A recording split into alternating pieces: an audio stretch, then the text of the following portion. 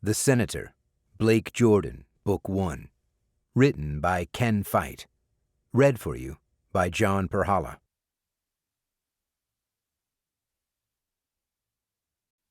Prologue. Senator James Keller flipped up the collar to his white dress shirt and adjusted his signature blue tie. While looking in the mirror, he felt the presence of someone behind him. The senator turned around and found his wife, Margaret, smiling as she watched him getting ready from the doorway to their bedroom. "Hi, sweetheart," Keller said, and walked over to his wife and gave her a kiss on the cheek. Margaret reached up from where she was sitting, grabbed his tie, and fixed the crooked knot before pulling it tight. "Are you feeling any better?" "About the same," she whispered, finding it difficult to put words together. "I'm sorry I can't." "Don't be sorry," Keller said, and knelt down so he could look his wife in the eyes. "I understand." "Mrs. Keller," a woman called out from the hallway and quickly approached the couple. Nurse Cheryl, as Margaret Keller called her, had been providing around-the-clock care to the senator's wife for over a year. When the senator learned that she'd been diagnosed with Parkinson's, he told his wife he'd leave the Senate so he could spend more time with her. He even wrote a letter of resignation that same night. But Margaret was adamant that her husband not leave just because of her.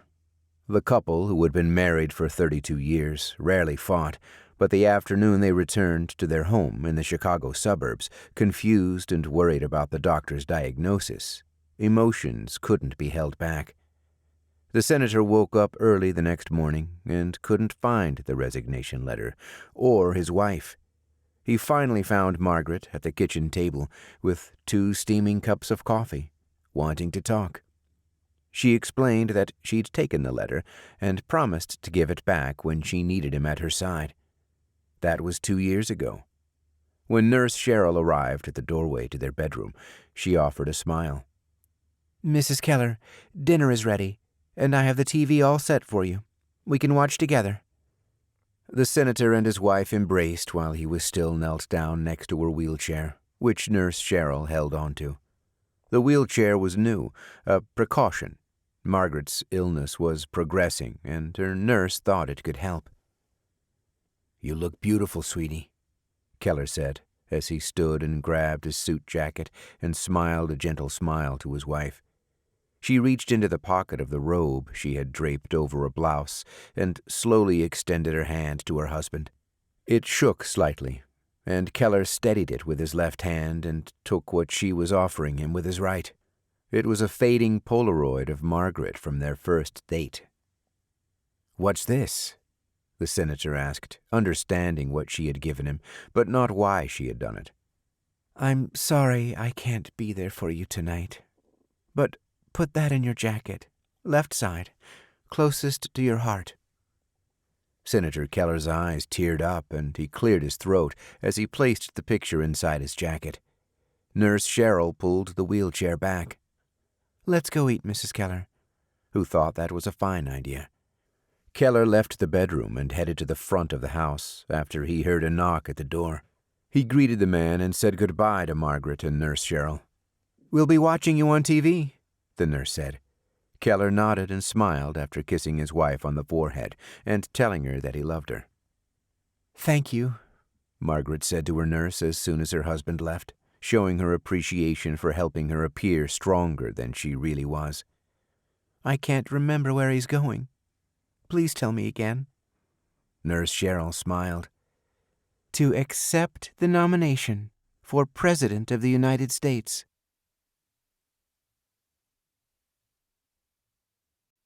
One.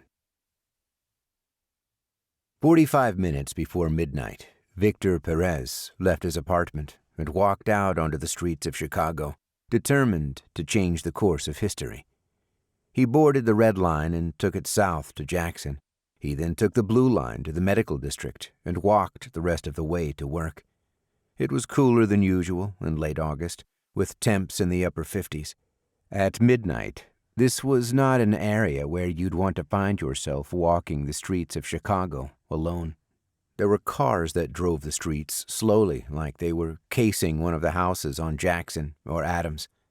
It wasn't much farther after the Blue Line. He walked his usual route, taking West Van Buren to Damon, where he hung a ride at Malcolm X College. It was only 3 blocks north to get to West Monroe, where he worked as a janitor on the overnight crew at the United Center. He headed to the side entrance to the building where the Bulls and Blackhawks would be playing in another month or so. Right now, the arena was being used for concerts and conventions. With a cigarette hanging out of his mouth, Victor Perez walked up and shook hands with some of the men who were scheduled to work that night. He only had to break into the building once, his first night on the job. He watched the crew for a week from a building across the street and noticed that every night, just before midnight, the men would gather at the side entrance for a smoke before starting their overnight shifts. It was that first night after the men took their last drags and headed inside to start work that Perez broke into the United Center. He had schematics of the building, so he knew every room on every level before he ever stepped inside. Breaking in was the easy part. He'd been trained for this kind of thing. He found a janitor's uniform in the mechanical room and got to work. It didn't take long for him to fit right in and make friends with the overnight crew. They all thought he was just the new guy. At midnight, Perez and the other crew members headed inside, and each went their separate ways. Perez went back to the executive suite. He knew that in less than 24 hours, the now empty suite would be swarming with federal agents looking for him, or at least who the crew thought he was. He opened the door to the suite and moved a leather couch he had positioned against a wall opposite the entrance, where he was hiding a large grate made to look like an air return. Perez tugged on the grate, and as it detached, it revealed a large hole in the wall, big enough for him to crawl through with ease. Perez placed a duffel bag in the space in the wall, crawled inside, and replaced the grate. As he made himself comfortable, he thought through his plan one more time. He thought about the van parked behind the building. He saw it was still there when he walked up. He checked his duffel bag and confirmed he had the chloroform, the duct tape, and his Beretta with plenty of ammunition. Then he thought about his escape route. Perez imagined himself driving the exact path he planned to take once he left the building. Everything was in order. He was set. Perez closed his eyes and rested while he had the chance. In exactly 20 hours, he'd be the most wanted man in America.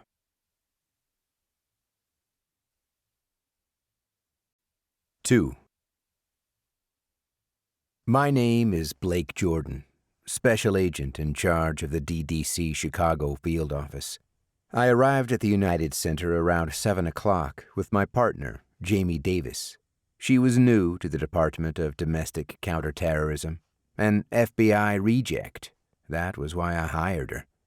While I appreciated what the FBI did, DDC held a special role in counterterrorism that no other government agency could fill. As a spin-off from the CIA, which we refer to as BASE, DDC was tasked with focusing only on preventing terrorist events domestically. While I was new to the job, the work was old hat to me, and tonight's operation was no exception. We had sent an advance team to the center earlier in the day to secure the backstage, entrance, and exit areas for the convention. Secret Service protection hadn't been requested by any of the presidential candidates over the last year. Each one had their own security team, which mainly consisted of a few bodyguards. Even now, this late into the campaign, the party's nominee didn't want Secret Service protection. Instead, he asked for DDC protection, mainly because I knew the man. Around 7:30 in the evening, Senator Jim Keller arrived. I met him at the side entrance to the center, along with Jamie, whom I had assigned to work security on behalf of DDC. "Blake, how are you?" the senator asked as he walked into the small, understated lobby of the center. "Senator, great to see you, sir," I said as we shook hands and put an arm around each other. "How are you holding up?" "Just fine," I answered. But the truth was, I wasn't fine. I still hadn't gotten over the loss of my wife, Maria, over the summer. Living through that experience was the hardest thing I'd ever been through. "You're lying," the senator said, pointing a finger at my chest before putting a hand on my shoulder. "This is Agent Jamie Davis," I introduced the two and explained. "We'll be your protection tonight." "Good. Just don't keep me from the people. That's why I didn't want the damn Secret Service involved yet. After tonight, they can do whatever they want." I glanced at Jamie and nodded. "Yes, sir." I had two other agents stationed at the side entrance where we were talking. We left them and made our way to the service elevator and took it up to the 3rd level. As we exited, I showed the senator to the executive suite where he could relax for a few minutes. "Nice view," the senator said as he admired the panoramic view of the delegates from his party at the convention from his own private green room. Senator Keller lived in Chicago, in the same neighborhood as my father. He watched the first 3 days of the convention from his home for a couple of reasons. For starters, he didn't want to deal with the security BS. He also didn't want to steal the thunder from the up-and-comers in his party, who were scheduled to speak. His running mate, Congressman Mike Billings, had been in this same suite, getting ready 30 minutes earlier. He was now on the floor speaking, and was set to introduce the senator at 8 o'clock. "Do you need anything?" asked Jamie. Keller looked at both of us and shook his head. "Just need you to leave me alone for a few minutes so I can go over my speech one more time." I opened the door and motioned for Jamie to follow. "Agent Davis will escort you out when you're ready. See you downstairs." We shook hands one more time. "You'll make a fine president." Keller smiled. I headed back to the service elevator, but Jamie stopped me. "You didn't tell me you knew him." "He's a family friend. I've known Jim Keller for over 20 years. Met him when my family moved here while I was in high school. He worked with my dad." "Is that why you're here? You don't think I can do my job, so you have to babysit me?" "Look, I know you're new and want to prove yourself. I needed to be here. My call," I said. We tested our earpieces and made sure we could hear each other. I left and headed down to the convention floor. Jamie stood outside the senator's suite. She left him alone to gather his thoughts before speaking to a crowd of just over 20,000 delegates and supporters who had made their way to Chicago from around the country. There was a window overlooking the floor just outside the door, and Jamie could hear the booming but muffled voice of Congressman Billings as he gave his speech. She could feel her heart beating faster. It always did in the final moments of any mission, no matter how large or small the assignment was.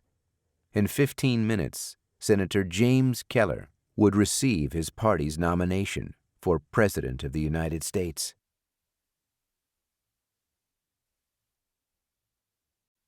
3. David Mitchell arrived at the United Center a few minutes before 8 o'clock. This was his second attempt at trying to get into the arena. The first try was on Tuesday, the second day of the convention. Mitchell hadn't worked at the Chicago Tribune in over a year. A former colleague had spotted him and alerted security, who escorted the man out of the building. He used his old Tribune press pass to get through security and managed to stay through most of the second day of the RNC before being kicked out. The man was tall with dark, slicked-back hair that he hid underneath a baseball cap most of the time.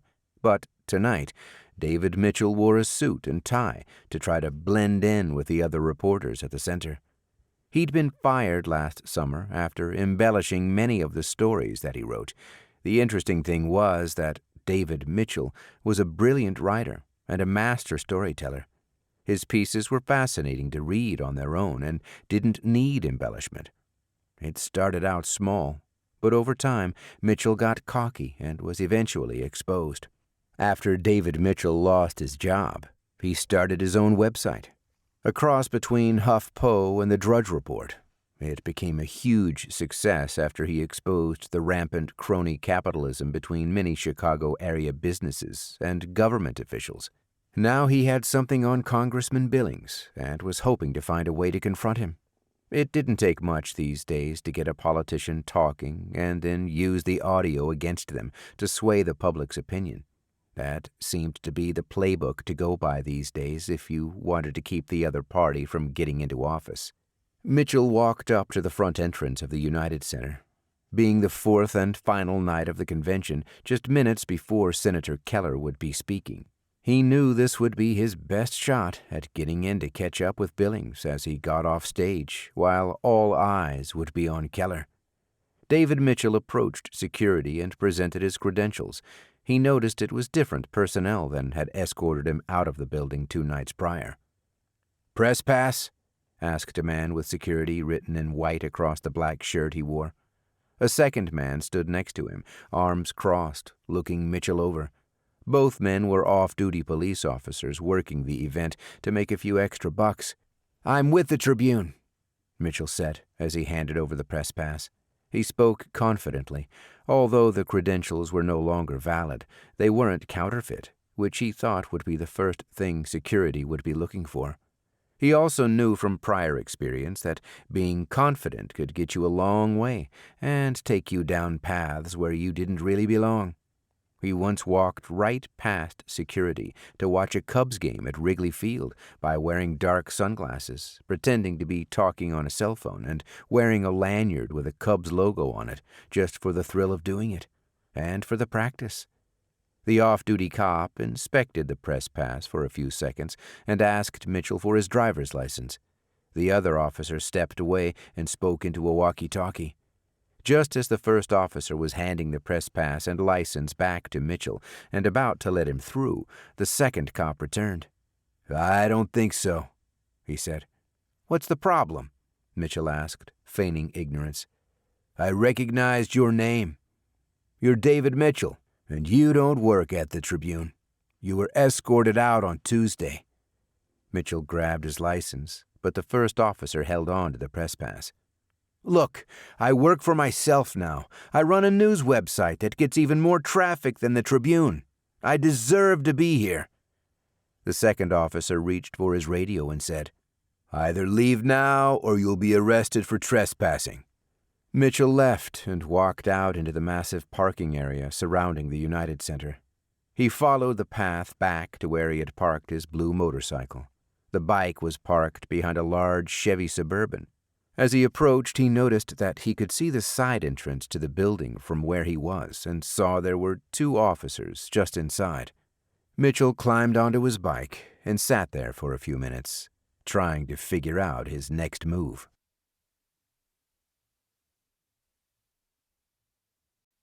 4.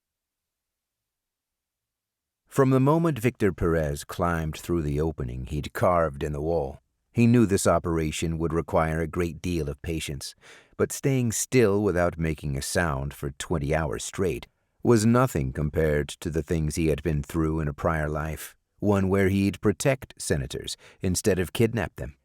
Perez could see Jim Keller through the grate as he paced the floor back and forth, reciting parts of his acceptance speech. He could tell that the senator was nervous. He had studied him for months, listening to every speech he made, and he knew he often criticized the sitting president for not being able to read from a teleprompter. Keller practiced because he didn't want to be a hypocrite and have to rely on his notes. A minute later, the senator was interrupted by Jamie, who knocked on the door. "Yes?" Keller asked. "We need to head downstairs." Keller placed the small stack of index cards he'd been using to memorize his speech on a table by the door. "I need a few more minutes, Agent Davis." Perez had heard the conversation a few minutes earlier that Agents Davis and Jordan had with the senator. He knew that Jordan had headed downstairs, and Davis was alone with Keller. In just a few minutes, the senator would leave the room, head down to the convention floor, and he'd lose his chance forever. Months of planning. Hours lying perfectly still. The plan hinged on getting a break, right now. After Senator Keller put his notes down, he walked to the window that overlooked the convention. Perez heard him take a deep breath and slowly let it out before walking to the restroom in the suite. The senator closed the door behind him. "This is it. Now's my chance," Perez thought. It's now or never." He moved quickly, but carefully, removing the air vent he had covering the hole in the drywall that he had sawed a week before. He lowered the grate and slid it over to the side and crawled out. In his right hand was a rag drenched in chloroform, and tucked behind his back in his Dickies work pants was his Beretta. He'd use it if something went wrong. Extra ammo was in his duffel bag still inside the wall. He replaced the grate, which quietly snapped back in place. He crawled out and was ready to go in under 30 seconds. Just like he had practiced. Everything was going according to plan. The man hid behind the door, waiting for the senator to come out. He could hear him washing his hands and whistling a tune. Inside, Keller combed his hair and splashed water on his face. Perez could hear the senator telling himself to calm down. "It's just the biggest speech of my career," he muttered. Agent Davis knocked on the door again. Perez dropped the rag and drew his gun and aimed it at the door. Senator Keller opened the bathroom door and yelled, "Almost ready!" As he walked out, Perez cold-cocked him in the back of his head with the butt of the gun. Keller fell, but Perez grabbed him by his jacket before he could hit the floor and make a sound. He quietly lowered the senator onto the floor. Perez put the rag up to Keller's face and left it there for a few seconds, just in case. He stuffed the rag into his left pocket, placed the gun behind his back, and dragged the senator a few feet over to the air vent, which he removed and crawled into. This created marks in the carpet that had to be touched up. Perez pulled Keller through, which wasn't an easy task, but was done quicker than he thought. He took one last look around the room to make sure he hadn't forgotten anything. The room was clear. The only thing left behind was the senator's index cards with his handwritten notes for a speech he'd prepared so long for. A speech constituents and delegates from around the nation would never hear. Victor Perez replaced the grate and disappeared.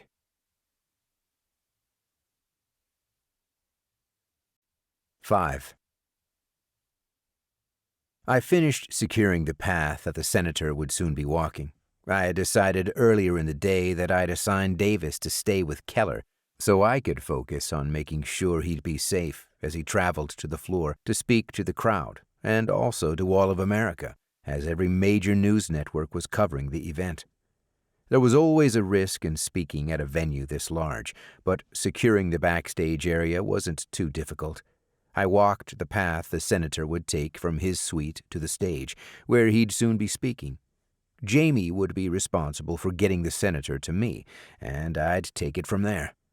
I scanned the crowd one final time to look for anything out of the ordinary. Security was doing a good job maintaining order with the revved-up crowd.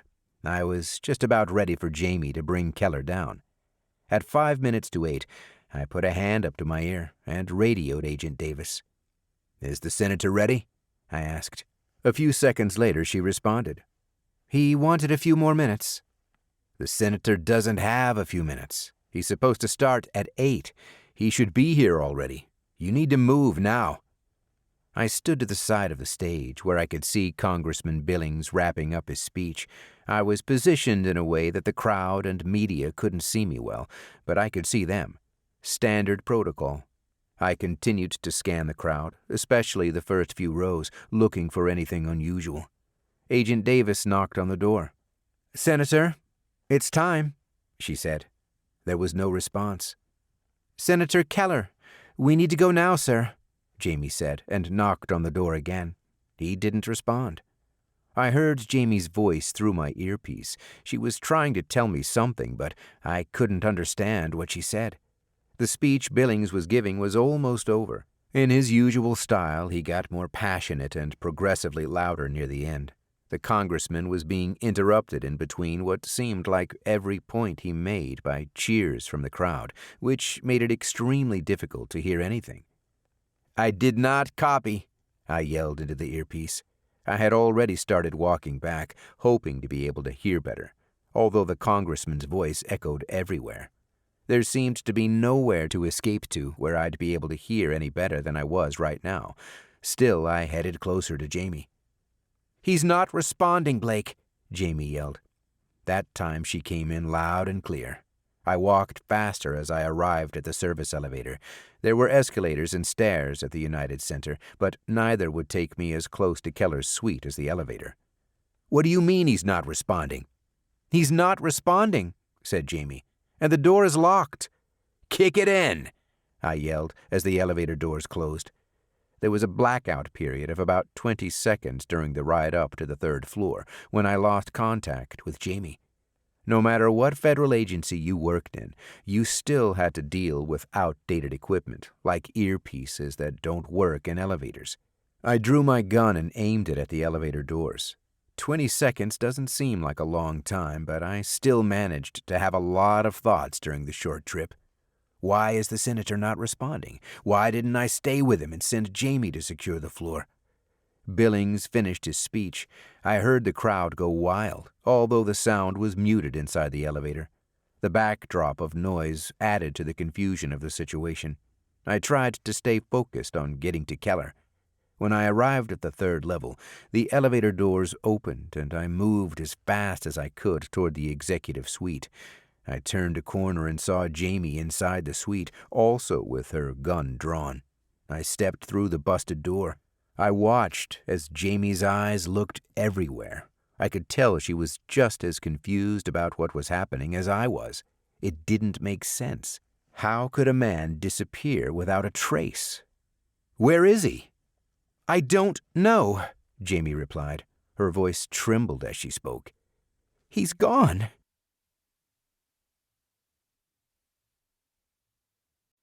Six.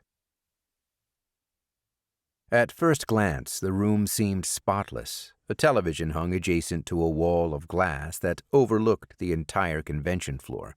The suite doubled as a skybox during sporting events and was the kind of room presidents and dignitaries might watch a Chicago Bulls game from.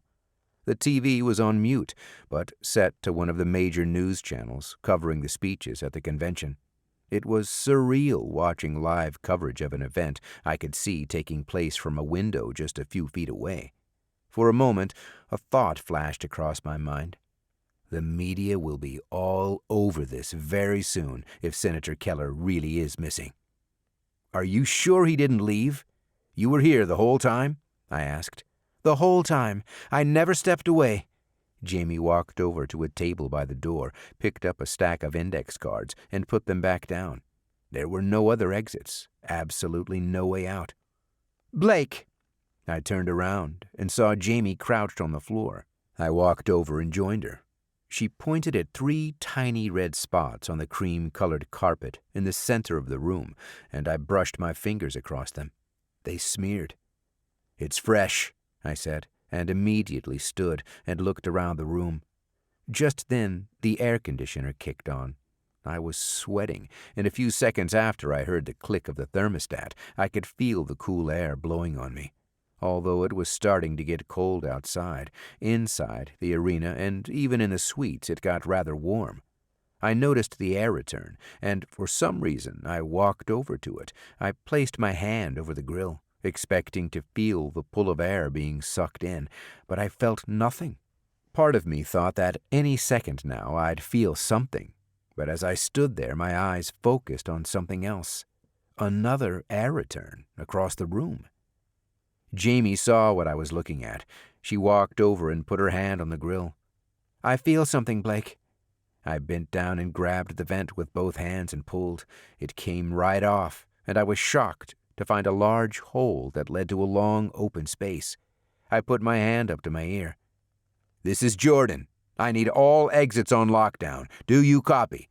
I yelled into my earpiece for the 2 men I had stationed at the side entrance, as I crouched down and started to crawl into the hole. "Do you copy?" I yelled again. As I made my way into the opening, I could see light coming from the other side of the long space. It took a few seconds for my eyes to adjust to the dark, but once they did, I could see enough to crawl through. "I need you to go to the front of the building and walk the perimeter. It may not be too late to stop this." "You don't know where this leads or who's at the other end of it. Let me come with you," Jamie said, and started to follow me. "No, go to the front, now!" I yelled. Agent Davis stopped and turned back around. I could hear her run out of the room and down the hall. What the hell is happening? I thought to myself. The space was tight, but big enough to walk through, although I had to move hunched over and low to the ground. Drywall dust was all over me, about halfway down the pathway as I approached the other side, and the light got brighter. I noticed something on the floor, reflecting the light. It was blood. Maybe the senator's. The closer I got to the end, the more quickly I moved. I found what appeared to be another large grill, and I assumed that it was designed to disguise another hole in the wall in whatever room this was in. I slowed down and looked through. I didn't know who or what might be on the other side. I saw a dimly lit hallway. I couldn't tell if anyone was there, but I was running out of time, so I kicked out the grill and pulled myself out, gun drawn. Crouched again, I aimed my Glock 22 to one side of the hallway. Then I heard what sounded like a door close the other way. "Federal agent!" I yelled and started running.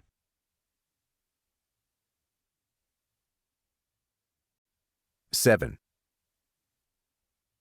5 minutes earlier, Victor Perez crawled out of the same space. He had dragged Senator Keller through the pathway, holding his wrists behind his back and pulling the unconscious man from behind while he crouched and leaned forward to keep his momentum. He tried to focus. He knew from years of training that he had to concentrate on what he was doing in the moment, that very second, and he had to be perfect.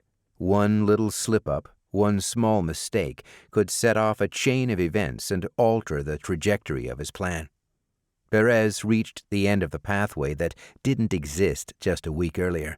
He had stolen schematics of the arena several months prior before he became a janitor, and after it was announced that this would be the location for the convention. He studied them, and after learning where Keller would be taken before his speech, he found the space connecting the suite and the spot where he now stood. He found the large shipping and storage crate he'd left here a few days before. It was the kind of crate musicians used to haul their gear when traveling. He'd taken it from the backstage area, while the crew hired to set up the event started unloading their equipment prior to the first day of the convention.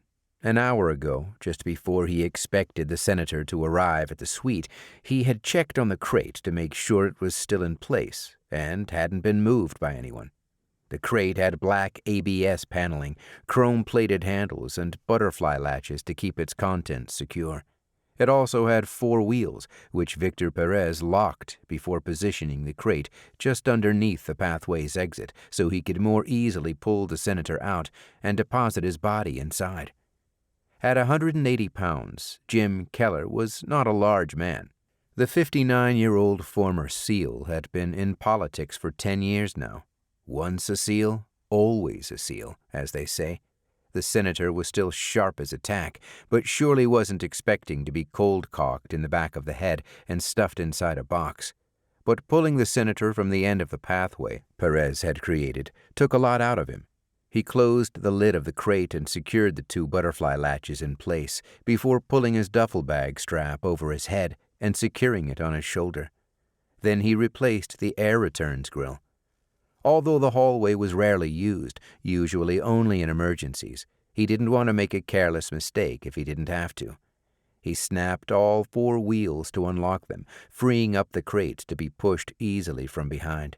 It was rectangular, so he pushed from one of the short sides. That would also make it possible to get the crate through one of the doors at the end of the hallway. Perez moved quickly. In less than a minute, he had made his way to the end, unzipped his duffel bag, and grabbed his Beretta, should he need it. He wiped sweat from his brow and opened the door. 2 DDC agents were in front of him. They looked at Victor Perez like they had seen a ghost. In a way, they had. Victor Perez raised his gun and shot both agents in the chest before they had a chance to process and make sense of what they were seeing. They fell to the floor, leaving a clear route to exit the building. Perez walked over to the agents who had managed to draw their weapons before being taken out and kicked both guns away from their bodies. "It was good to see you again," he said as he stood over the 2 men.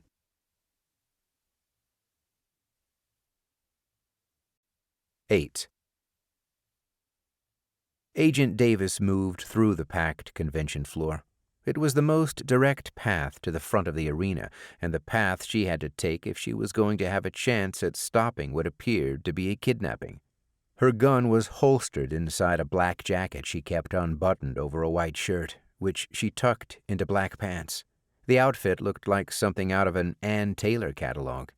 As she pushed her way past Keller's delegates, supporters, and critics, Jamie could overhear some of the comments people were making. They were wondering where Keller was. The fact that Billings had left the stage so awkwardly when the senator was supposed to join him created some concern.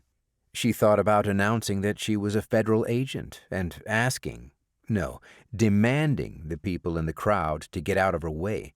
But she also didn't want them to panic, and she didn't want the media to go crazy like a pack of sharks finding a trail of blood in the water. She knew that if she didn't find Keller, that was exactly what would happen. 5 minutes later, Jamie emerged and ran to the front of the arena. A woman was near the turnstiles, speaking with security, and made eye contact with her. It was RNC chairwoman Deborah Stewart. She was visibly upset and had the building security scrambling. "What's going on here? Senator Keller was supposed to be on stage 15 minutes ago," she said. "Ms. Stewart, please, not right now. I need to speak with security," said Jamie. "What do you mean, not right now? We just came from Keller's suite. He's nowhere to be found. Now you show up here without the other agent and without the senator, and you don't want to tell me what's happening? I'm in charge of all of this, and I need to know what the hell is going on here," Stewart pressed. "He's missing, okay?" Jamie admitted. "We're not sure what happened. Agent Jordan and I are trying to locate him. We can talk later. Right now, I need you to let me do my job." Jamie walked over to the off-duty cops who were working the event of security.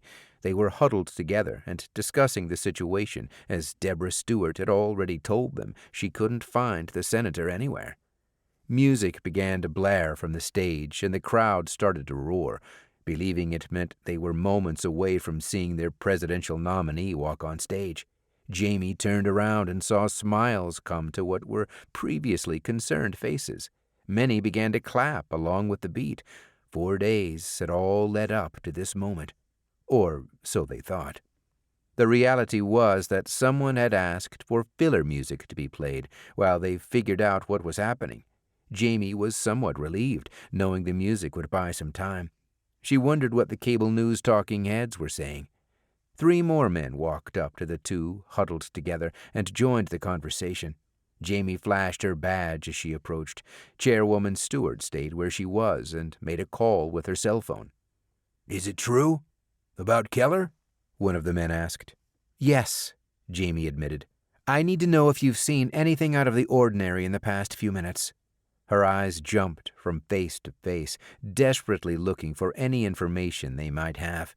One man spoke up. "I just kicked a guy out about half an hour ago, right out here." He pointed outside the doors to the front entrance to the arena. "David Mitchell. He was trying to get in with an invalid press pass. Paul here remembered him from a few nights ago when he was kicked out." "Where'd he go?" asked Jamie. Just then she heard someone in the crowd say that the news was reporting on Jim Keller. Jamie looked back at the man she was talking to. "He went out to the parking lot," he said, and pointed outside again.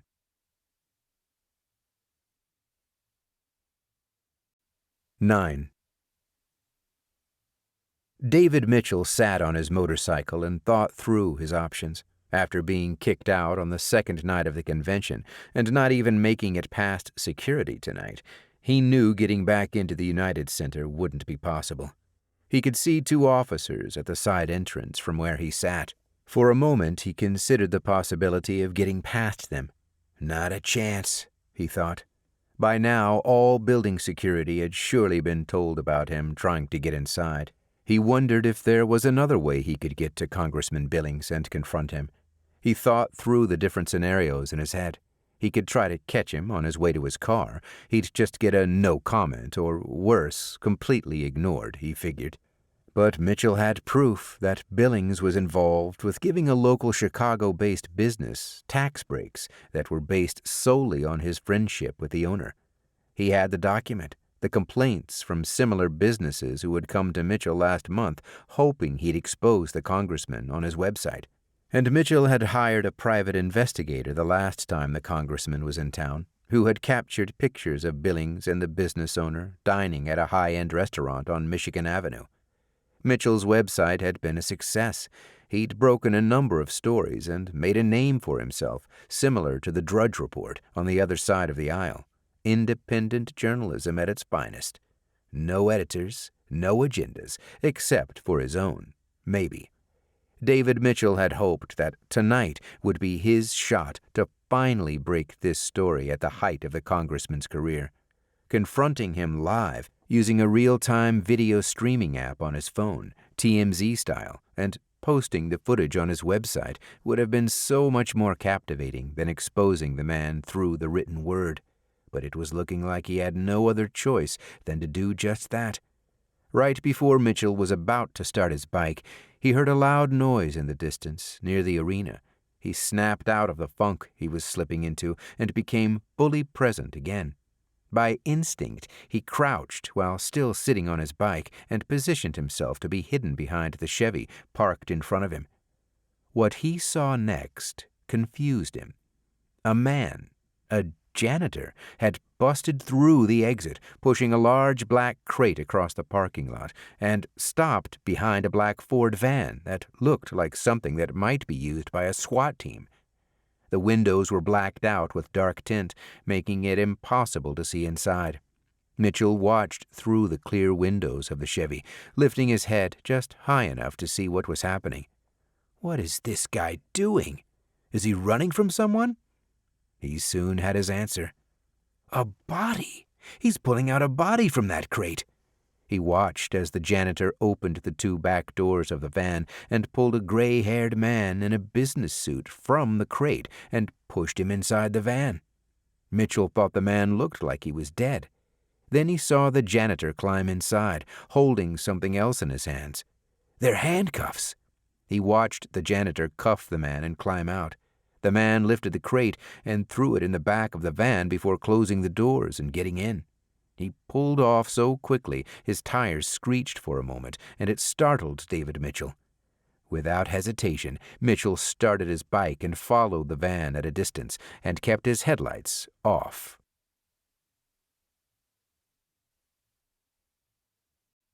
10. I ran down the hallway and turned the corner, not sure what I expected to find. I definitely heard something, a clicking sound. Past the turn, I saw that the hallway ended. "McGovern! Flynn! Do you copy?" I spoke into my earpiece as I ran. I was sure that the double doors would open to the entranceway where they were stationed. There was no response. "Do you copy?" I asked again. "Blake, I'm headed there now," I heard Jamie say. I slowed down as I approached the doors. I held my gun with my right hand, and with my left I slowly depressed the door bar and pushed. It didn't open. I tried the left one with the same result. Was the click that I heard someone locking the doors? Or gunfire? Or am I just paranoid? Did I even hear a noise? I backtracked, not knowing what I might find on the other side of the locked doors. I wasted at least 2 minutes going back to see if there was any other way out. There were 2 other doors on the opposite side of the hallway, from the direction I had decided not to go in, when I heard, or thought I heard, a sound. Those doors opened up to an arena being used by the stage crew. There were a few black crates scattered around, a dumping ground for all the cases the audio equipment and other items used on stage were usually stored in. A couple of stagehands noticed me. They seemed shaken up to see me holding a gun. "Federal agent," I said, and flashed my badge at them and re-entered the hallway. Backtracking didn't take a lot of time, but more than I expected. 2, maybe 3 minutes tops. As I got back to the locked doors, I lifted my arm and grabbed the gun with my left hand to keep it steady. I aimed the gun where I thought the lock would be located. I fired twice and saw the right door loosen and open about an inch. I kicked the door, still holding onto my Glock with both hands, and walked through the doorway. The 2 men I had stationed here were on the floor, in a pool of blood. Their weapons were a few feet away from each of their bodies. It was the sound of shots firing that I heard. I looked all around to make sure the room was clear, and I put my hand to my earpiece. "McGovern and Flynn are down." Stepping over their bodies, I walked outside to see a blue motorcycle speed off. Up ahead of it was a van going just as fast as the bike. Jamie ran around the corner. "That's them!" she yelled. Less than a minute later, we were in my black DDC-issued Tahoe and speeding south down Wood Street. I could no longer see the van, only the bike, and their headlights were off. Except for an occasional tap of the brakes, it was next to impossible to follow the van. "How the hell did this happen?" I asked Agent Davis. "You can't put this on me. If you had stayed with the senator, we'd be in the same spot right now." I pushed the accelerator to the floor as I tried to keep up. "They turned," she yelled a second later. I looked ahead, and the bike was gone. I decided that they had turned west on Adams Street. I drove another block before turning right on Jackson to try to cut them off, and as we got close to Damon, we saw the bike pass us.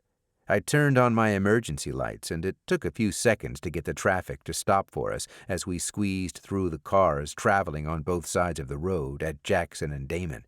The bike sped off and disappeared. I figured he'd gotten on the ramp to take I-290 east to downtown. We took the on-ramp and headed down the highway at over 100 miles per hour.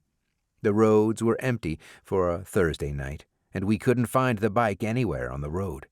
Was I wrong? Did he actually go straight? In the heart of downtown Chicago, we exited at Wacker and got back on Congress and drove west to backtrack, hoping to catch a much-needed break. But we didn't see the bike again. Our luck had run out. The bike was gone.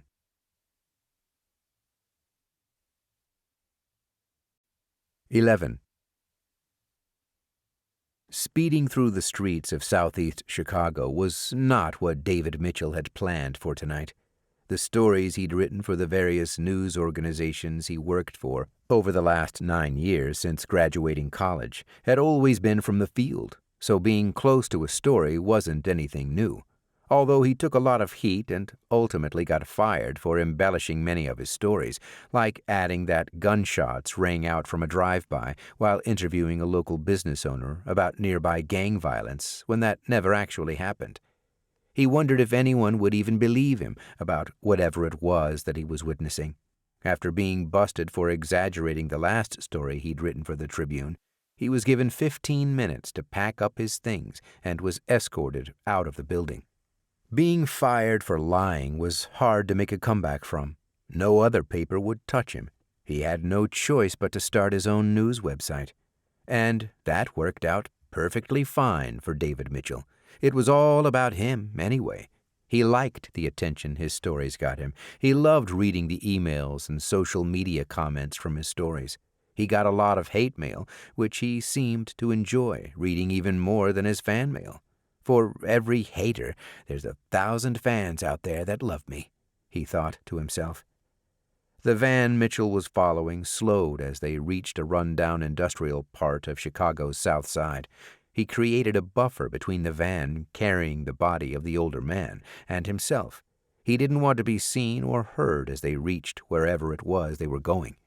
Mitchell drove into the old industrial park, packed with office buildings that looked like they hadn't been used in years.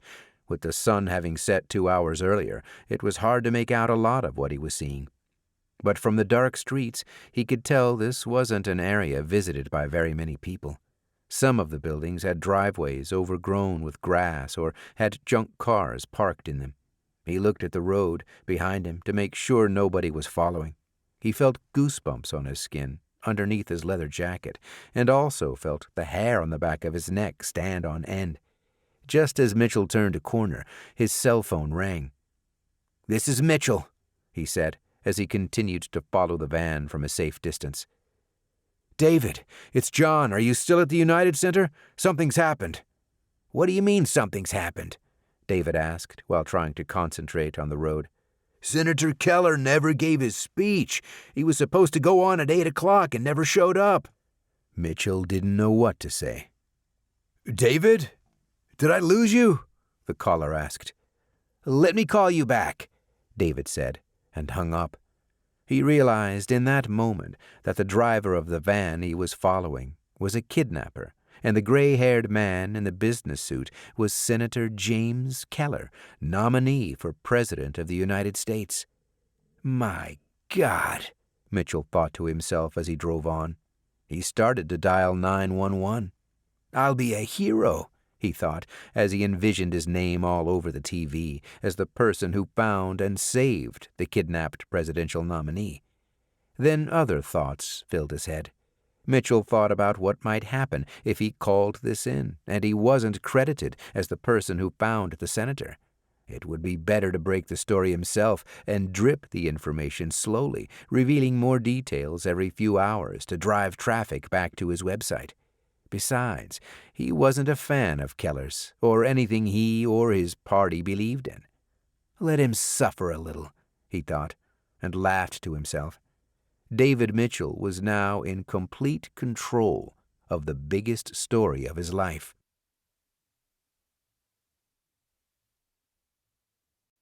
"12. There was a sound in the back of Victor Perez's van as he approached the warehouse he'd been working from for the last 2 weeks. He looked over his shoulder and saw Jim Keller starting to come to. "We're almost there," Perez said, as the senator lifted his head and blinked his eyes, trying to figure out what was happening. Keller's body was numb. He clenched his fists repeatedly, trying to regain feeling in them. Chloroform, he thought to himself. His vision was blurry and his hearing muffled. Keller couldn't quite make out the words from the man driving the vehicle. Perez pulled the van into the short loading dock of one of the abandoned warehouses and got out. He entered a code into a padlock and removed it, allowing him to lift a large bay door 20 feet long and 15 feet high. He climbed back into the van, pulled it inside, and lowered the door again. Once inside the bay, he pushed a metal slider bar to the left of the door in place, locking it from the inside. There was a lot of room inside the bay. The kidnapper had a generator running at the far end of the room, opposite the bay door. It powered 6 fluorescent lights in the ceiling, illuminating the bay, and powered 2 additional rooms inside the building that Perez would use for a workstation and prison cell. The rest of the dark and cold warehouse remained unused. Victor Perez walked to the back of the van. He opened the doors and looked at the senator, still trying to make sense of everything that was happening. "Are you going to be a problem, Mr. Keller?" he asked, and the senator noticed an accent. Keller's body still felt numb. His limbs had the same uncomfortable tingling feeling as when they would fall asleep. It was difficult to move, but he managed to sit up. "Screw you!" Keller said with a slur, and noticed his tongue had that same tingly feeling as the rest of his body, making it close to impossible to speak normally. Perez laughed and dug his hands into the pockets of his jacket. Keller watched the kidnapper intently, wondering if the madman was making himself comfortable on the chilly night, or if he had something he was keeping hidden in one of the pockets. "You're not going to get away with this," Keller managed to slur, eyes still fixed on his kidnapper. "I already have," Perez replied. From his right pocket he revealed a small plastic black and yellow taser gun. Keller saw that it was an X-26. The kidnapper aimed it at the senator's chest and squeezed the trigger. 2 barbs pierced the senator's white dress shirt and buried themselves deep into his skin. An electric shock sent Keller into a convulsion on the van floor, and a moment later he was unconscious again. 2 droplets of blood started to appear and stained his shirt. Perez climbed into the van, uncuffed the senator, and dragged his body out. He pulled Keller inside the warehouse, where he handcuffed him once again, this time to a large metal pipe inside the crude cell he had created. Perez stood back and thought through everything he'd done that night, retracing his steps to make sure he hadn't forgotten anything. He walked into the next room, adjacent to where the unconscious senator was slouched over on the floor and handcuffed to a pipe that ran from the ceiling all the way down to the floor of his new cell, before curving toward the outside of the building. He turned on a television that picked up one of the city's local over-the-air stations. The Fox affiliate was simulcasting Fox News Channel programming. Perez changed the channel to NBC, which was broadcasting MSNBC coverage. He was thrilled to see the kidnapping had caused alarm and panic with the media.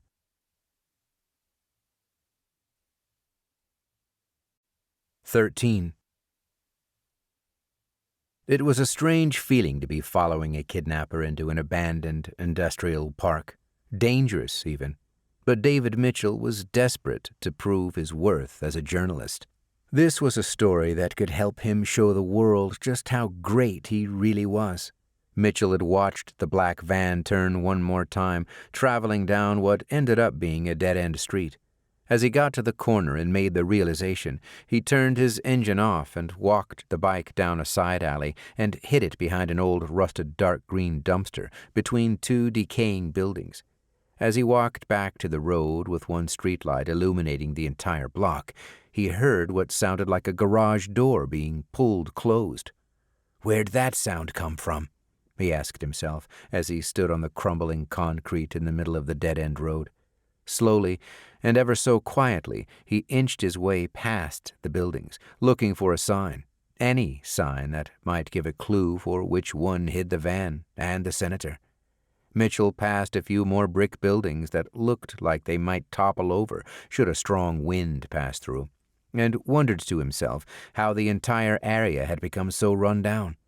It was a sharp contrast to the buildings he used to walk past on his way to work on the Magnificent Mile, where the city's ritziest hotels, restaurants, and businesses called home.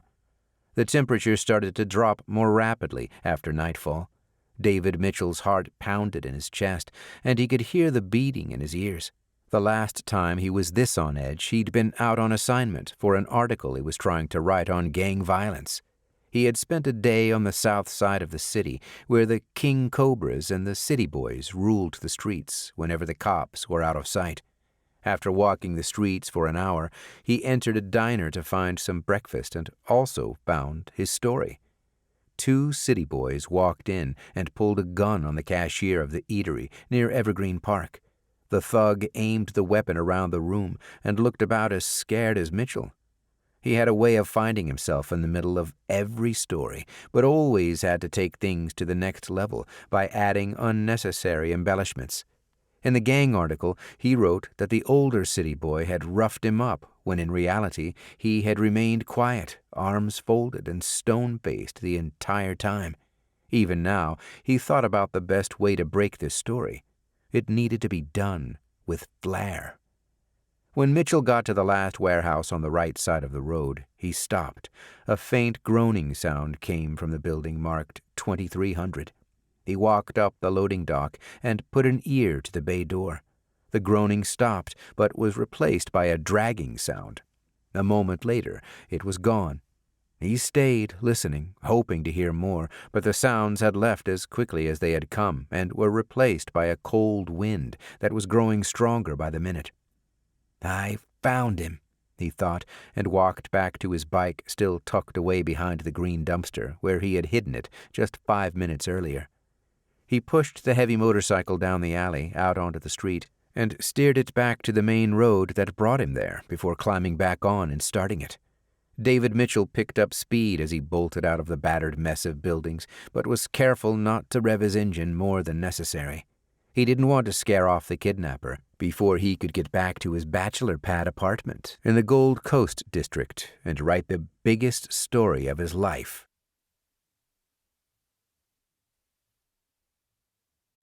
14. Jamie didn't say much as we made our way back to the United Center. I had hoped we'd find the guy on the motorcycle, but knew that would be next to impossible. My cell phone rang. It was my dad. I sent the call to voicemail and stuffed my cell back in the pocket of my windbreaker. "How do you know him?" asked Jamie, breaking the uncomfortable silence. I turned and looked at her before refocusing my eyes on the road. "He's a family friend." "No, there's more to it, I can tell. How do you know Keller?" I waited for a few seconds before answering, considering how much to reveal.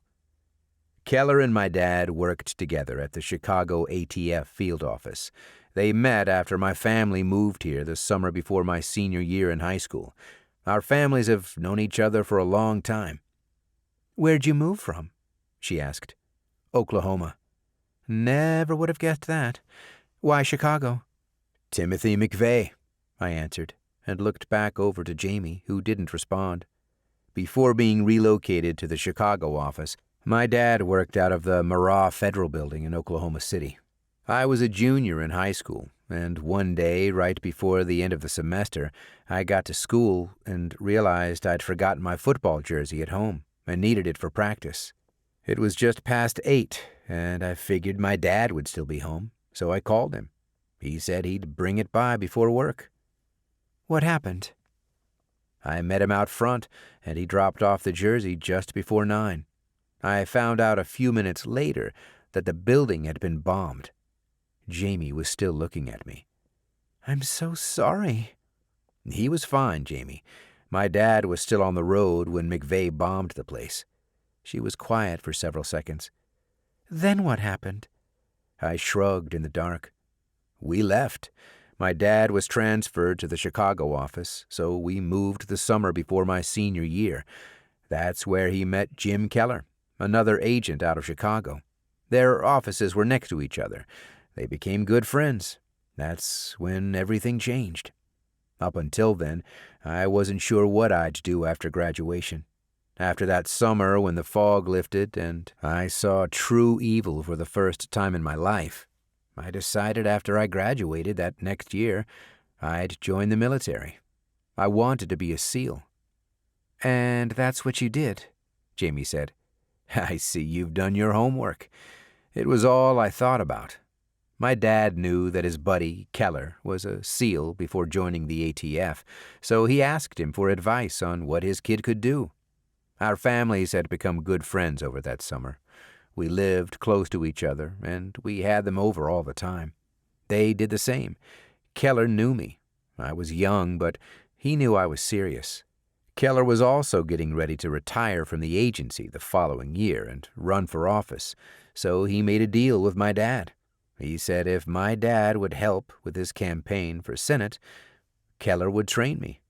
He couldn't guarantee I'd make the cut. That was up to me, but he'd give me a pretty good shot.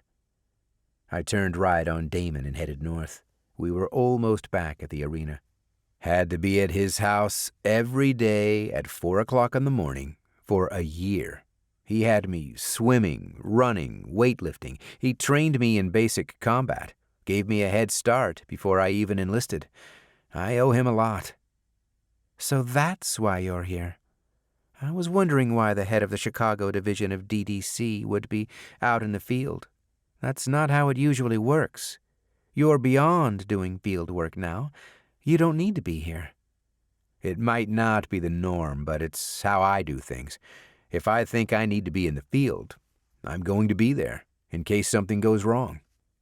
To that, Jamie gave me a look as if she was going to say something, but decided against it as we parked in the same spot as before. I closed my eyes and shook my head.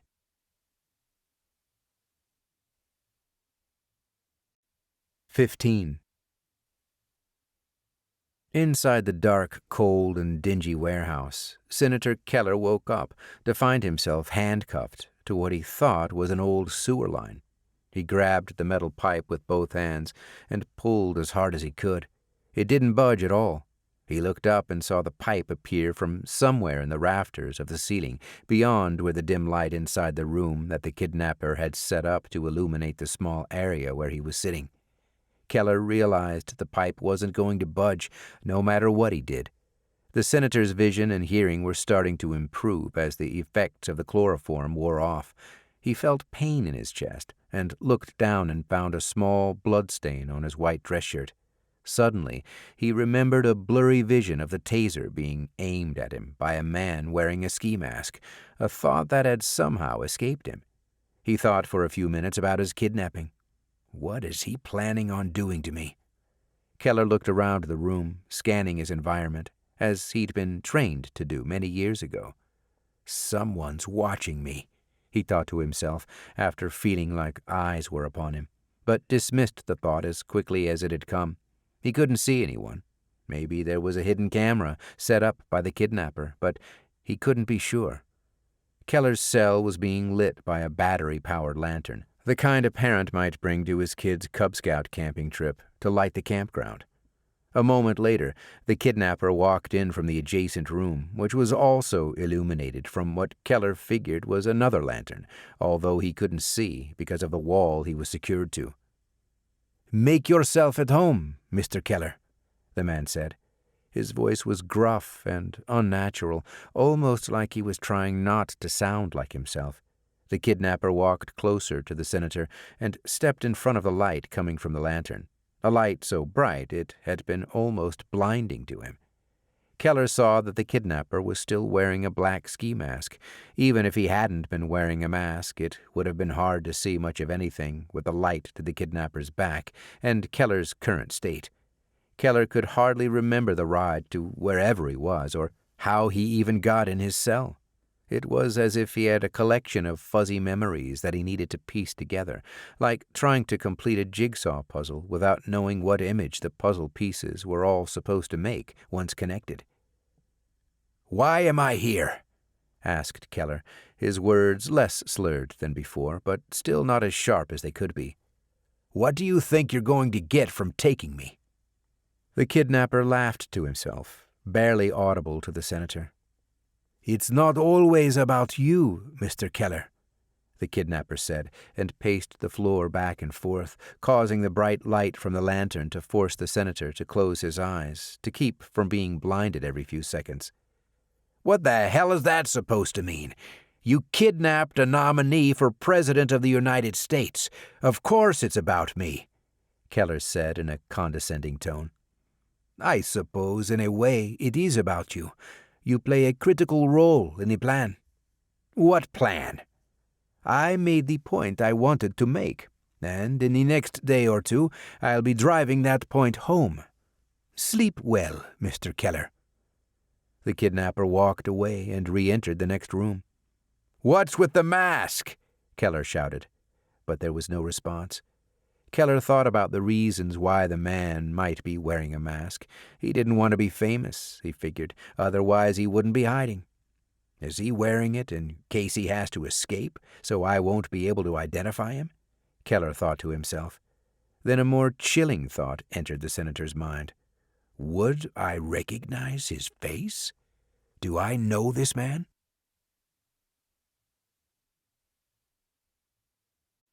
16.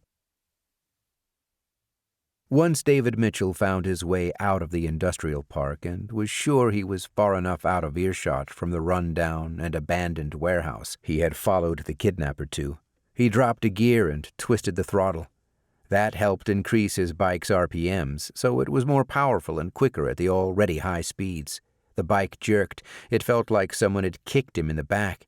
He headed north and kept the engine revved up close to the red line as he made his way back to his apartment.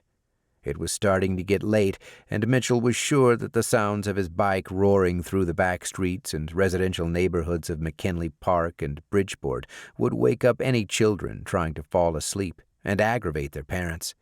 But he didn't care. He had to get home and publish the story he knew would send shockwaves throughout America. The biggest story of my life.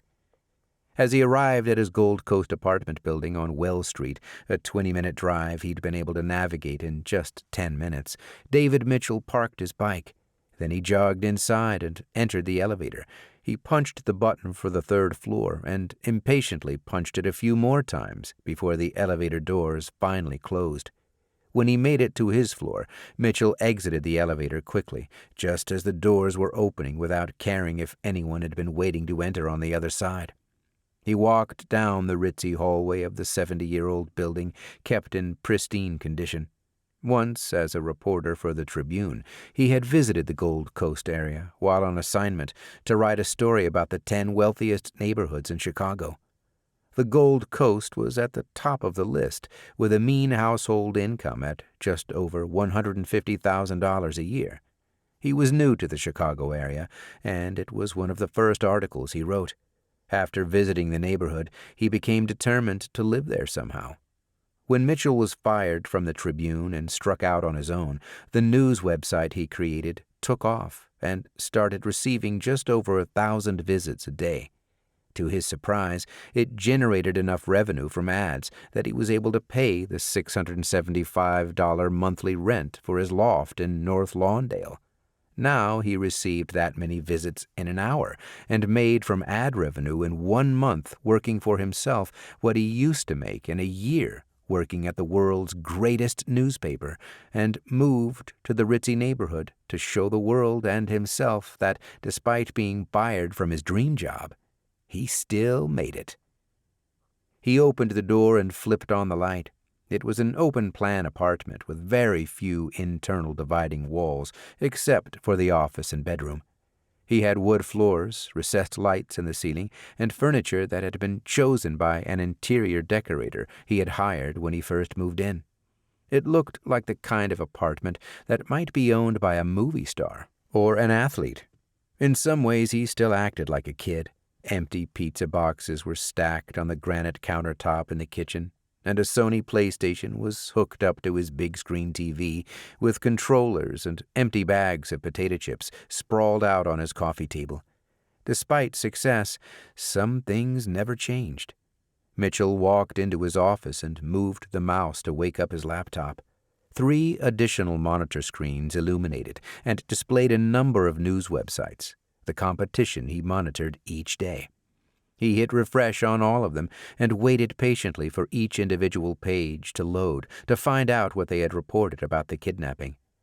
The Drudge Report was the first to load and displayed the headline, "Chaos in Chicago."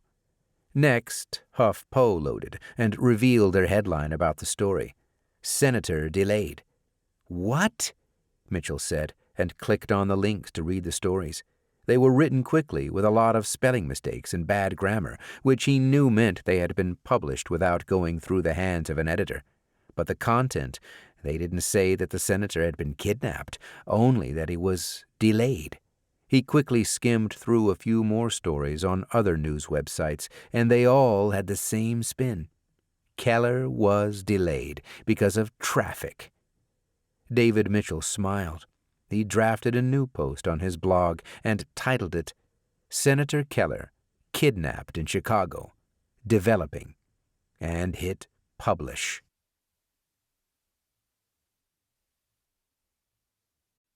"17. The convention floor was electric after Agent Davis left Deborah Stewart and the off-duty cops working security for the event. The chairwoman had developed a plan for controlling the chaos that would soon break out. Stewart led the men upstairs to the executive suite where Jim Keller had been preparing for a speech. She needed a place where she could think and talk about the plan with the hired security team. Stewart didn't realize that this was where Keller had been kidnapped until she entered the room. The door to the suite was propped open with a chair from inside the room. When she and the men walked in, Stewart saw the large air return grill leaning against the wall right next to a gaping hole and noticed the drops of blood on the carpet. She knew something bad had happened in the suite. The sight took her breath away. Deborah Stewart was a powerful woman who prided herself on straight talk and aggressiveness, the kind of woman who felt perfectly comfortable in a boardroom, and especially if she was the one leading the meeting. Stewart could be found a few times a week on one of the cable news channels, debating with pundits and operatives on the other side of the aisle, piped in from her home office that was equipped with cameras, elaborate lighting, and a bookshelf with books she never intended to read. She loved to argue and back opponents into a corner. But for the first time in what felt like forever, she didn't know what to say. She crouched down and looked inside the hole in the wall and could see light coming from the other end of the pathway. She turned around and looked at the officers.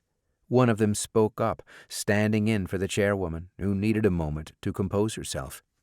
"I say we call the damn FBI. They need to see this. All we can do on our end is damage control. Try our best to keep the place from turning into a melee." Another man spoke. What about Agent Davis, the lady who just met with us? Is she not FBI? Davis is DDC, Stewart finally said. Senator Keller declined Secret Service protection, said it would put a layer between him and his constituents. It doesn't matter right now. He's been taken, and we need to figure out what we're going to do. We each cover a different area until someone who can actually control these people gets here, the first officer who had spoken said. He pointed at one of the other men. You take the north side. Jason covers the east. Mark takes south. Daryl handles west. I'll head to the middle of the floor. And you, he said, pointing at Stewart, you get on the damn phone and call the FBI right now. This place is about to turn into the biggest cluster you've ever seen. The nominee for president has been kidnapped. Do you get that? Call them. Stewart blinked and was visibly startled by the officer's aggressiveness. In the boardroom or on TV, she'd have put the man in his place. This was her convention, after all. She had coordinated everything. She planned the speakers. She hired the security firm and the men she was talking to now. They worked for her, actually. But she had also agreed to Keller's request to defer Secret Service protection until after tonight and let him rely on a handful of DDC agents, one of which he thought the world of, named Jordan. Out on the floor, delegates and people from around the country who had previously been overjoyed at the nearing climax of the 4-day event drawing to a close to cheer their nominee were now wearing angry, confused looks on their faces. There were loud discussions over the blaring music, some of which turned into shouts of frustration over what was happening. It was close to 9 o'clock. As each minute passed, the crowd became more impatient and tempers began to flare. You don't get stuck in Chicago traffic for this long on a Thursday night. Wouldn't Keller have a police escort? Where is the senator? Stewart realized she could have prevented all of this. I'll call. Now go, she told the men. Just when they got to their posts, word spread that one news website was reporting something different. He's been kidnapped, the officers heard from every corner and braced themselves.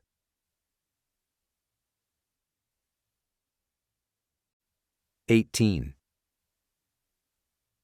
When Jamie and I started to walk back into the building, we saw a group of people standing over the bodies of Agents Rob McGovern and Matt Flynn. One man held a cell phone with one hand and held the other to his forehead. Another man and woman stood nearby, watching. Follow me, I said, and walked west along the building to avoid the scene. Blake, what are you doing? Jamie asked. We kept walking the length of the building, and I looked at the many exit doors along the way. They were like the exits at a movie theater, no handles on the outside. As we walked, someone exited from one of the many doors up ahead, too far away from where Jamie and I were. Then one of the doors close to us opened, and a man in a suit exited and ran out to the parking lot. I held the door, and Jamie and I entered. I noticed that this building and the ones across the street both have cameras all over them. We need to find the security office and review the footage and see what happened. I think it's on the 4th floor. We were almost to the 3rd floor when more people started flooding out of the convention center and leaving.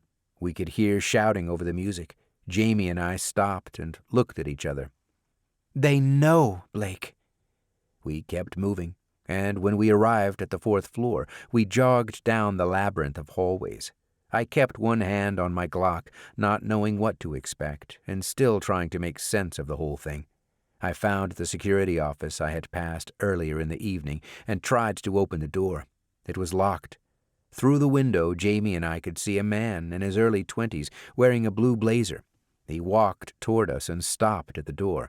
I flashed my badge and he let us in. FBI? That didn't take long. Glad you're here. I looked at Jamie and she nodded at me. My name is Blake Jordan. This is Agent Jamie Davis. I looked around the room before continuing. There was a bank of 16 video monitors above his desk, 2 rows of 8 stacked on top of each other. The top row streamed real-time video of inside the arena, and the monitors on the bottom row showed the outside. The video on each screen toggled every few seconds to another camera to give security the ability to see coverage of the entire inside and outside areas of the building. "We need to know what you saw," I said. "There's 2 men dead at the south exit. I didn't see it happen. I was watching the stage where Billings was speaking and monitoring the crowd." "Show us the footage. I want to see what happened and who did this," I said. The young man hesitated. "I can't do that. I just monitor. I don't know how to work the controls." "Figure it out," I demanded. The man walked over to a monitor I hadn't noticed before. He punched a few buttons on the control board, and video from one of the outside cameras appeared on the screen. He tried something else, and video from the half-empty convention floor displayed. A few more adjustments, and the guard isolated the feed from the camera where McGovern and Flynn were killed.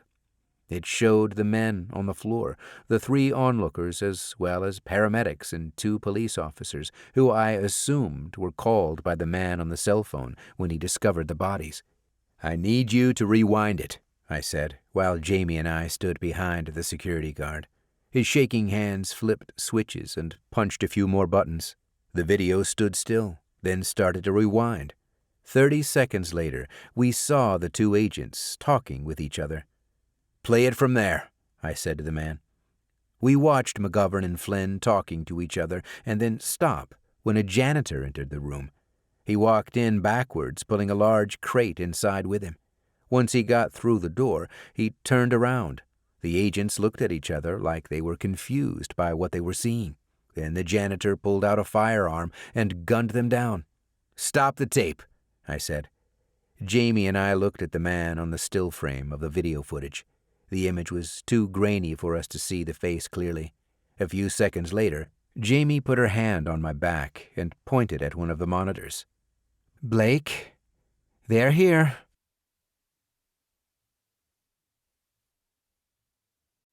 "19.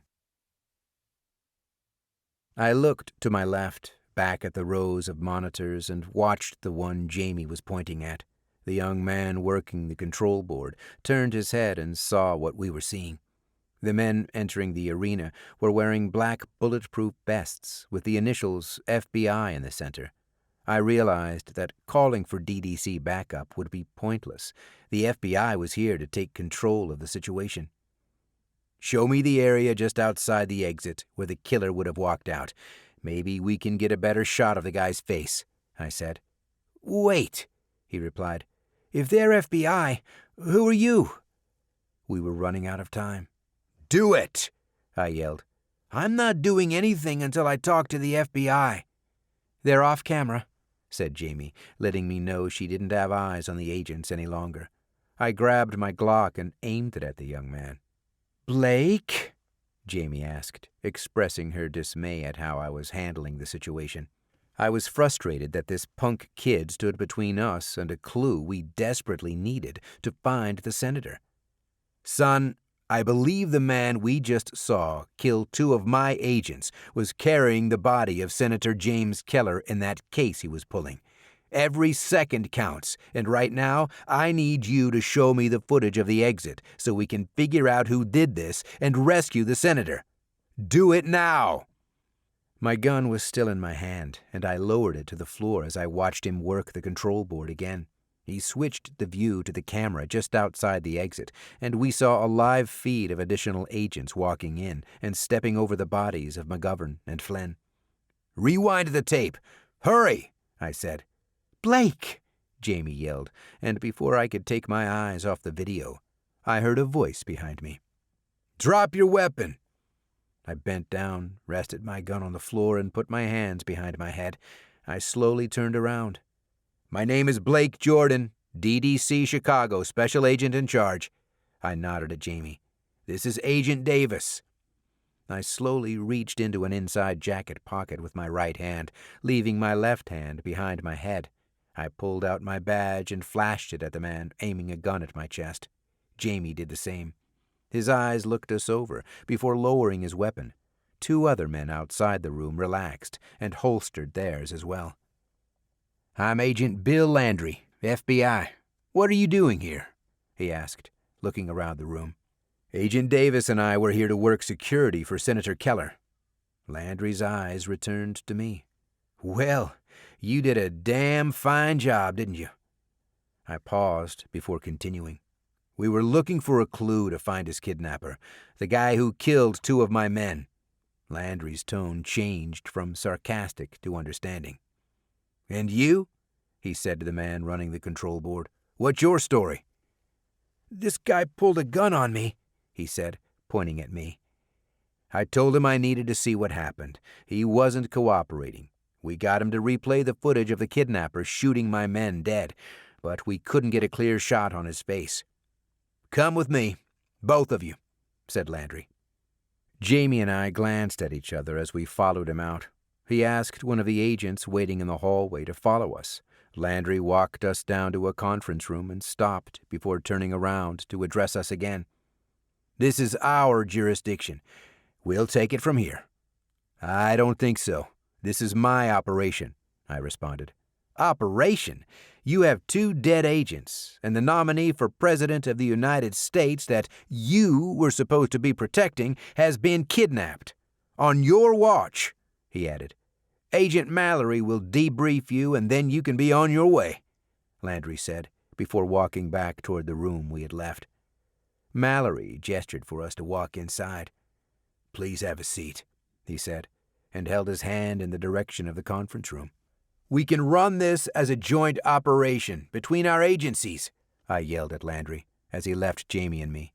We're running out of time, and you could use our assistance. Please let us help you with this. You've helped enough, Agent Jordan, Landry yelled back from down the hallway.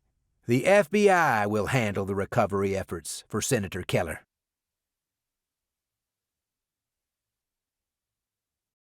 20. We wrapped up the debrief with Agent Mallory about a half an hour after we entered the conference room. These things seemed to go quickly between agencies. I could have pushed back and asked to do this later, but the truth was I had no real leads. Maybe there was video of the kidnapper from a different angle, but I wasn't sure. Mallory said he'd be in touch if he had any further questions. I had plenty of my own. How would I be able to find Jim Keller with the FBI now taking over the case and insisting that DDC not play a part in the operation? Let's head back to DDC, I said to Jamie as we walked out of the conference room. I called Morgan Lennox as we walked. The Australian-born DDC agent was my best data analytics guy and had a background in tactical surveillance. Morgan, he said when he answered the phone at his workstation. Hey, it's me. I need you to do me a favor. I heard Morgan sigh. What's the favor? Me? He said sarcastically. Morgan could be a pain in the ass to work with most of the time, but I did appreciate his tell-it-like-it-is attitude. Are you all monitoring the situation here? I asked. Morgan said they were, and that Chris Reed was doing a bang-up job running the place while I was gone. Morgan, listen. McGovern and Flynn are dead. Keller's kidnapper gunned them down on his way out of the building. You're kidding. How'd that happen? There's a camera at the southern exit of the United Center. I need you to try to tap into their system and see if you can access the feeds to that camera. Pull up the archive and go back 90 minutes. Fine. One more thing. There's a building across the street. It's between Wood and Honor. I noticed cameras on the northwest side. Try to access them and see if they picked up a motorcycle heading east, right behind the arena, before turning south on Wood. We had stopped in one of the hallways for me to have the conversation with Morgan, so the call wouldn't drop on our way out of the building. Got it, mate, Morgan said, and hung up. I saw that my dad had tried calling again, and I decided I'd call him when I got back to the office. I slid the phone in my pocket, and we headed outside. Jamie and I didn't speak on our way out, but she broke the silence once we got inside my SUV. So, did you decide to work in the field on the Keller assignment because you didn't trust me? You didn't think I could handle the job because I'm new here? We were pulling out of the parking lot reserved for arena staff and slowed down as we got to Damon. I flipped on my police lights and drove onto the street after making sure that all oncoming traffic had stopped for us to get out, and I chirped the siren once before turning to Jamie. I told you, Jim Keller is a friend. I run the office. It's my discretion to go into the field. After about 30 seconds of silence, I continued. After my mom died, Jim was there for my dad when I couldn't be, when I was stationed overseas. I couldn't even go to her funeral. I couldn't be there for my dad, but Keller was there. He kept an eye on him and made sure he held up okay. I owe the man a lot. That's why I was there tonight. It wasn't a long drive from the United Center to DDC. The field office was 5 minutes south of the arena. Not long after the Department of Domestic Counterterrorism opened an office in Chicago, the FBI relocated their building from the heart of downtown to right down the street from us on Roosevelt. The running joke was that they wanted to keep an eye on us. I didn't think it was much of a joke. So he trained you, and then you got into the SEAL program. Where were you stationed? Those details couldn't be researched, I thought, before responding. I was part of SEAL Team 3, stationed at Camp Rhino in Afghanistan during Operation Enduring Freedom, before leaving the service. Jamie looked at me. What was your expertise? I slowed down as we approached headquarters before answering. I was a sniper. Impressive. Taught by Keller? No, his training got me in. Once I was there, I tried different things and found that I was good with guns. I guess I'm a pretty good shot. She didn't say much for about a minute. I overheard you mention to Keller that you lost your wife. I'm sorry. I was married once, Jamie said as we pulled into DDC and parked. I know, I said. I've done my homework too.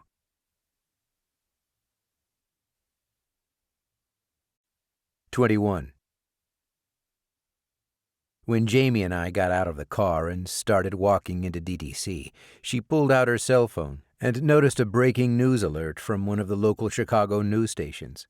She played the news segment recap for us as we walked. Breaking news tonight. The Mitchell Wire is reporting that Senator James Keller has been kidnapped. Jennifer Hughes is live at the United Center. Jennifer, do police have any idea how this happened? I stopped walking and stood next to Jamie, and both of us watched the video. Amanda, shortly after 8 o'clock, Senator Keller was supposed to speak at the convention here at the United Center to accept his party's nomination for president, but the senator never showed up. Initially, we were told that he was delayed because of traffic. Then former Tribune journalist David Mitchell dropped a bombshell, announcing on his website that the senator had actually been kidnapped. The anchor back at the station asked the reporter on location what more information she might have. I just spoke with Chairwoman Deborah Stewart, who confirmed that Keller had refused Secret Service protection and that local DDC agents were running security for the senator. Now 2 of their agents have been found dead, and the senator's missing. The video stopped. Blake, Jamie started. I spoke to Stewart after we split up. She cornered me. She knew something was wrong, that the senator wasn't delayed by traffic. So you told her that he'd been kidnapped? Jamie put her hands up in front of her, as if to say, stop right there. She was getting in the way. She was worried about maintaining order if something had happened to him. She was right. I explained what happened, and she helped set up a perimeter with arena security. We started walking again. I swiped my keycard, passed through a checkpoint, and entered DDC. As we did, the staff of just over 30 stared at us. Some of them stood. Others hung up their phones or stopped whatever conversations they were having mid-sentence. I walked out to the middle of the floor, and Chris Reed joined me. I decided to bring him up to speed along with the rest of the staff working late. "Listen up," I said, and waited for the team to gather around me. "Senator Keller has been kidnapped, and Agents McGovern and Flynn have been killed. The FBI has taken over the operation. Officially, we're not supposed to be interfering." Reed spoke up. "And unofficially?" I stared at the man who I had appointed assistant special agent in charge shortly after being promoted to my position.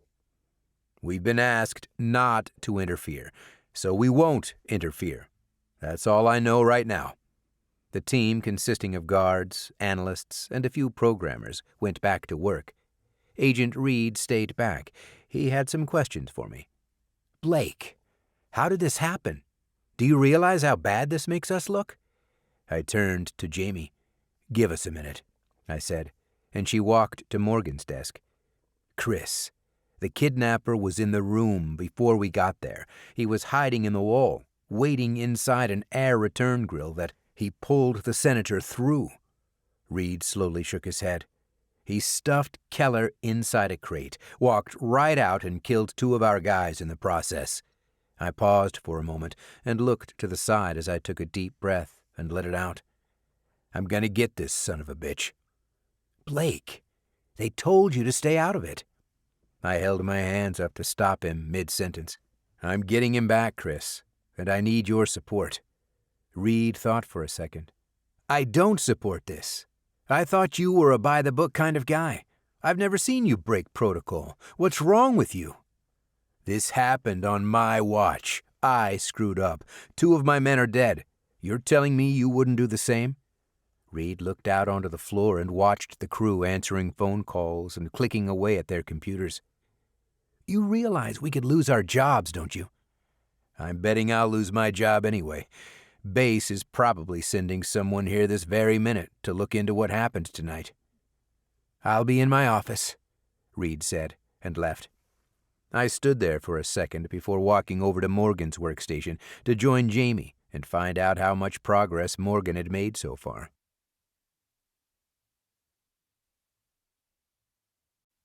22. At the abandoned warehouse, somewhere on the south side of Chicago, Victor Perez was monitoring the news stations. He flipped his TV between Fox News and CNN to understand how much the media knew, if anything.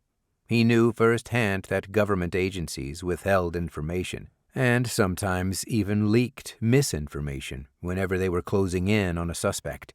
He kept the TV on mute and turned on a police scanner.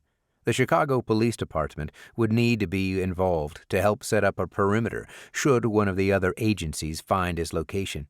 He knew that if he heard a 1097, the police code for arrived at scene, anywhere near his location, he'd have to move fast. Perez saw that CNN had a scrolling banner at the bottom of the screen. It read, Senator Keller kidnapped. Authorities look for getaway van. Getaway van? How do they know that? He wondered, and turned up the volume on the TV. An anchorman mentioned a website, the Mitchell Wire, as the source. That wasn't one of the websites he was monitoring. Perez went to the site and read the headline, Senator Keller kidnapped in Chicago, developing. He clicked on the link and read the short article, which explained that the senator hadn't been delayed by traffic. He had been kidnapped. It described his van perfectly. Just as he finished reading, the web page auto-refreshed and read, Update. Keller's kidnapper is a man in his late 30s, the driver of the black Ford van that took the senator. He's wearing all black and was last seen at Wood and Monroe, heading south. This story is developing. Additional updates will be added here as we get them. Perez wondered where the website was getting the information. How could the person who wrote this story know so many details? Was I seen by the author of the article? He clicked on the About Me link above the story and thought to himself, who is David Mitchell? He finally recognized Mitchell, who was becoming somewhat of a local celebrity in the Windy City.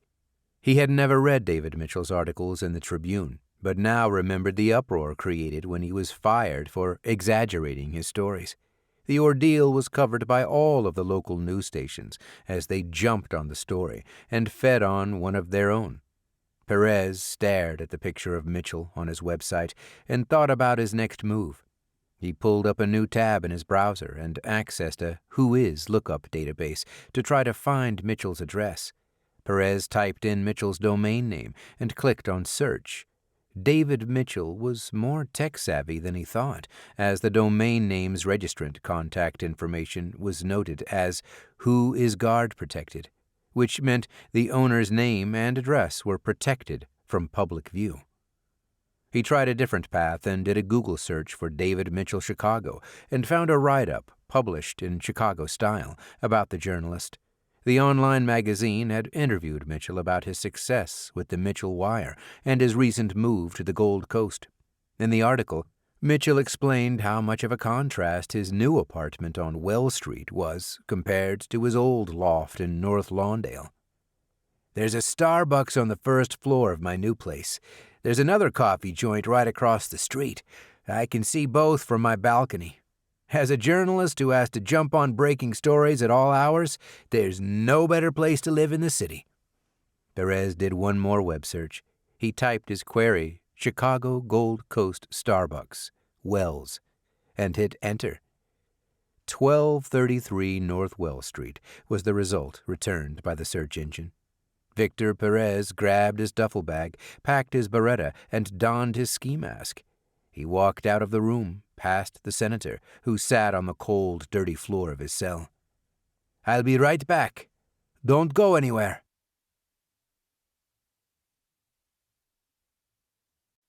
"23. I walked over to Morgan's desk. "Got anything yet?" I asked him.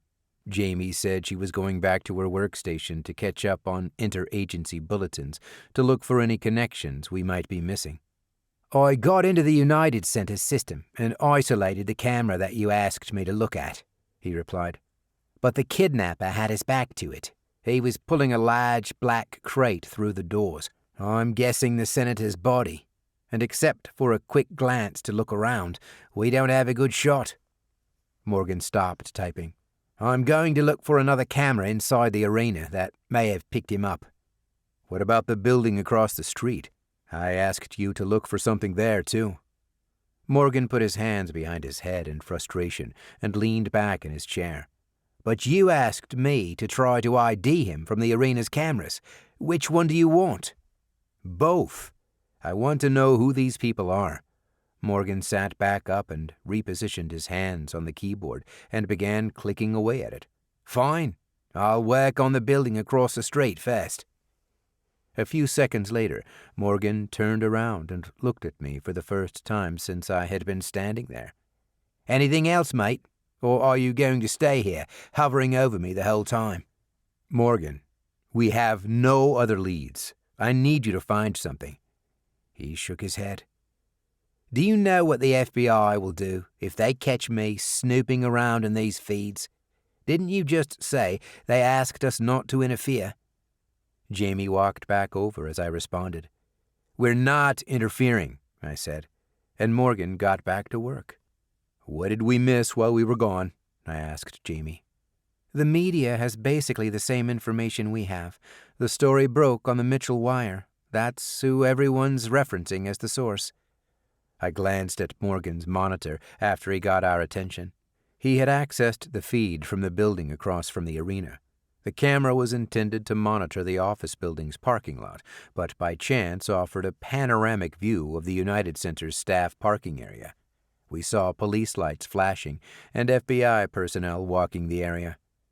"Go back to 10 minutes before 8, and let's start from there," I said to Morgan, and he rewound the feed and pressed play, jumping forward 30 seconds at a time until we saw activity on the screen. The lot was empty, as I had expected it to be. Just before 8, we saw a man walking alongside the back of the building. He stopped when he got to a motorcycle. We couldn't tell the make and model, but we saw him climb on and just sit there, like he was deciding whether or not he should leave. "Oh, my God," said Jamie. Morgan and I turned around and looked at her. "When we split up, and I was near the arena's entrance and talking with Deborah Stewart, one of the off-duty police officers working security that night told me that David Mitchell was trying to get in with his old Tribune press pass. They didn't let him in, but said he did get in 3 nights ago and was kicked out." I looked at Morgan and then turned back to Jamie. "I recognize the name. Who is he?" He used to work at the Tribune. He was fired and started a news website.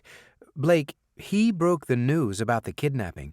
I just read the bulletin on this, and all news agencies are referencing his website as the source. I looked back at the video and watched the man still sitting on his bike. And you think that's David Mitchell? When I asked one of the officers where he went after they turned him away, he pointed to the parking lot. I think it's him. A moment later, we watched as the man still sitting on the bike ducked behind an SUV as the kidnapper backed out of the exit, pulling a crate behind him, and walked over to a nearby van. "Morgan, can you confirm?" I asked. On a separate monitor, Lennox accessed the city's DMV records. As he did, we watched the kidnapper pull the senator's limp body out of the crate, dump it in the van, and drive off. The bike followed, headlights off. "Got it. David Mitchell. Issued a Class M license by the state in March of this year. It's him."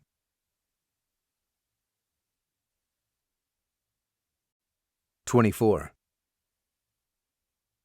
The website traffic was spiking higher than David Mitchell had ever seen. He monitored the visitors in real time using a web analytics service and saw there were over 100,000 people at that very moment reading his short post that broke the news about the senator's kidnapping. Mitchell heard a knock at the door and got up from the chair in his home office. He looked through the peephole and saw a man staring back at him. "FBI, open this door right now," the man yelled after knocking again. David looked around the room before opening the door and putting his hands in the air. "Are you David Mitchell?" the agent asked as he walked in. 2 others followed him inside. "I'm Mitchell." "Mr. Mitchell, put your hands down and take a seat on the couch." He did as he was told, and the first man ordered the other 2 to search the apartment. "Do you know why we're here?" he asked, and David nodded. "You're running a website from here, a popular one it seems. I understand you broke the story about Senator Keller's kidnapping. Just how did you get that information?" Mitchell thought before responding. "They were anonymous tips. I have an email address that anyone can send tips to." "How many do you get a day?" the agent asked. "A couple hundred, I guess." The other 2 agents reappeared.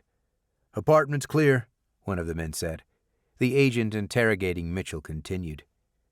"You get a couple of hundred tips a day, and you decide to publish a story from one of them that says the senator was kidnapped and driven off in a black van?"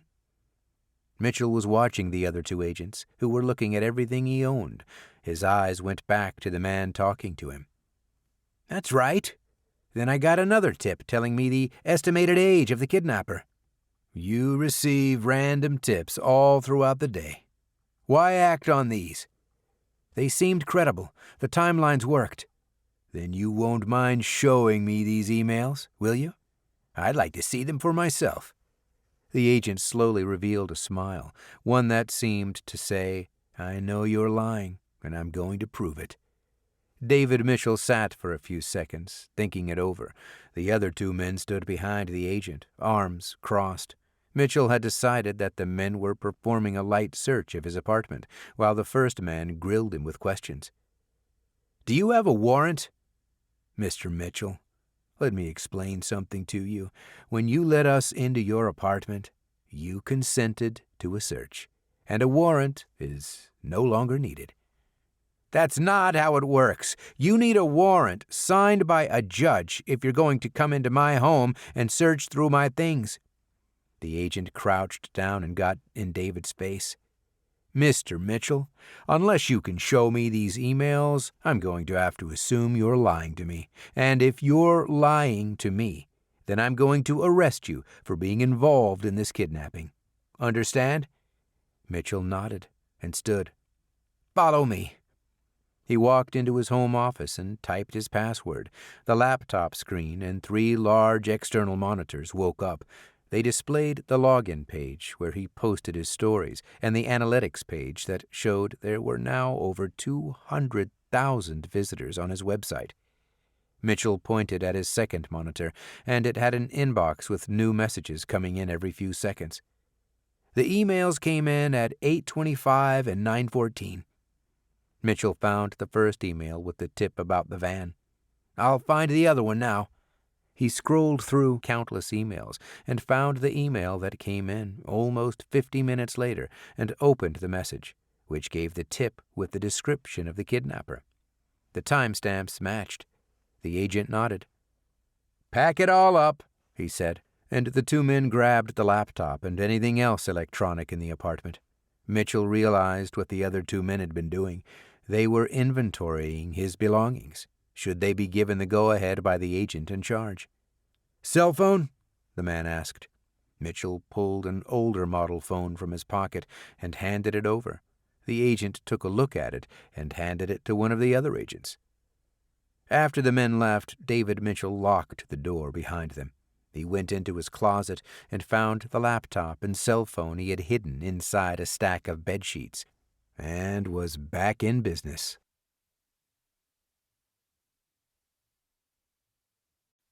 "25. Jamie was right. David Mitchell was likely the man we were seeing on the videotape. She said we needed to pay him a visit, and I agreed. We kept watching the footage on Morgan's monitor, and just as the bike sped off, I saw Jamie run into the frame from the west side of the building. We watched as I walked out, gun drawn, and met her in the parking lot before climbing into my SUV and chasing after the bike. I hired Agent Davis not just because she had an impressive resume, but because she'd been referred by a friend. Referrals seem to work out better than hiring someone off the street. It's hard to judge character from a resume, whether by skill or by luck. Jamie had a way of connecting the dots that came easily to her. "Morgan, can you get Mitchell's address from that DMV file and send it to my screen?" asked Jamie. "Sure." Morgan let out a loud sigh. "I need to step away for a few minutes," I told them, and left Morgan's workstation and headed down the dark hallway to my office and pulled out my phone as I walked. I closed the door behind me and called my dad. It rang twice before he picked up. "Blake?" he said immediately upon answering. "Hey, Dad, it's me." I tried to figure out how I was going to get through this conversation. His best friend had been kidnapped, and I had no idea where he was or what the kidnapper would do to him. I couldn't imagine what my dad was thinking in that moment. "I tried calling a few times. I'm watching the news. Is it true what they're saying about Jim?" I leaned against the inside of my office door and felt my knees buckle a little. I closed my eyes and slowly shook my head before answering. "It's true. It happened on my watch. I'm sorry." "How could this have happened?" he asked, and his voice cracked as he spoke. "We're trying to put the pieces together still, but it was planned. He was taken minutes before he was supposed to give his speech and stuffed inside a van that left the arena. We chased the kidnapper but lost him."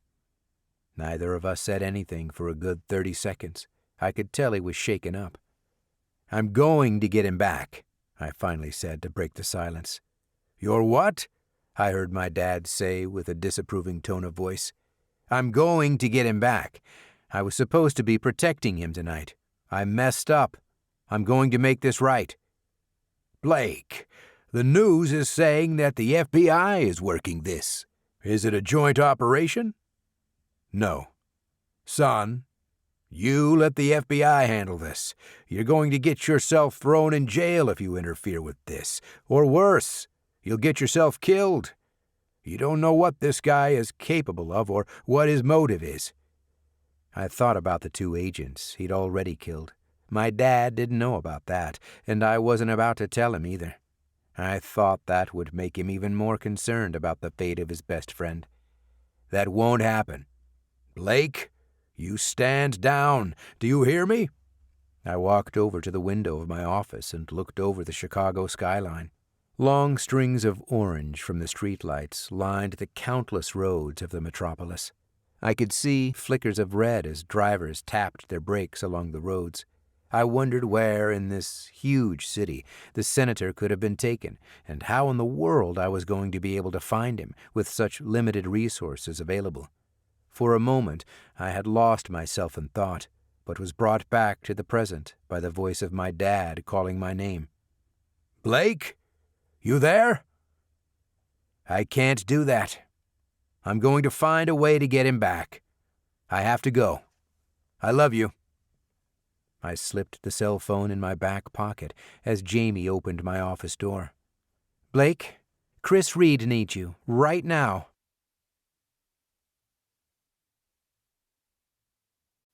"26. Chris met me as I walked down the hallway and asked me to join him in his office. Jamie took a seat where I guessed they had been talking before deciding that they needed to come and get me. Jamie and I sat in the 2 chairs across from Reed's desk as he closed his office door so we could hear ourselves think. "I need to get you up to speed on a few things, Blake," he said, and dropped a manila envelope on his desk. He took a seat and pointed at a TV mounted on the wall adjacent to us before speaking. "The media is reporting that the jihadi coalition's claiming responsibility for the kidnapping." I turned to my right and looked at Jamie, who returned the same kind of skeptical look I assumed I was giving her. "We knew about this an hour ago, and I had someone look into the claim. It seemed to come out of nowhere," Reed added before I chimed in. "That doesn't make sense. There hasn't been an attack of any kind by the JC on American soil. Not yet, at least. If they were going to do something, they'd be more likely to set off a car bomb or shoot up the parking lot, not pull off an elaborate kidnapping. Blake, the cross-check I ran searched for any connections between Senator Keller and anyone believed to be affiliated with the JC," Reed said as he laced his fingers together and placed his hands on the desk. He paused for a moment before continuing. "Asal Nazir is the only person we found with a link to the senator. We got the report a few minutes ago, right before Jamie went and got you." "Okay, so who is Nazir, and what is his connection to Keller?" I asked as I crossed my legs, making myself comfortable. Reed glanced at Jamie, then back at me. "Nazir is the imam at the mosque located at Washington and Clark. We believe—" "Here?" I asked, interrupting Reed and sitting up in my chair. "The guy's downtown? I know that place, the Islamic Civic Center. They're harmless." Reed looked down as if he knew I'd say that. He slid the manila envelope over to me. I picked it up and started thumbing through the report. "Last year, when Keller announced his candidacy for president at one of the hotels over by Navy Pier, Nazir was there in the crowd and arrested for disorderly conduct. The charges were later dropped because he posed no danger to the senator, but CPD used it as the excuse to get him out before things could escalate." "What was his problem with Keller?" Reed shook his head slowly. "No idea. That's all we have." I thought about my conversations with the senator over the past year. I wasn't able to make it out to see him announce his candidacy, but my dad had. Neither of them had mentioned an arrest taking place that night, but things were a little bit different in Chicago.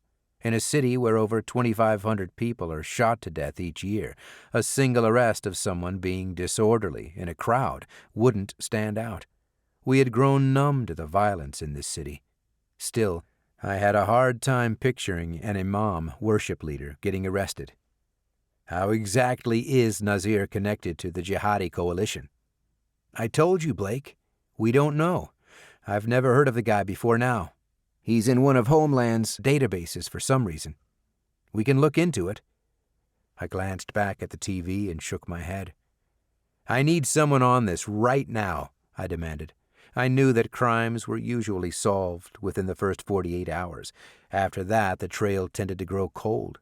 I worried that if we didn't jump on every lead we had, including the imam, the JC connection, and Nazir's involvement, our chances of getting Jim Keller back would be gone. "We're going to need to act fast," I said. "The Bureau always seems to be one step ahead of us." Jamie turned to me. "I'll see what I can find on Nazir, and I'll look into the connection to the JC." I stood to leave. As I was about to reach for the door, it opened on its own, and Morgan Lennox walked in. "The FBI just left David Mitchell's apartment."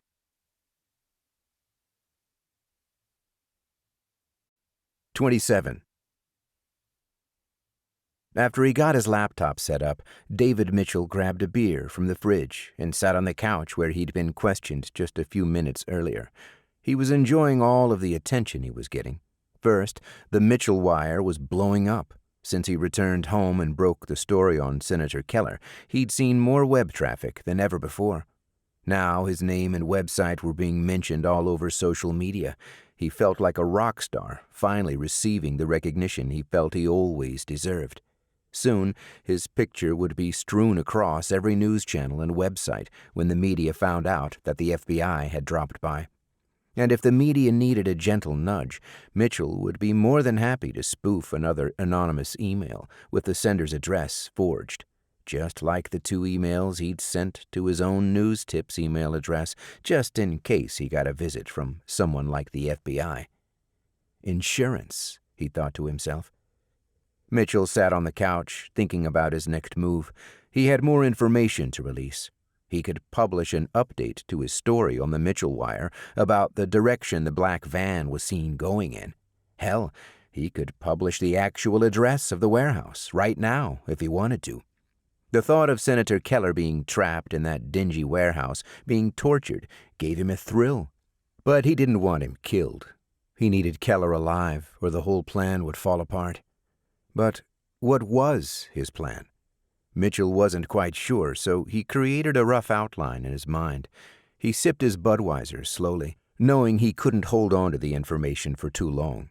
The authorities had visited his apartment sooner than he thought they would, so he figured they might actually have more intel than he had.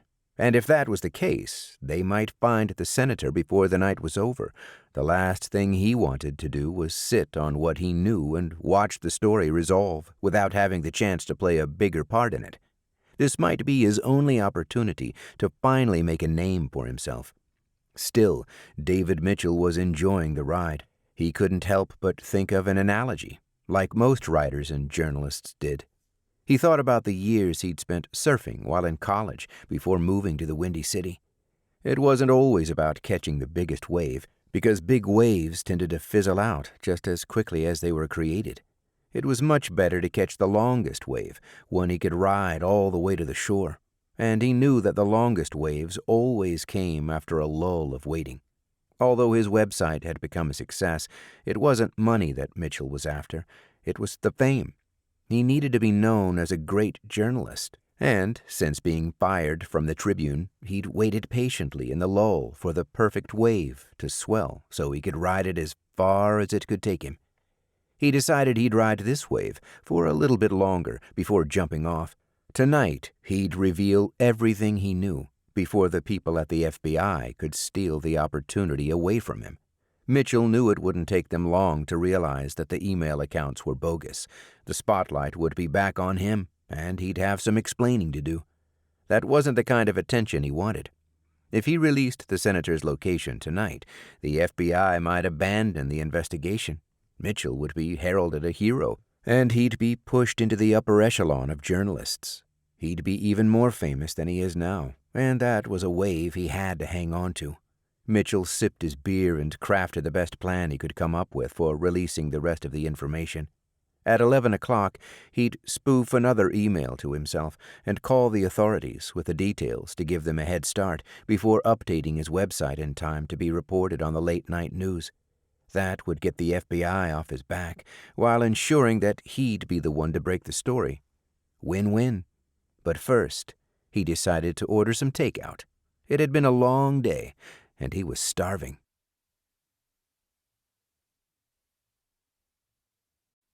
"28. James Keller drifted in and out of consciousness. Although he was still in great shape, it had been many years since his SEAL days, and he'd been through a lot tonight. He felt sore everywhere, and his chest hurt where the taser had pierced his skin and sent a current of electricity throughout his body. He wanted to keep his eyes closed and rest, but pangs of hunger kept him awake. Keller thought about his wife, Margaret. Did she know he was kidnapped? He wondered what would happen to her if something happened to him. Finally, he sat up, determined not to just stay there and wait for his kidnapper to return. He wanted to at least try to escape, although he wasn't sure where to even start. He yanked at the pipe again, grabbing the chain from his handcuffs and pulling it tight. His wrists were raw and hurt like hell. There has to be some way out of here, he thought to himself, remembering his military training from when he was younger. When he entered the service, he'd been taught that under pressure, you don't rise to the occasion. You sink to your level of training. That's why SEALs train so hard, he reminded himself. Keller's thoughts drifted to Blake Jordan, the kid he had trained himself for a year. He had pushed Blake harder than he himself had been pushed when he joined the service. That was why Blake was accepted to the SEAL program so easily. While other kids just out of high school struggled and failed to qualify for the program, Blake made it through effortlessly. That's why we train so hard, he thought again, and smiled. He didn't blame Blake for the kidnapping. Nobody could have stopped this from happening. Keller knew that somewhere out there, Blake was looking for him and would track him down, wherever he was. Still, the senator didn't want to just sit there and do nothing. He had learned an important lesson when he entered the Senate. There was almost always another option. The trick was in remembering this in the moment, to look for that not-so-obvious option and take it without delay. But what was that option now? He was handcuffed to a pipe that wouldn't budge, trapped inside an abandoned warehouse, and his kidnapper was the only person in the world that knew where he was. What is that not-so-obvious option that I'm missing? How will I get myself out of this mess? Suddenly, the senator felt chills all over his body.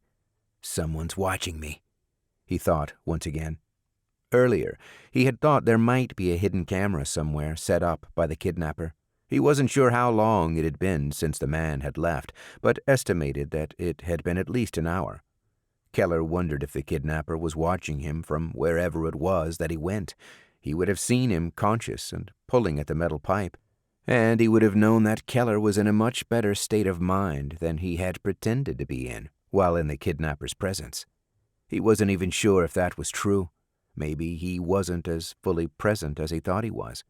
He wondered what the kidnapper might do to him if he'd been watching him this whole time, and knew he was alert and trying to escape. He closed his eyes to rest and think. A few minutes later, James Keller began to pray.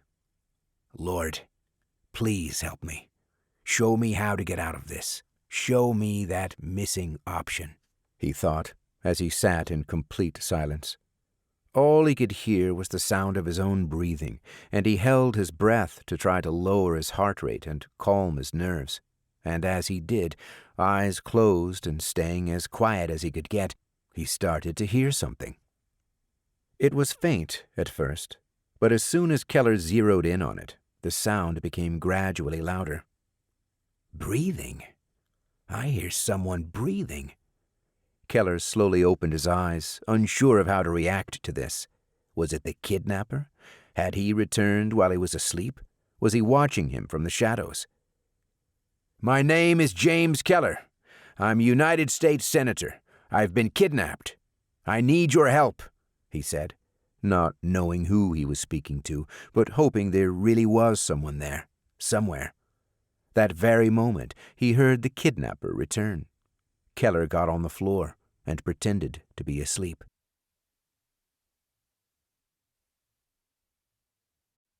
29. Chris and Jamie were still seated when Morgan walked into Chris's office with the news about the FBI leaving Mitchell's apartment. The Bureau had more resources than we had at DDC, but while they had better access to information than us, we could pivot and move more quickly than they could. Still, it was frustrating how they always seemed to beat us to the punch on the big cases like this one. Did they arrest David Mitchell? I asked Morgan.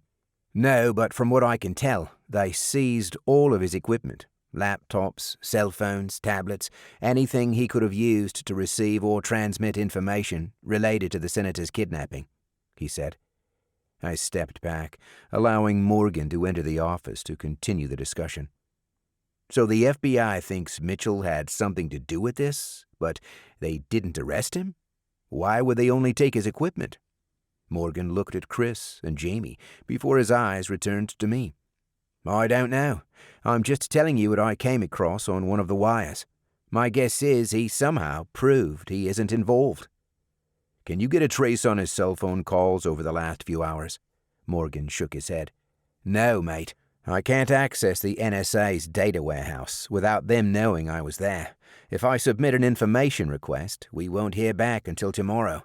Besides, it'll raise a red flag, and then the FBI will know we're still involved. Then you'll have to run it yourself. I want to know who he's talked to since this morning, I said. Morgan put his hands out in front of him, as if he were saying, back off. I'll start now, then. But it's going to take some time, Blake. This isn't my forte. Fine, I said. Get that trace. Morgan walked back to his workstation, while Chris and Jamie stood to leave. I'm going to Mitchell's apartment, I said, and Jamie told me she wanted to go with me. Chris turned to me and objected. Blake, this isn't going to end well. You're in charge, so it's your call, but I'm telling you, we were asked to stay out of this. I thought for a second and then turned to Jamie. Stay here. Keep an eye on Morgan. Make sure he runs that trace. Monitor the interdepartmental wires. I need to know if anything changes, okay? Jamie nodded. I walked back to my office to get ready to head out. I opened a small locker and found my Kevlar vest. I put it on after I changed my shirt and grabbed a jacket. On my way out, I stopped at DDC's equipment room and picked up extra ammo before walking out to my car.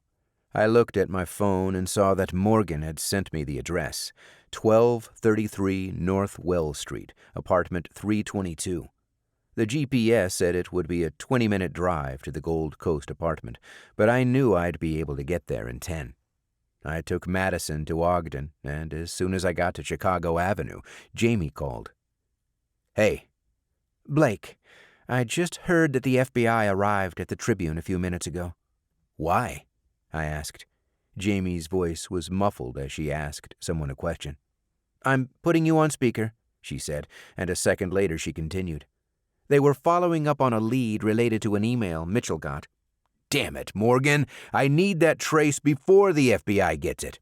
Working on it, he grumbled before Jamie continued. I'm trying to find out why they're at the Tribune. Do they have a name? I don't think so. The wire says they're following up on an email tip that Mitchell received. Who at the Tribune would email a tip to Mitchell? I thought. Then you'll look into us all, Nazir? I asked, making sure Jamie hadn't forgotten. It's next on my list, Blake. I'll look into Nazir and his connection to the JC as soon as we run the trace on Mitchell and try to figure out who he would have received an email tip from at the Tribune. Good. I just got to the apartment. I have to go. Get that trace, I said, and hung up.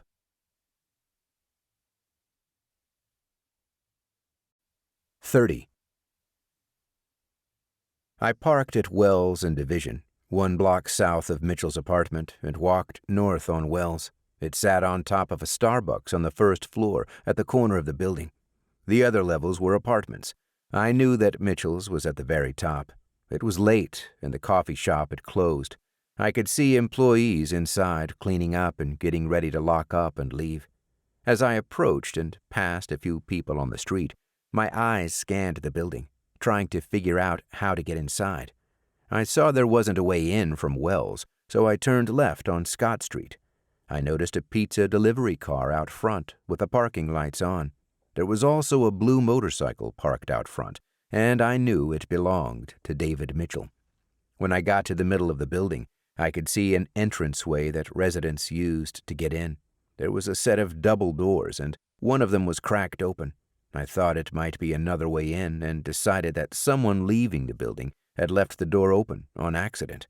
I pulled it open and looked inside. It was a stairwell.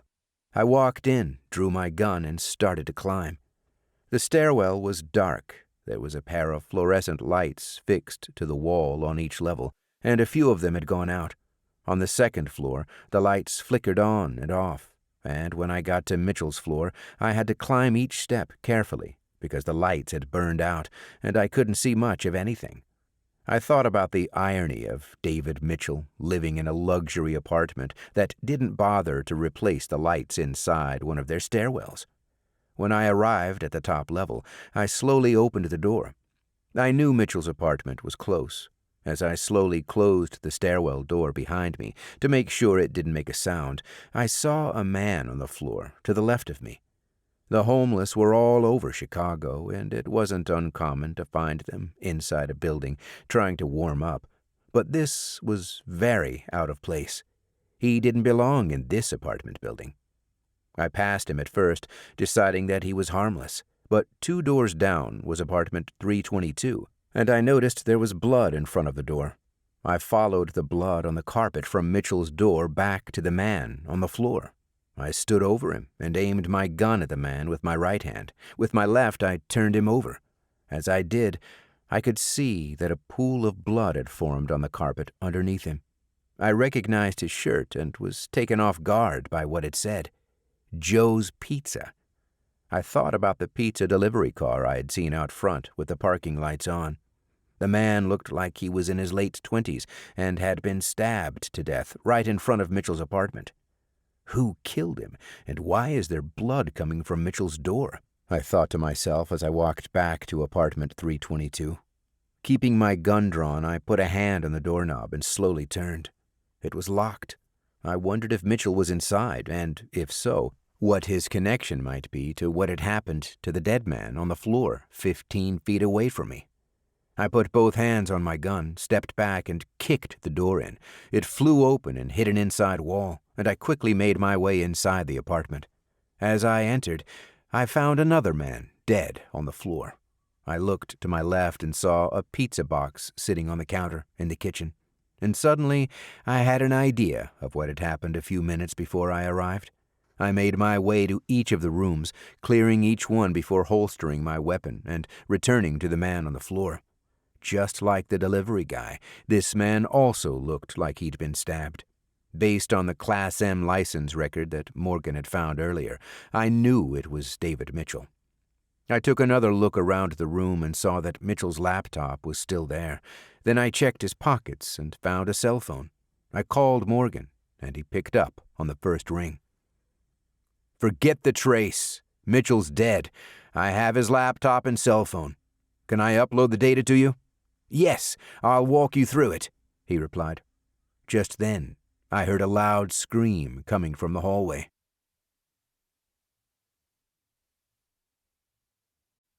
31. I turned around and saw one of Mitchell's neighbors standing outside the apartment door. She looked like she'd just come home from a long day at the office and was shocked at what she was seeing. I kept the phone up to my ear but flashed my badge at her. "Ma'am, you're safe. Please go to your apartment as we look into what happened here." She stared at me in shock. The lady had been pulling a laptop bag on roller wheels behind her with one hand and had let go and placed both hands over her mouth when she walked by the room. She nodded, grabbed the handle of her bag, and left. "I'm not sure I have time to do this," I said to Morgan. "What kind of phone is it?" "It's an iPhone," I said, and I heard Morgan sigh again. "You're going to have to pair it with your cell and use it as a router to send the information to me. Same thing with the laptop. You need to pair both of them to your phone now. Laptop should be easy, but the iPhone will be next to impossible." I walked over to the laptop to work on it first. I was able to pair it to my device, and Morgan started the data transfer process from Mitchell's laptop to his DDC computer. We didn't do this kind of thing too often, but it was a process we had followed a few times when in a pinch. "The phone is locked. I need a passcode to get in," I said, as I heard the sound of a woman's voice behind me. I knelt down, wiped Mitchell's thumb clean, and pressed it against the home button to try to unlock the phone, but it didn't work. "Damn it," I whispered to myself before standing up. "There are 2 men dead, and he's got a gun," I heard the woman say to someone on the phone. "There isn't anyone else here yet. Can you please send someone right now?" I assumed she had called the police. "I'm running out of time," I yelled into my cell. "It's not possible to get around that passcode from here, Blake. The NSA can do it remotely. I think the FBI can too, but we can't yet. I have software here that might work, but I need the phone to do that." The sound of the lady's voice was getting louder. I thought she might be headed back to Mitchell's apartment to give the authorities I assumed she was speaking to a play-by-play of what she was seeing. "Blake, you there?" Morgan asked as I decided what to do. "I have to go," I replied, and disconnected the call. I stuffed Mitchell's phone in my pocket, unplugged his laptop, and shut the lid. I tucked it under my arm as I walked out into the hallway. The lady, who I could see lived in the apartment next door, caught a glimpse of me and closed her door as I ran back to the stairwell that I used to enter the building. I hurried down the dark stairwell and stopped when I got to the ground floor and cracked the door open to look outside. There was nobody on the street, so I walked past the Starbucks that was now completely empty and made my way back to my SUV, parked at Wells and Division. As I got to the car, I heard the warble of police sirens approaching.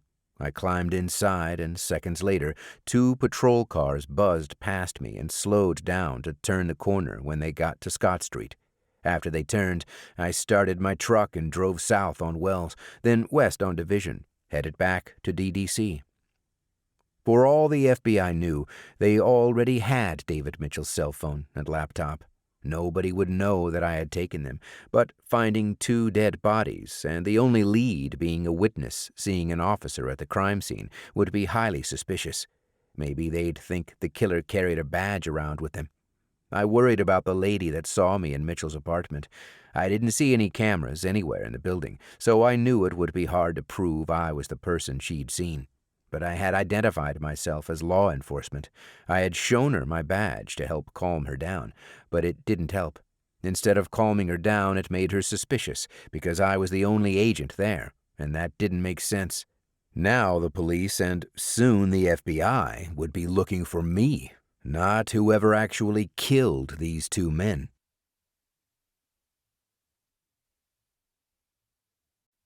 32. Victor Perez walked into the warehouse and glanced at the senator. "Miss me?" he asked. Keller didn't respond and kept his eyes closed. "I know you're awake, Mr. Keller. Tired? Yes. Asleep? No." To that, the senator opened his eyes and sat up. "Where'd you go?" he asked Perez, and got a chuckle returned to him as the only response. The kidnapper entered the next room, never breaking his stride, and turned the TV back on. He flipped through the news channels to catch up on what he'd missed. Keller wondered how his kidnapper knew he was faking. Maybe the guy was watching him somehow, and that was the strange feeling he kept getting. But that breathing, where was it coming from? Was someone else actually there? Was someone hiding somewhere in the dark room just beyond the battery-powered lantern's reach? It did a great job of illuminating the area between the rooms that Perez was using to work from to carry out his dark mission. But what was beyond what the light could see? The thought bothered Keller, and he started working on the pipe again, yanking at it every which way, but unable to get it to budge.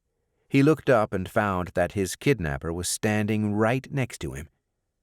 "Just what do you think you're doing?" he asked, and Keller let go of the pipe and turned to face the man. He tried to place his kidnapper's voice with a slight accent. Keller thought he'd heard it before tonight and was sure he knew the man, and convinced himself that this was why he still wore the mask. Keller had met so many people over the last year, he tried connecting the voice to one of the images in his mind of the thousands of people he'd spoken with while on the campaign trail. He just couldn't connect the dots, but he was sure that whoever this man was, they had met before tonight. The kidnapper laughed at the sight of someone who could have become the most powerful man in the world, now handcuffed to a large metal pipe and desperately yanking at it to try to break free. "Mr. Keller, I suggest you get some rest and save your strength. You have a very big day tomorrow," he said, and began to walk away. "Whatever you're planning on doing to me, or use me for, it's not going to work. By now, there are hundreds of men and women across every governmental agency scouring Chicago looking for me." But as he said those words, the senator thought of one agent, the only one he believed could save him, Blake Jordan. He hoped that Blake was almost there. He didn't know how much time there was left, but he found the answer a moment later when the kidnapper laughed again and responded one last time to the senator.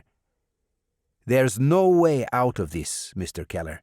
Nobody can save you now, and you can't save yourself either.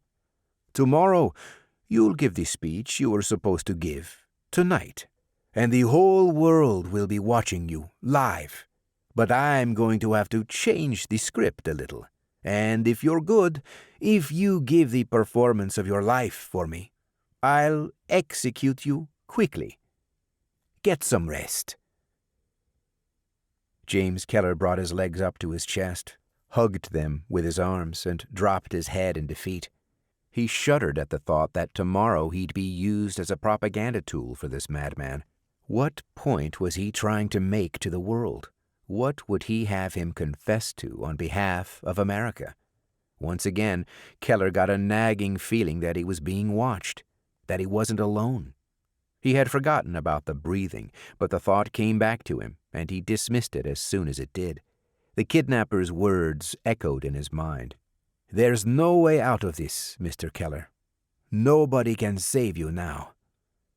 He kept his eyes closed for several minutes to clear his mind, but the feeling that someone was there just wouldn't go away. The senator slowly raised his head, and it took several seconds for his eyes to adjust to the light from the lantern. But as they did, and his vision came into focus, Keller realized that there wasn't just one light. There were two, a bright one and a smaller, dimmer light, and the small light was moving. James Keller realized that the second light he was seeing was from the screen of a cell phone. Someone was there, signaling to him, like a lighthouse signals to a distressed ship. It was telling him, "I'm here. I'll help you."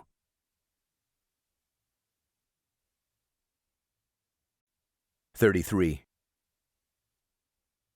When I walked into DDC, I made a beeline to Morgan's workstation. He was typing away, still trying to get the trace, I assumed. I've always been a fan of his work ethic, even if his attitude could use some adjusting. The guy never slept and worked around the clock if he had to. "Here," I said, and handed Morgan David Mitchell's white iPhone over his shoulder. He grabbed it and slowly turned his chair around and stared at me. "Blake, you just took the phone?" I shook my head. "No, I took the laptop too," I said with a smirk, and set Mitchell's laptop that I had in my other hand on his desk. It made a loud thud as I set it down. "Blake, you can't just take things from the scene of a crime. You know, tampering with evidence, obstruction of justice, that kind of thing." "The FBI already did that. They have Mitchell's phone and laptop. Whatever is on these devices is on the ones the Bureau took, and if not, they'll get easy access to his phone records and web traffic. We don't have that kind of access, but we have you. Now it's a level playing field," I said, and started to walk away. Morgan stood. "I can't be involved in this. Seriously, Blake, we can get in a lot of trouble for what we're doing." I stopped and turned around. "And if that happens, I will take full responsibility. You can blame me. When this is all over, if Base doesn't send someone down here to fire me, and if the FBI comes looking for someone to blame, I will step forward, and if I have to, I'll step down. Morgan, please, I need your help." He sat back down, and I nodded. "Start with the phone," I said, and I walked through the maze of cubicles to Jamie's desk. "I'm back," I said, as I approached her workstation. "Still looking into the Jihadi Coalition connection to Asal Nazir," she said. I looked around to find a place where we could set up a command center in private. "Let's work from a joint workroom. JW7 should be free," I said, and Jamie nodded. I went back to my office, undocked my laptop, and headed over to JW7. Although the agents and analysts I worked with varied by the case, it felt like the three of us, Jamie, Morgan, and I, worked especially well together. Chris Reed was out on his own island. I had made Chris the assistant special agent in charge because he was a hell of a smart guy, a lot smarter than me. And the best thing you can do when you're the boss is hire people who are better than you. Chris not only had a high IQ, he also had emotional intelligence. He could work by the book while being rational when needed. Still, Reed was the kind of guy who really could go either way on things. He could either be against you or fully on your side. It was a crapshoot. Right now, he was keeping his distance and monitoring the situation from afar, as the FBI had ordered. When I walked into JW7, Jamie was already getting set up. I put my laptop down at the seat next to her and walked over to the far side of the room to brew some coffee for us.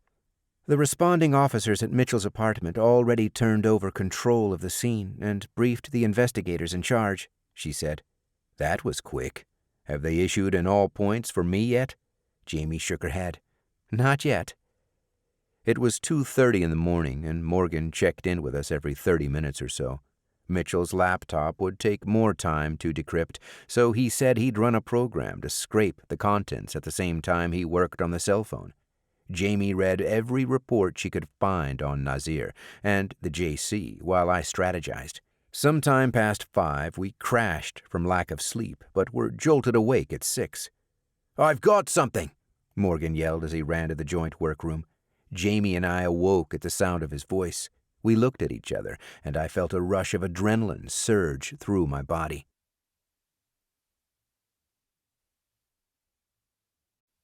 34. About half an hour after the kidnapper returned and went into the next room to catch up on what the media was reporting while he was gone, Keller heard what sounded like an inflatable mattress being filled with air. A small motor was plugged into one of the extension cords coming from the small generator, and Keller heard the noise for 2 or 3 minutes. Then a second lantern that Victor Perez had been using to illuminate the room he was working in was turned off. He's going to sleep, Keller thought. It was almost completely silent except for the noise coming from the generator by the bay door, far enough away from his cell that it almost faded into the background. Keller noticed another sound. It was the TV in the kidnapper's room. In the now dark room that the man was in, he could see the flicker of light coming from the TV. The volume was on low, but still loud enough to allow him to be able to speak in a low voice without the man in the next room hearing him. Still, Senator Keller waited a long time before speaking. He once again saw the light from a cell phone signaling to him just beyond what was being lit by the lantern in his cell. Keller shook his head and waved both hands in front of him to communicate to whoever it was on the other side. Not yet, my friend. Wait. Keller figured that his kidnapper would have been exhausted by the events of the day and would take no time to fall asleep. He knew it took the average person 5 to 10 minutes to fall asleep, and that the next stage of sleep only lasted 20 minutes, but would be very light sleep, and the kidnapper would be prone to waking up. Keller started counting the seconds to approximate 30 minutes the best he could. When he got to 30 minutes, the senator started to worry that he might have counted too fast. He was nervous and just wanted to get the hell out of there. If he timed it right, this would be the best opportunity to make a move. But if he was wrong, he might be blowing the only opportunity he might have to escape. While counting, Keller tried to stay focused, but found it hard not to think about the light signaling to him. Who was this person, and why were they there? Would they save his life? He was about to find out. Okay. It's safe now. He should be asleep. Please come out, Keller said. There was no movement for a good 30 seconds. Then he saw a foot, followed by a leg that slowly appeared from the ceiling. Keller lifted a hand to block the light coming from the lantern and squinted as his eyes adjusted. Then he saw it. There was a cubby in the rafters between the first and second floors. The person slowly let themselves down, holding on to one of the rafters. With feet dangling, they let go and dropped to the floor. The sound wasn't loud, but it did concern Keller, who looked in the direction of the kidnapper's room for a moment before his eyes returned to the person now standing in front of him. Come here, Keller said. The man walked to Keller and then knelt down on the floor next to him, and the senator realized it wasn't a man, but a boy, maybe 16 or 17 years old. What's your name, son?" The kid was shaking. "Trey," he whispered. "Why are you here?" The kid's eyes darted over to the kidnapper's room and back. "My friends and I come out here sometimes to party. They never showed up today. I skipped my last class and came here and waited. I heard someone come in and thought it was them. But it was him," he said, and pointed to the other room. "He didn't see me. I climbed up there and hid. I've been there all day." The kid took a seat on the floor. "Are you really a senator?" Keller smiled. "I am. Listen, there's no way I can get out of here. I'm handcuffed to this metal pipe, and it's not budging. The man in the next room should be sound asleep. I need you to leave right now and get the police." The kid shook his head. "I'm not walking past his room. What if he's awake?" Keller could tell that the kid was terrified. "Son, this is your only chance at getting out of here alive. He won't be asleep for long." Trey nodded. "Tell them you know where Senator Keller is being held." "What if they don't believe me?" asked Trey. Keller thought for a moment before he leaned in and whispered something to the kid.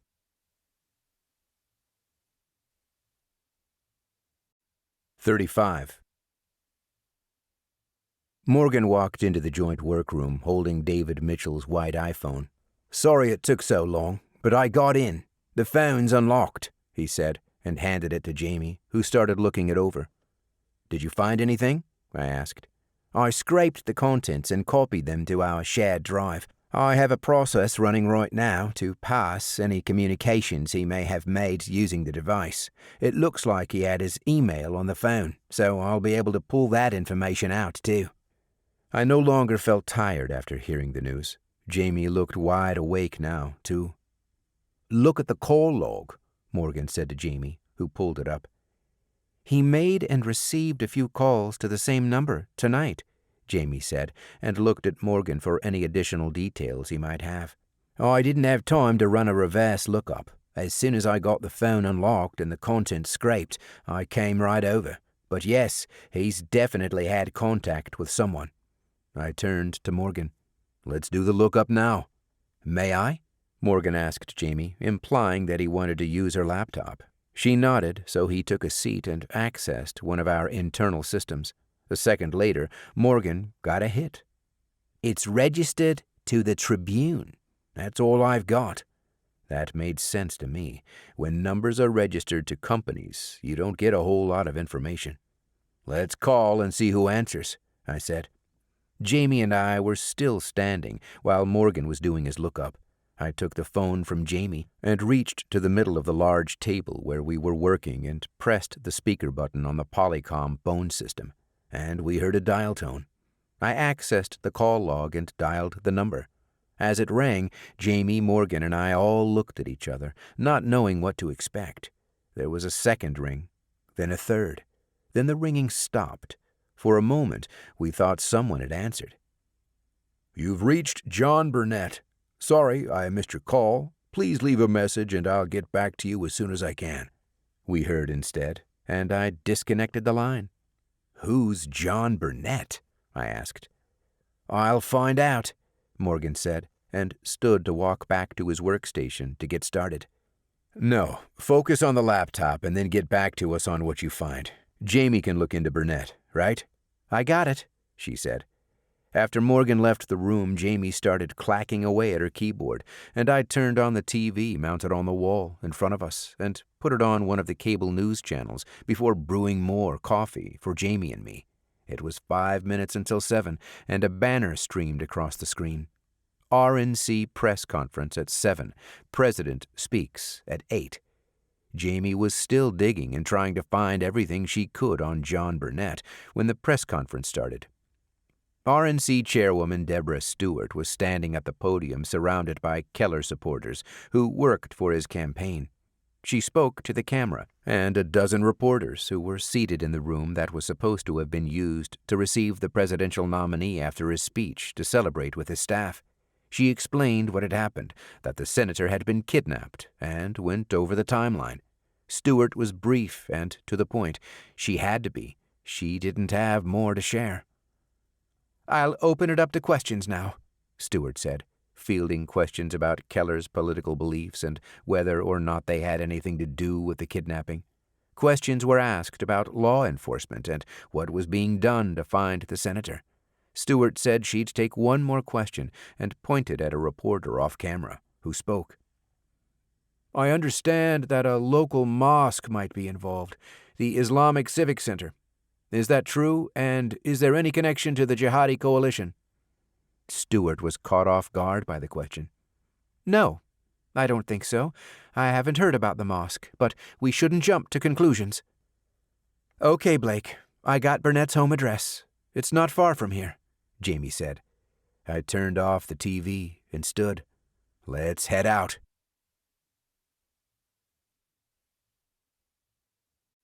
"36. The reporter at Stewart's press conference must have received a tip or knew someone inside the bureau, because as he asked the chairwoman about the downtown mosque, FBI agents had already set up a perimeter and were quickly approaching the building.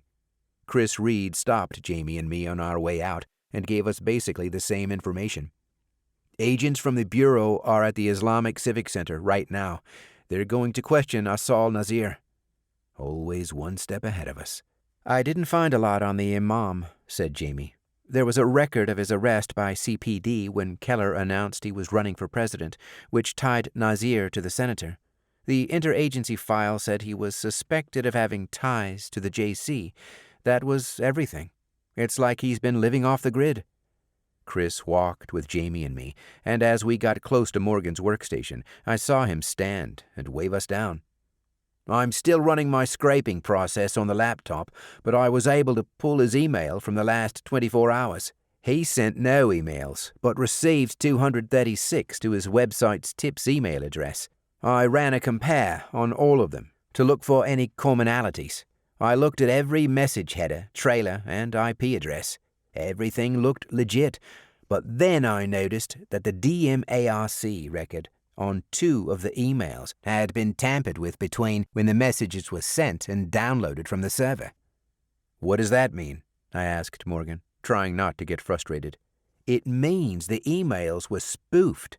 They weren't real. They looked legitimate on the surface, and even if you looked at the SPF records from the postmaster report, everything would look fine.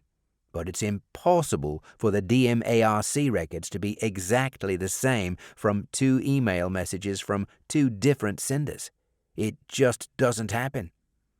"What were the contents of the emails?" asked Jamie. "Both were tips about the senator's kidnapping. The first one came from Jake Massey at the Tribune." I didn't recognize the name. "Who's Jake Massey?" I asked Morgan. "I looked him up. He's the managing editor at the newspaper." I turned to Reed. "We didn't find out if the Bureau arrested anyone when they went to the Tribune earlier, did we?" He shook his head. "No, they were there based on a tip, but that's all they shared. There haven't been any more updates to the bulletin." "That's not 100% accurate," Morgan said with reservation, trying not to speak out of turn. "They issued an update earlier. I checked the bulletin a few minutes ago, right after I realized that these 2 emails had been spoofed. The FBI took Massey into custody." I was beside myself. "Damn it, Reed. You have to stay on top of these things. I can't do everything. I need help." Chris Reed folded his arms. "Blake, Guys, please, there's more," Morgan said, interrupting Chris and calling us over to his workstation.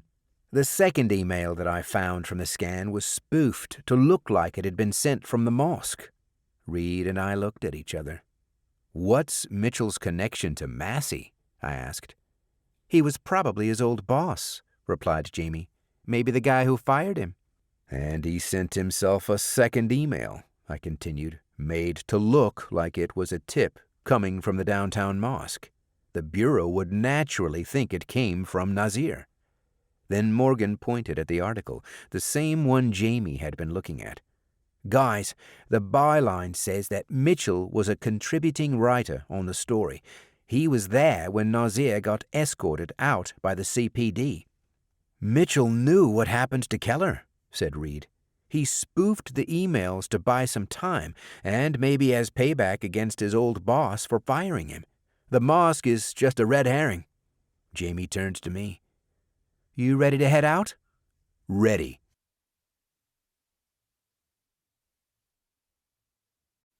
$37.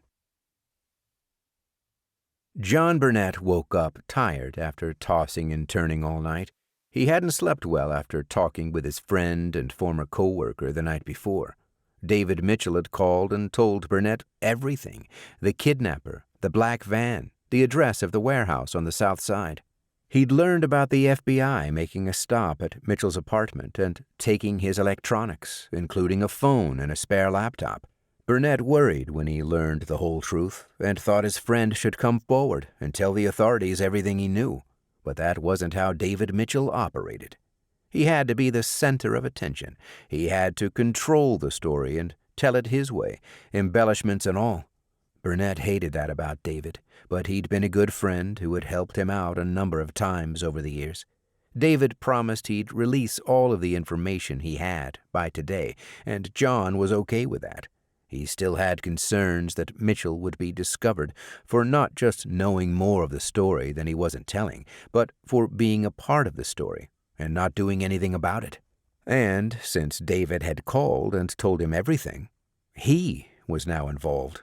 That meant being linked directly to David Mitchell. He had received another phone call last night after speaking with Mitchell. Burnett's department manager at the Tribune called to let him know they were scheduling an all-hands-on-deck meeting for 8 o'clock the next morning. That meant that Burnett and his fellow staff writers would be briefed on everything that the paper knew about the kidnapping and tasked with spending the day writing article after article on Senator Keller. That was what the media did, doubling down whenever they had a hot story. Burnett turned the radio on and splashed water on his face to wake up. Has been found dead in his apartment. We'll be right back after these words, the voice said, and the station took a commercial break.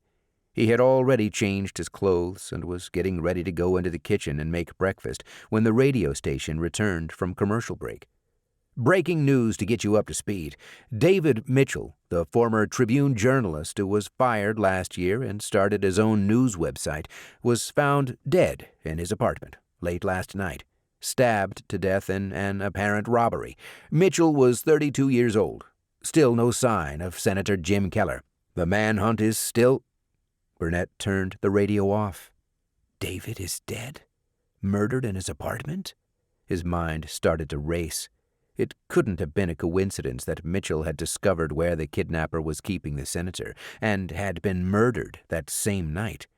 The media didn't know what he knew. Burnett thought about the reality that his friend might have been murdered by the kidnapper himself. The kidnapper might have tracked Mitchell down and shut him up for interfering.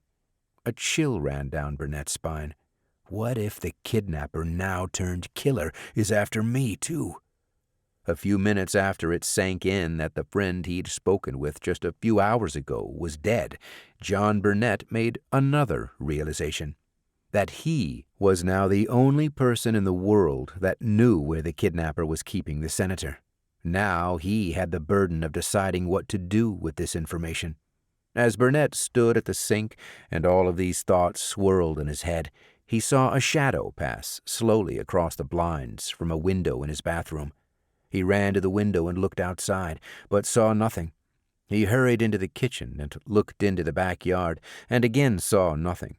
When he walked to the front of the house, he again saw a shadow pass, this time by the long vertical window with its own set of smaller blinds next to the front door.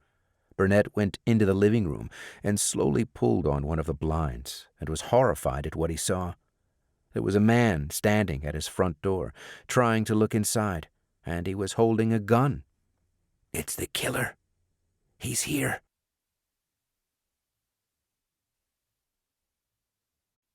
$38. I stood outside John Burnett's house on Holly Court in Oak Park, just west of downtown. It was an older two-story brick home, shaded by a large oak tree out front. A red Honda Civic was parked in the driveway, so I knew he was home and probably getting ready to head into the office on Michigan Avenue. There wasn't enough time to look into Burnett, so we didn't know if he was single or a family man. When we parked a few houses down and walked toward his home, I noticed it was on the smaller side, so my first thought was that Burnett most likely lived alone. Jamie and I decided to play it by ear and roll with it. We walked to the back of the house where Jamie stayed, waiting for me, while I walked back to the front. After walking the perimeter of the house and being unable to see inside, I knew I'd have to try to take him by surprise. But seconds before I was about to make a move, I heard Jamie. "Federal agent! Stop!" she yelled. He must have seen me and ran out the back, I thought. Jamie was right there to keep him from getting away. When I heard Jamie yell, I ran down the small set of stairs leading to the front door and turned to my right, guessing that I might be able to stop Burnett. But instead, he ran down the other side of the house toward the front yard, chased by Jamie. He stopped when he got to the street and saw me with my gun aimed right at him. "Don't move!" I yelled, and Burnett stopped and put both hands behind his head, looking at Jamie and me. Jamie was still chasing him from the backyard, and I was approaching from the front, but when he saw me holster my weapon and reach for the handcuffs, Burnett ran again, heading east. We ran down the shady suburban street, early enough in the morning that there wasn't much traffic yet. I chased Burnett for 2 blocks before he ran into a park off Bonnie Bray. He ran south, and I tackled him in the park's baseball field. Jamie came up from behind me, her gun still aimed at the man, as I cuffed him. "Please don't kill me," Burnett said, and I shot a confused look at Jamie before pulling him up and walking back to his house. "As long as you tell me everything I want to know, you'll be okay," I said, as I saw Jamie try not to smile. "We're DDC federal agents," Jamie said, as she walked behind us on the sidewalk back to the house. "Do you want to tell us why you were running?" Burnett didn't answer. "This will be a lot easier if you cooperate," I said, as we got to his house and the 3 of us walked down the side and into the backyard. We walked through the back door and into the kitchen and stopped at the family room. It looked like a classic bachelor pad and was decked out with an 85-inch TV mounted to the wall and surround sound speakers all over the room. I forced Burnett into one of the chairs. Jamie and I stood next to each other and started the questioning. "Why'd you think we were going to kill you? Who'd you think we were?" I asked. But Burnett wouldn't budge. He pressed his lips together as if he were trying to force himself not to say anything. He looked away, visibly shaken, but unable to decide what he should or should not say to me. "We know you spoke with David Mitchell last night. He's dead, stabbed to death in his apartment," Jamie said. We had decided on the way over that Mitchell and Burnett must have developed a friendship at the Tribune and were likely helping each other with leads and tips for stories. The fact that Burnett wasn't shocked to hear the news made me realize that he already knew his friend had been killed. "I heard about his murder on the radio. I don't know anything about the kidnapping," he said. "Then why run? What are you so scared of?" I asked. But there was no response. I leaned in. "You're lying to me."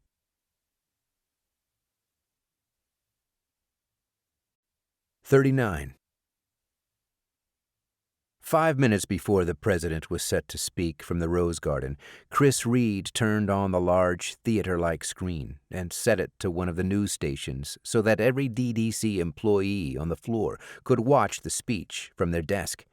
We did this whenever the president spoke to make sure everyone could get the same information firsthand. We also did this whenever the media happened to know more than we did. With DDC being a fairly new organization, this happened more often than it should. As Reed and the staff waited, talking heads argued on the screen about Keller's kidnapping, one calling it an act of terrorism, and the other claiming it was likely something being carried out by some right-wing nut. The media's ability to rile up each side of the aisle was enough to make anyone sick. Most Americans didn't trust the media because of it. While the 2 commentators continued their discussion, which veered into the question of the downtown Chicago mosque and how an imam might have been involved, the video feed began showing an empty podium outside the White House, and the president walked up to it. "Let's go to the Rose Garden now, where the president is about to speak," one of them said. My fellow Americans, the president began after allowing for a brief moment of silence to relay to the viewers how serious the situation was. This morning, I want to speak to you about what the United States will do to address the kidnapping of Illinois Senator James Keller. As Commander-in-Chief, my highest priority is the security of the American people. Still, we continue to face terrorist threats on the homeland. Small groups of people have the capacity to do great harm. Regardless of your political affiliation, what happened last night is a travesty, and one we will not take lightly. We do not know yet all of the details, but our counter-terrorism professionals are working hard to understand any terrorism involvement, as well as find and rescue the senator. James Keller and I could not be on more opposite ends of the political spectrum, but all of that gets set aside when something like this happens to one of our own. We will do everything we can to get the senator back, alive and unharmed.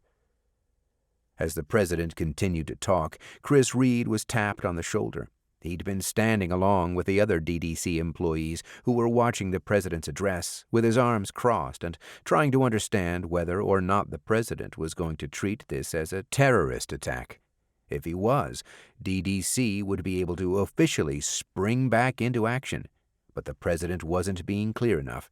"Sir, there's a man from base here to see you," the security officer said to Reed, who turned around and looked at the back of the room. Regional Director Roger Shapiro stood against the wall and motioned for Reed to join him. "Tell Morgan Lennox that Shapiro is here. Tell him to relay that to Jordan," he said to the officer before walking to the back of the room and shaking hands with Shapiro. "Director Shapiro, what brings you to DDC?" Reed asked, knowing full well why he was there. Shapiro spoke to another man who was standing with him.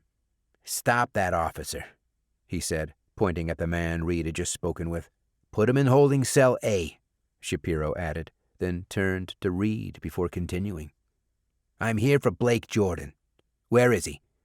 Reed watched as the officer was taken away, walked down the hall, and placed inside one of DDC's small holding rooms. "What do you mean?" Reed asked, judging how far Shapiro was willing to go. "Blake Jordan mishandled a Keller assignment. Every governmental agency is looking at DDC, and therefore the CIA, to understand how this happened. This was Jordan's operation, so I want to talk to him immediately." Chris didn't move. "You have two choices, Reed. You tell me where Jordan is, and I make you interim special agent in charge. Or I find him myself, and you go down with him." Reed thought it over. "Follow me," he finally said, and walked Shapiro to his office.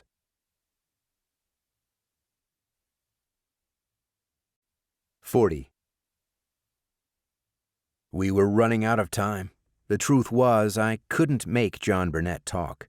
Jamie and I weren't there on official DDC business. We couldn't arrest him, and we couldn't take him back to DDC for questioning either.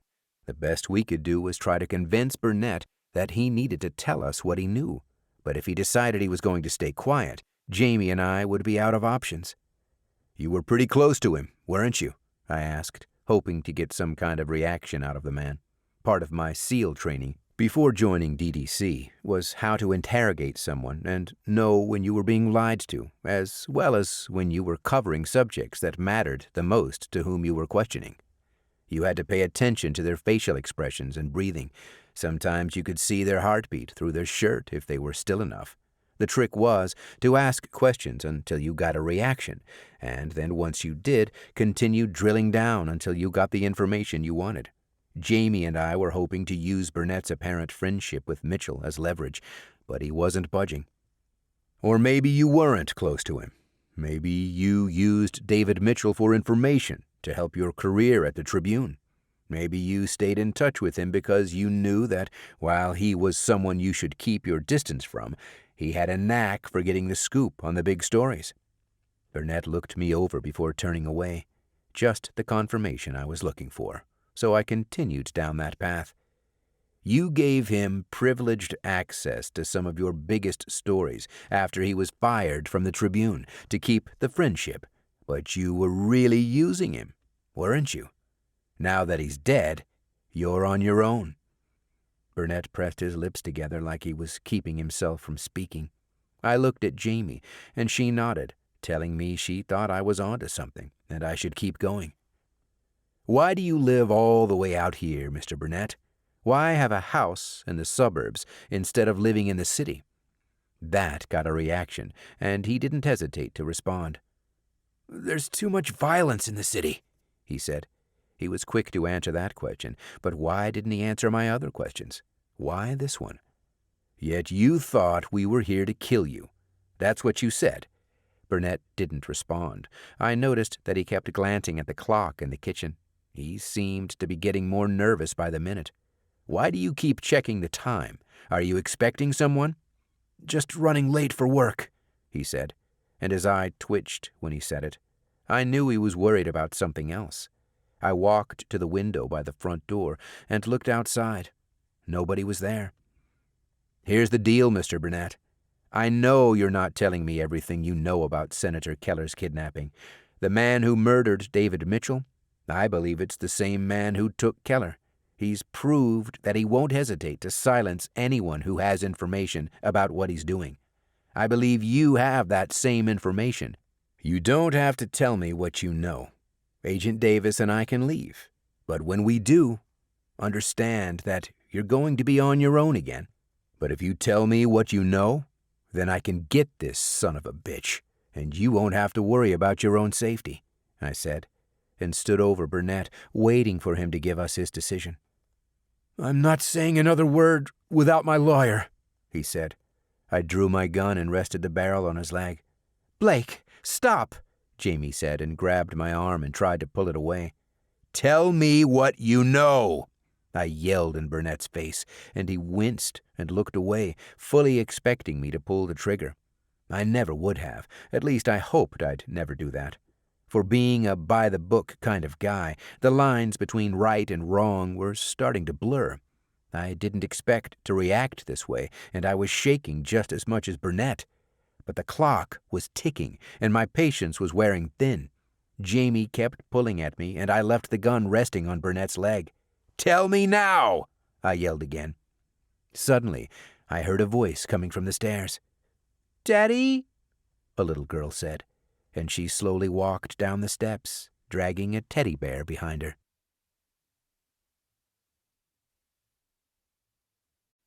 41. The teenagers stood and walked cautiously toward the kidnapper's room. The light from the TV flickered against the adjacent walls as the kid walked as slowly as he could to make sure he didn't make any noise. Once he got to the kidnapper's room, he turned around and looked back at the senator, who gave the kid a nod and a thumbs up. But then the kid looked inside the room for a moment and turned back around. He was terrified and slowly walked back to the senator. "He's not asleep," he said as quietly as he could, distraught at the situation and realizing he was trapped with no way out. "What makes you think that? Did you see him moving?" The kid shook his head. "Then how do you know that he's awake?" "The TV is on. I think he's watching it. When I walk past him, he's going to grab me and kill me." There was a series of small rectangular windows in the wall above the area where the senator was sitting, which he hadn't noticed before. "Look," Keller said, pointing at the row of windows the best he could with his wrists handcuffed. "The sun is coming up. The man in the next room will wake up soon, and when he does, and this entire room is lit, you're not going to be able to hide here much longer." The kid shook his head again. "I can't do it." "You can do it. You signaled me earlier with your cell phone to let me know you were there, watching. You were brave, and you let me know that I wasn't alone, that you were going to help me." Trey pulled out his cell phone again, reminded of it by the senator's words. "I still have no reception in here. I wanted to call 911 so bad. I couldn't. We're trapped." "No, I'm trapped. You can escape. Be brave, son." Trey slowly shook his head and turned away. I know you're scared, but you can do this. It's getting brighter in here. He's going to wake up soon, and if you don't leave now, you're going to miss your only chance." "All right," the kid said. "Do you remember what I told you? What to say after you tell them where I am?" The kid nodded. "I remember," he said, and stood to walk back toward the kidnapper's room that he'd have to pass in order to escape. He got to the door and once again looked inside. After he got a glimpse of the kidnapper, the kid turned around to look at the senator, who smiled. He walked past the room and over to a large door that was cracked open far enough for the cords from the generator in the bay area to bring electricity into the 2 rooms the kidnapper was using. But the kid couldn't squeeze through without opening the door farther. He placed 2 hands on the door and pulled. The door's rusty hinges made a creaking sound. He stopped and turned around and saw the kidnapper stir in his bed. "He's asleep," the kid thought to himself. He knew that if he kept trying to pull the door open slowly, it would make the same sound. He decided to yank it open instead, hoping it might not make any sound at all if he opened it with more force. The kid could feel his heart pounding as he stood there, in plain sight of the kidnapper, his 2 hands still gripping the door, knowing that pulling it hard might not work, that it might still make a sound. He yanked the door hard, and it made a terribly loud noise, like metal rubbing against metal. Trey ran. As the kid entered the bay area of the warehouse, Keller saw the kidnapper run out of his room and look at the senator before he continued to run toward the bay where the kid was. "He's awake! He's coming after you! Run!" Keller yelled at the kid. The boy ran past the generator and the van and saw there was a single door to the left of the closed retractable bay door. He pushed the door open and ran into the deserted streets of the industrial park. Seconds later, the kidnapper followed the boy outside, determined to hunt him down and kill him.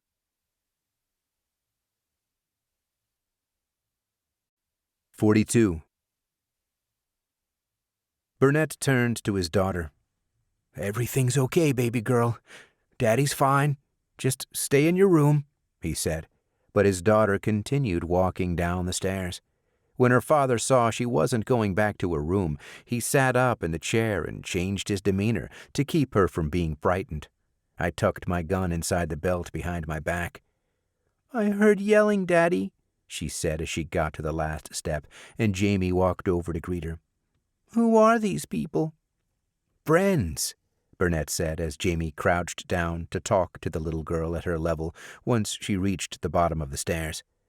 "Hi, my name's Jamie. What's your name?" The little girl looked at me and then her father, who smiled. "Maggie," she said. "Maggie? What a beautiful name." "And who's this?" Jamie asked, pointing at the teddy bear that Burnett's daughter was still holding in her hand. "Teddy," she said. And Jamie giggled, while Maggie hugged the teddy bear and started to smile. "Are you and Teddy hungry?" Jamie asked. "Mm-hmm." Jamie stood and extended her hand. "Come on, Maggie. Let's get you and Teddy some breakfast."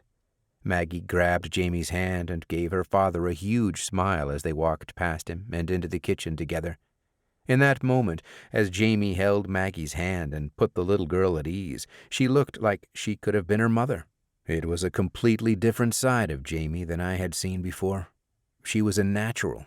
As Burnett and I watched Jamie pour little Maggie a bowl of cereal, the man's smile disappeared.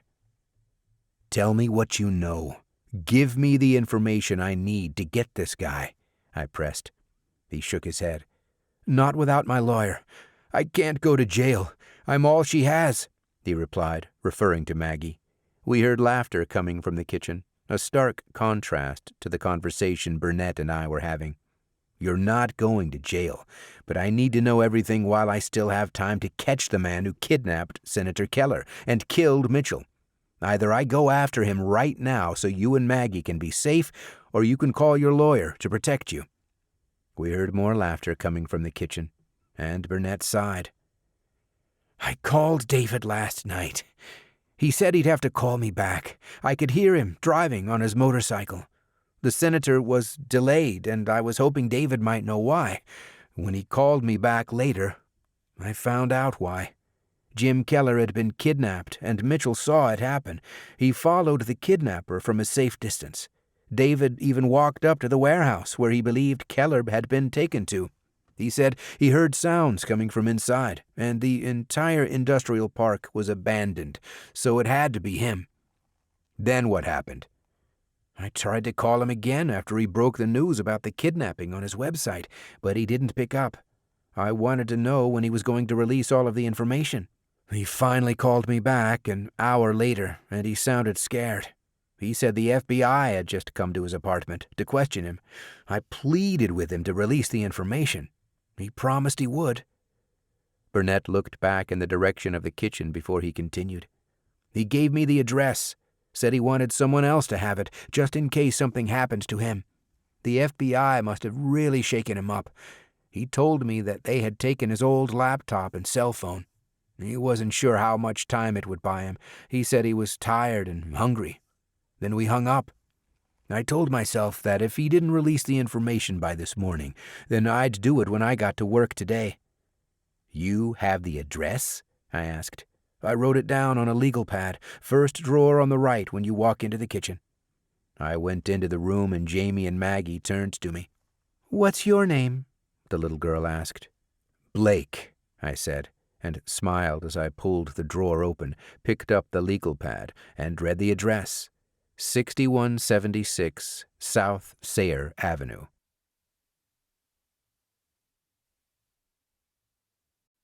"43. I flipped the legal pad around and showed it to Jamie. "Got the address," I told her, and she smiled. It was a huge relief to know that I finally had the senator's location.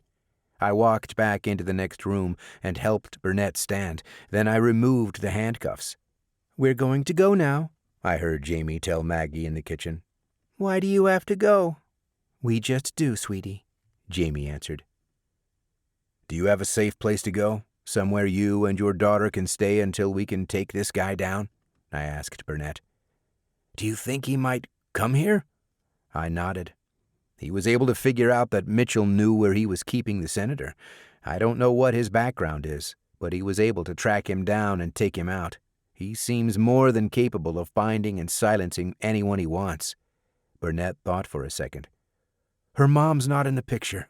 We can stay at my friend's place for a while."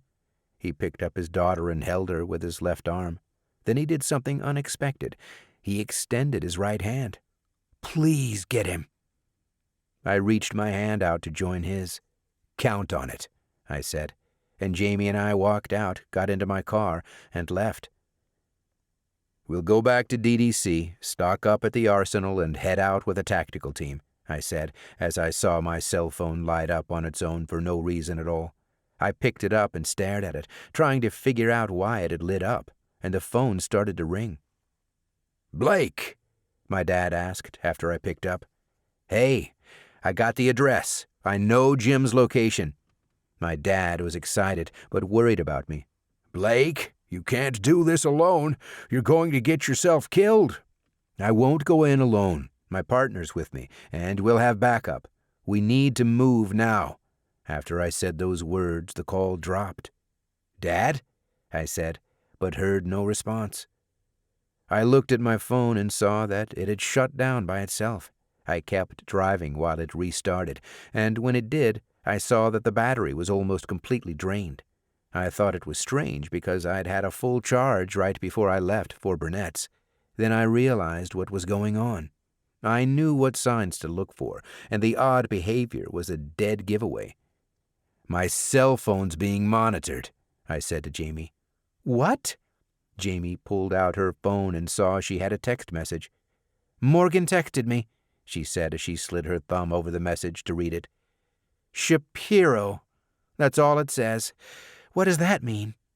I pulled the car to the side of the road and she handed her phone to me. "Roger Shapiro. He's the CIA regional director for the Midwest. Morgan's trying to warn us."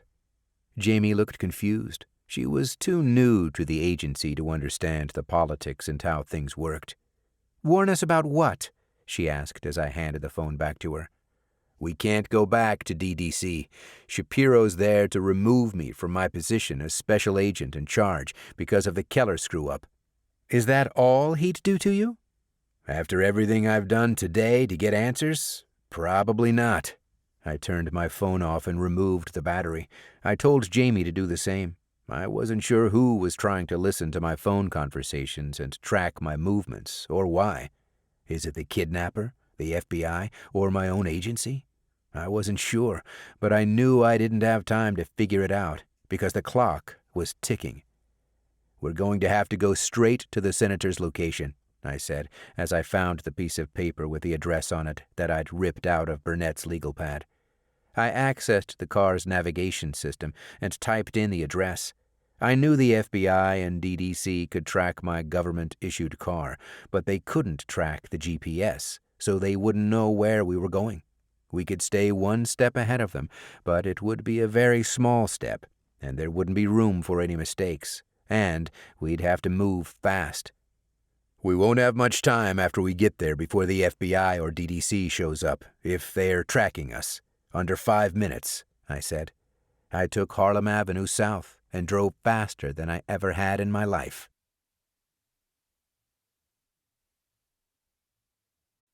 44.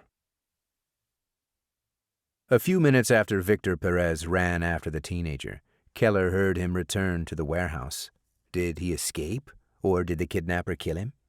The senator prayed that the kid had somehow made it out of there and was on his way to find help. He wasn't sure where he was, but decided he was being held somewhere in South Chicago. When he was elected to the Senate, he had traveled to every county in the state, so he knew that there were only a handful of run-down industrial areas in the city. Almost all of them were on the south side of the city. He figured he was either at Harlem Industrial Park or at West Pullman. If he was right, then the kid wouldn't have to run far to find help. Both were next to residential areas, and the kid had told him he and his friends came to the warehouse when they skipped school, so as long as he got away, he'd be able to call the authorities in no time. But not if the kidnapper had killed him first. When the kidnapper appeared, he was holding an object in his hand that, from where Keller sat, looked like a police officer's club. Is this guy an ex-cop, or maybe ex-military? Keller thought to himself. He could see the kidnapper dripping with sweat and breathing heavily. He was absolutely livid, and as he held on to the club with one hand, he tapped it into the open palm of his other hand before he spoke. "What did you think you were going to accomplish, Mr. Keller? Did you think you'd be able to get out of here that easily?" he asked, as the senator looked away, unsure if this meant that the kid got away or not. "Tell me who that was, and how you got him to come here," he said, and Keller realized that the kidnapper didn't know that the boy had been in the warehouse the entire time, watching everything that had taken place from the moment Keller had arrived at the building. "Tell me now!" he yelled, and Keller winced. "It doesn't matter who he is.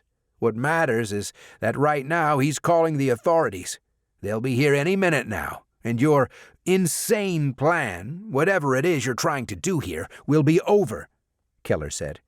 "You're gonna have to pay for that," the kidnapper said, and started walking toward the senator, who realized he was about to receive another beating from the man holding the club. Victor Perez stopped tapping the club on his palm and held it at his side. Keller looked up as the man slowly approached and realized that something was different, something he hadn't noticed before. The kidnapper isn't wearing his mask. Beams of light shot across the room from the rising sun, entering through the row of small windows that lined the top of the wall that Keller had his back up against. The kidnapper cut through the light as he walked closer, and when he did, one of the beams lit his face. Keller's eyes grew wide as this happened. "You've left me no choice," the man said as he raised the club above his head, and the senator braced himself for the beating. The after-image from the bright light on the kidnapper's face stayed vivid and present in Keller's mind as the man beat him violently, much like the headlights of an oncoming car that can be seen by closing the eyes long after the car has passed. The image troubled Keller. As the club repeatedly struck the senator's body, he thought of the many people he had met over the years in the Senate and the many faces he'd seen over the last year while on the presidential campaign trail. Although his eyes were now closed, the after-image stayed burned in his mind. I recognized the face. The club struck Keller's back. One final blow was delivered to Keller, and he felt his ribs crack before the man turned his back to the senator and walked away. As he did, Keller made the connection he was looking for. I know exactly who the kidnapper is.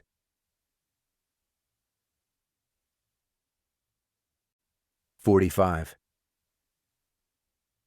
I sped through the streets of the West Chicago neighborhoods as carefully as I could. It was a direct shot south from Burnett's house to the warehouse, according to the SUV's GPS. We were only about 8 miles away, but the traffic on Harlem became congested the closer we got to our destination. I knew we were close to Midway, the smaller of the 2 airports in Chicago. I figured the proximity to the airport had a lot to do with the traffic, and I knew it would only get worse. At one point, we came to a complete stop. Maybe we should have taken Route 171 instead, I said, getting frustrated at the traffic. Jamie disagreed. It would have taken just as long, if not longer. Part of my frustration was that this was unofficial business, and because I wasn't sure who might or might not be tracking us, I didn't want to turn my police lights or siren on. So we dealt with the airport and rush hour traffic, just like everybody else on the road. We're fine, Blake. We're close already. We'll be there in just a few minutes, Jamie said. I felt a little better and noticed she had a calming effect on me. More than once over the last 12 hours, she had kept me from doing something I would have regretted. Part of me wished that I was working this operation alone, but I was glad to have her on my side. The voice of reason, I thought to myself. As we inched our way down Harlem, I thought about all of the mistakes I had made since last night. For being a by-the-book kind of guy, I sure had broken a lot of laws. But this was different. This was personal. My mentor, my dad's best friend, and a man who was headed for the presidency of the United States was kidnapped on my watch. I wasn't going to stand by and let anyone else clean up my mess. This was on me, and it was up to me to make this right. I didn't care what would happen to me when this was all over. I was pretty sure that no matter the outcome, even if I lived through the rescue attempt, I'd have a hard time keeping my job. But I also worried about Jamie and how her being involved in all of this might ruin her career too. And that bothered me. I figured she was sticking around and going against orders because she had let Keller get taken on her watch, but I knew it would have happened no matter who had been given the assignment, including me. I knew Jamie was sitting in the car with me and trying to make things right, because that was just the kind of person she was. "You were great back there," I said, when we got delayed by another light. "What do you mean?" I smiled and put my hand back on the steering wheel as the light turned green. "With the girl, Maggie. You're a natural with kids. If you hadn't been there, I'm not sure Burnett would have turned over the address. We make a good team." "We do make a good team," Jamie said, smiling back at me before turning her head to look out the passenger window. A minute or two passed before she spoke again. "Before Derek and I split up, one of our biggest fights was over having kids. I guess we should have talked about it more before we got married. I wanted to start a family. He wanted to focus on our careers. He told me with my line of work, I'd never be able to do both, have a family and have the career. Maybe he was right," she said, before looking back at me and smiling again, before changing the subject. "So what's the plan when we get there?" "I'm working on it," I said. The truth was, I didn't have a plan yet. We got a break by finding Burnett before the FBI could. We got the address, and as far as I knew, nobody else other than Burnett knew where the senator was. But we were off the grid. Based on Morgan's text to Jamie, I knew that Roger Shapiro had taken over DDC operations. And, based on what I knew about the guy, he wouldn't stop until he had me.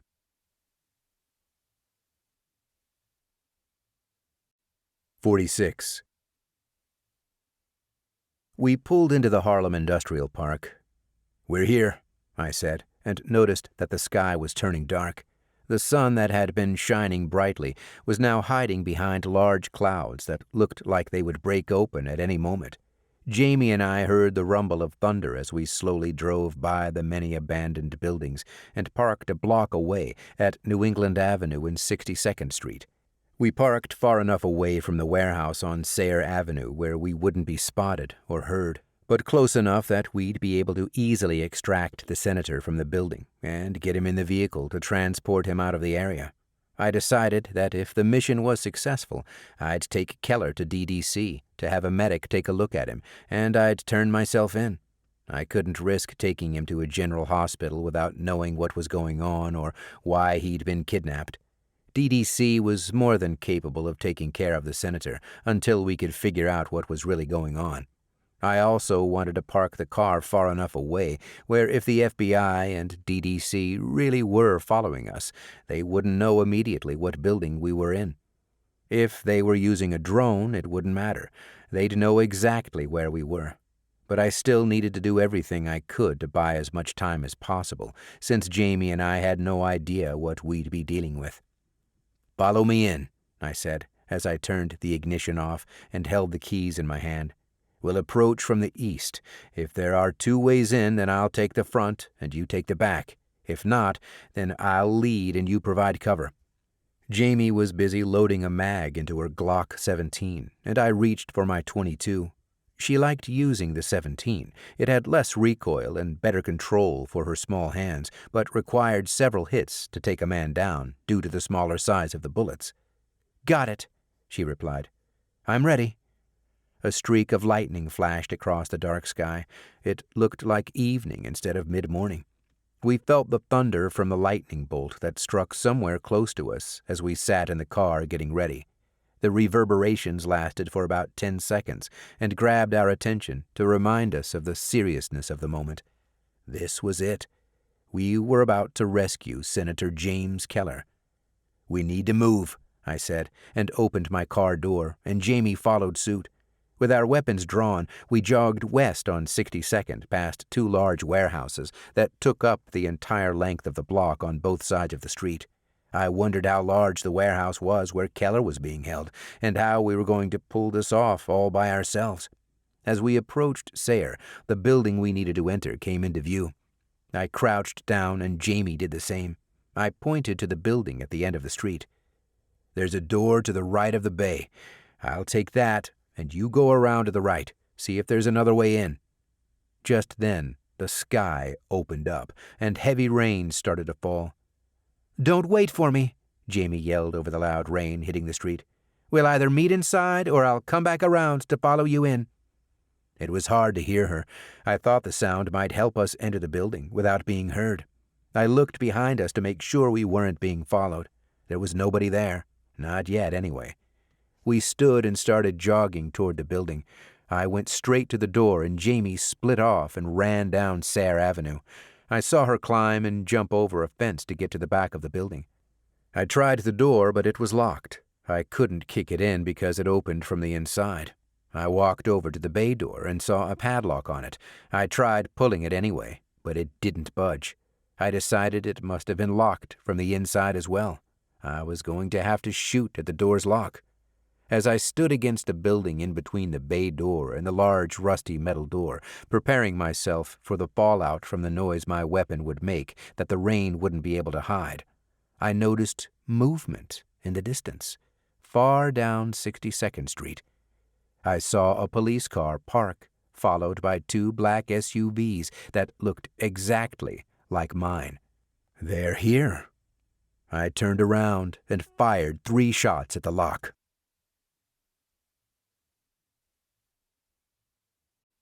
47. The door popped open. I was in. I knew I wouldn't have much time before the agents down the street got here. I didn't know if they knew where my exact location was or not, but it didn't matter. They were here. I walked into the warehouse with my gun drawn and found myself inside a large, empty bay area. It was definitely big enough to fit the van, but it wasn't here. The only thing inside was a generator lighting the area. After clearing the room, I glanced at the concrete floor and found something unsettling. A trail of smeared blood led from somewhere inside the warehouse to where I was standing. Is this Keller's blood? Was the black van parked inside the bay? And if so, where is it now? I realized that the trail of blood wasn't going into the warehouse. It was coming from inside. Keller had been beaten or maybe killed, dragged into the van, and taken away. If the van had passed Jamie and me as we approached, I'd have noticed. I stood there trying to put the pieces together in my head and understand what might have happened. What could have spooked the kidnapper to make him want to leave?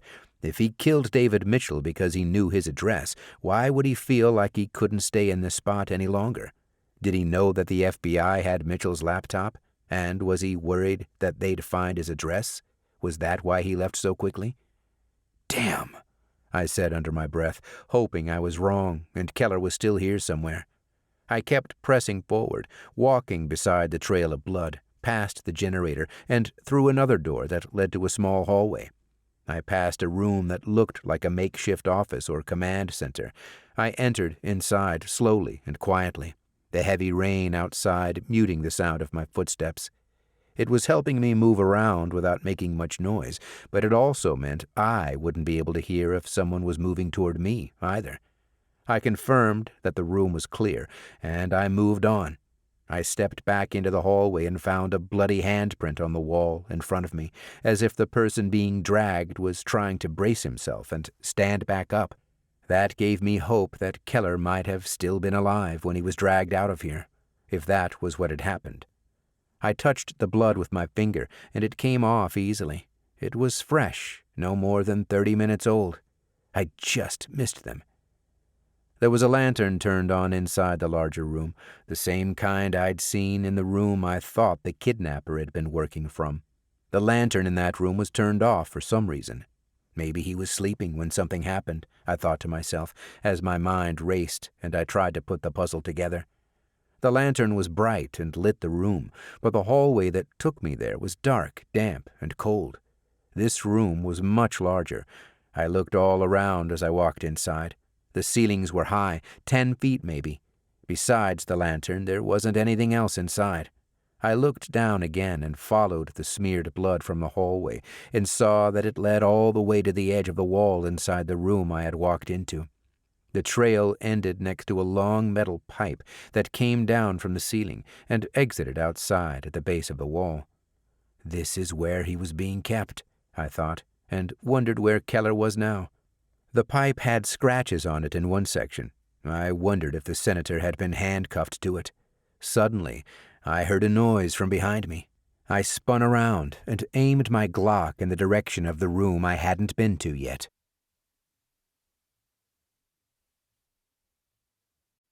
"48. I heard someone approaching. "Blake?" said Jamie.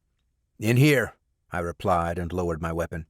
"Clear," she said as she walked in, letting me know the area she'd walked through was secure. She was drenched from the rain and holstered her weapon as she walked in. "Oh my God," Jamie said as she looked at the blood on the floor and followed the trail past where I was standing and saw that it continued down the hallway.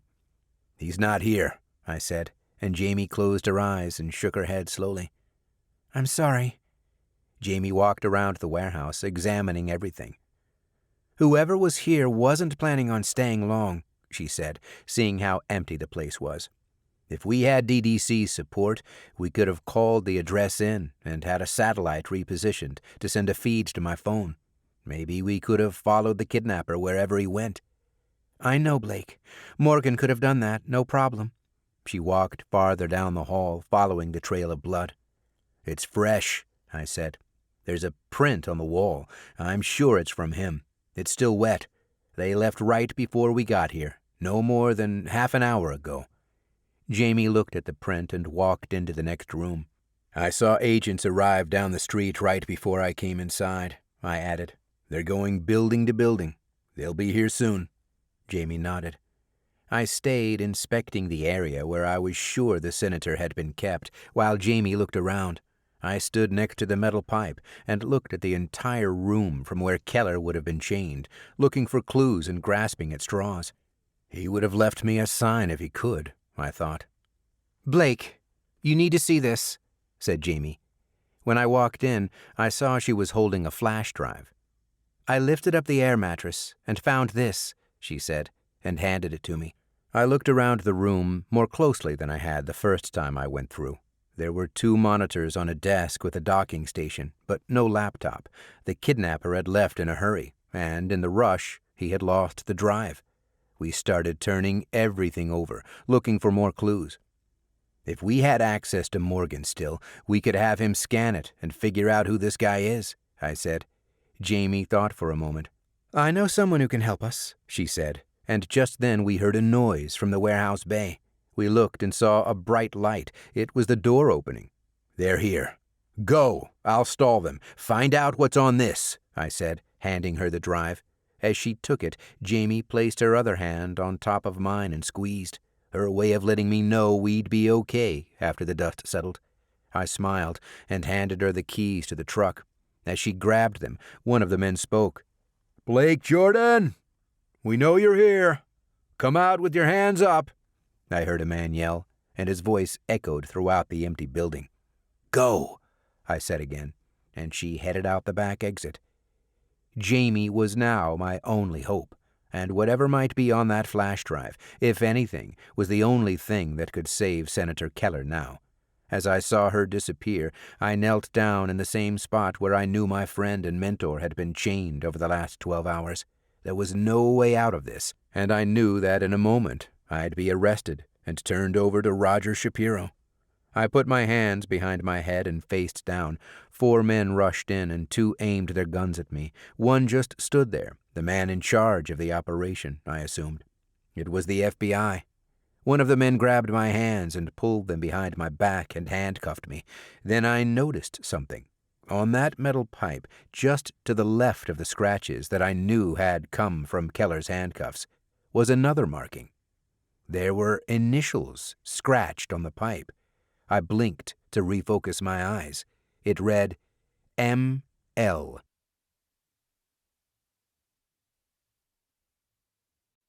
"49. The man stood in front of me. "I've got Jordan," he said into his earpiece. A few seconds later, I heard more cars pull up and park outside the building. The heavy downpour outside had turned into a light drizzle, making it easier to hear what was going on outside the warehouse walls. "You need to let me go," I said. "Please, Senator Keller is in trouble. I believe he was severely beaten before being dragged out of here." The man stepped closer to me. "But we worked so hard to find you." I looked at the agents to my side, then back at the man. "So that was you tracking me. How'd you know about the warehouse? Drone?" The man looked confused. "It didn't get that far. DDC contacted us a short while ago and let us know you had gone off the grid. I spoke with Roger Shapiro. You know him?" he asked, and flashed a sarcastic smile at me. "He said he tried to locate you, but couldn't. Said he needed our help. So why'd you go dark, Jordan?" "I was being tracked. I removed the battery in my phone. So if you weren't tracking me, how'd you know to come here?" I asked, hoping to get more information from the agent. "A kid tipped us off. He said he was here with the senator and escaped. He called the police and told them he knew where Keller was. We came straight here and also sent a car to bring him here to identify the building. But we got here first, and that's when we saw your vehicle parked a block away. We called it in and confirmed it was yours." The operative put his arms behind his back and paced the room. "How'd you know he was here?" I could tell by the expression on his face and the tone of his voice that the man thought I might be involved in the kidnapping somehow. I thought about it from the FBI's perspective. I had been in charge of the security detail for the senator, and he was taken on my watch. I was asked to step back and disengage from the operation, but I didn't. I went dark and showed up here where Keller had been held. My thoughts drifted to Jamie. If more agents were showing up outside, would she have been able to get past them? "You hear me, Jordan? How'd you know Senator Keller was being held at this location?" I decided that telling the agent what I knew might help. At this point, I had nothing to lose. There was absolutely no way out of this. I decided I'd give him most of the information and ask to be included. "I followed the clues. I tracked down a man who I thought might be involved. I got the address from him." The agent stopped pacing the floor and turned to me. "And who is this man?" I shook my head. "He's not involved. Listen, I'll tell you everything I know, but you have to let me work with you. I can find Keller." "That's not going to happen," he replied. There was a certain respect our agencies were supposed to maintain. Restraining each other wasn't part of the rules of engagement that we followed. As head of DDC Chicago, being restrained was out of line. The FBI could trump us on decisions, but this was getting out of control. "I'm the special agent in charge of DDC. Let me go right now," I yelled. "You were," the agent said. "I'm sorry?" "You were the special agent in charge. You've been relieved of your duties, Mr. Jordan. I've been asked to turn you over to Shapiro. After we're done with you, that is." Just then I heard footsteps coming from inside the bay. It was Jamie. "Look what we found," an agent said, walking behind her. Jamie was handcuffed and told to have a seat next to me. "She had this on her," the operative added, and handed the flash drive over to the agent I'd been talking with. Jamie knelt down next to me. I kept my eyes on the man holding the flash drive and felt her eyes on me. "I'm sorry, Blake," Jamie whispered.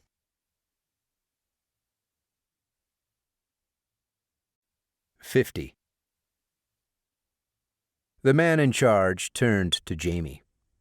"And who is this?" he asked. "Agent Jamie Davis, DDC," she said, before looking back at me. He stepped closer and knelt down. "What's on the flash drive, Agent Davis?" Jamie shook her head slowly before responding. "I don't know. We found it in the room next to us." The agent stood and started pacing the floor again. "Let me guess. Agent Jordan tried to distract us by letting us arrest him. That's why he was here when we entered and not with you. He wanted us to find him so you could get away with this," he said, holding the flash drive up in the air. "Is that about right?" Jamie looked down. I could see her eyes fixed on the metal pipe in front of us, and I wondered if she noticed the initials scratched into the pipe like I had. "Sounds like obstruction of justice to me," the man in charge said to us. "Maybe we can throw a tampering with evidence charge on there, just for fun," he added, before giving one of the agents standing behind me an order. "Take them away," he said, and the agent helped Jamie and me get to our feet. "You're making a big mistake," I said. "Let me help you. I know Keller better than anyone else here. The man's a former SEAL. He would have left clues to help us find him," I added, and looked at Jamie to see if she might know what I was talking about. She held her composure, but I saw a slight nod in response. The agent took a step closer to us. "What you don't seem to understand is we know everything you know. We'll use one of the interagency satellites to retrace your steps and figure out where you came from before you drove here, which I'm assuming will be the person who gave you this address. We'll keep retracing every step you took, all the way back to 8 o'clock last night when Keller disappeared." I thought about Mitchell's apartment. If he didn't know already that I had the journalist's laptop and cell phone, I figured he would after seeing that I had driven to the location. The FBI would eventually figure out that I would have had to have taken something from the apartment to get Burnett's location. That would be another count for tampering with evidence. I felt my body tense up at the realization. The only way to avoid all of this would be to get back on the case, to convince them to let me help them, not to save myself, but to buy some time so I could find Jim Keller before it was too late. But the agent who showed up hoping to find the senator and, now in charge of bringing me in, wasn't open to even considering it. There seemed to be nothing I could say or do to change his mind. "Go," he said to the operative standing behind Jamie and me, and we started walking. We were taken down the hallway and walked alongside the smear of Keller's blood that lined the way. I glanced again inside the kidnapper's room, knowing it would be the last time I'd see it, desperately looking for anything else that might tell me where the senator had been taken. We walked past the generator in the bay that was still running, and the agent walked us to his SUV and opened the back door. He helped Jamie inside, and I followed. Then he slammed the door and walked back into the warehouse. "Did you see it?" I asked Jamie while we had a few minutes alone. "Yes, M.L. What do you think it means?" I thought for a moment. The FBI wasn't tracking us. A kid was here with Keller for some reason. He escaped and called the police. Maybe it's his initials. "Who do you think was tracking you?" "Maybe DDC. "Maybe the kidnapper," Jamie added. "Blake, how are we going to get out of this?" I looked out the backseat window. "I don't know yet."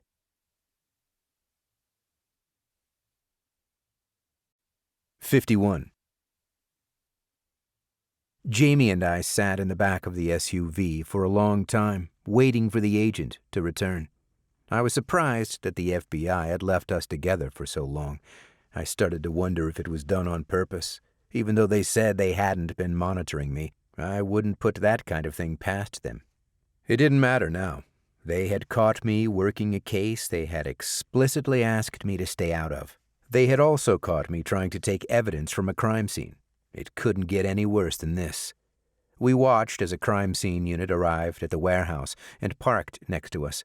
I saw a detective and a technician, two guys I knew and had worked with in the past, exit the van and glare at me as they walked inside, hauling their equipment to document and supervise the collection of evidence.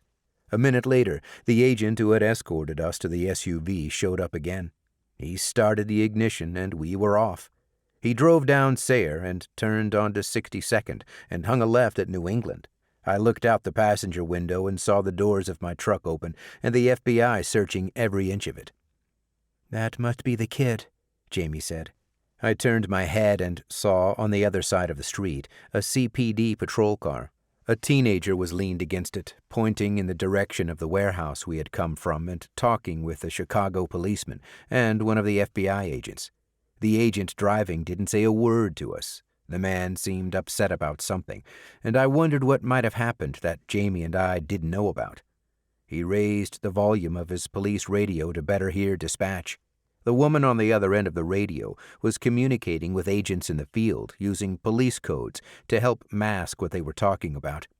Dispatch calls law enforcement officers in the field every few minutes to ask for a status to make sure their agents are okay. They hadn't yet called the man driving us, but I knew they would soon if he didn't contact them first. I listened carefully to make sure I wouldn't miss any communication between the agent and dispatch. When I first started in this line of work, I'd let kids around the age of the teenager we drove past come along with me for what we called ride-alongs. They were always amazed at how we communicated over the radio. It sounded like gibberish to them. But with practice, new law enforcement officers picked up the lingo pretty easily. Dispatch wasn't saying a lot, and I closed my eyes and leaned my head against the window. 121 to dispatch. I need a code 20 update on the 207, the agent driving said with a shaky voice. I was startled and opened my eyes. A code 20 was a request for an update on a newsworthy event. Did I really just hear that? I thought to myself. What had happened to Keller? "Dispatch 1069, the response came, acknowledging the request. A few seconds later, his cell phone rang. "Hey, sir," the agent said. Jamie and I could hear the voice of another man talking on the other end of the line, but couldn't hear the words over the road noise. "Tonight?" the agent said, and the caller continued speaking. "I understand. I'm almost there," he said, and disconnected the call. "What happened?" I asked. It was the first time I had tried to talk with the agent. He didn't acknowledge me. "Did something happen to the senator?" I asked, and the agent looked at me in the rearview mirror. I saw him look back at the road, wearing aviator sunglasses. It was hard to read the expression on his face, but I could tell by the shaky voice that he was concerned about something, so much so that he couldn't wait until he returned to get an update. "I know who you are, Agent Jordan," he said. "I respect you and what you do, but you know I can't give you any information on this."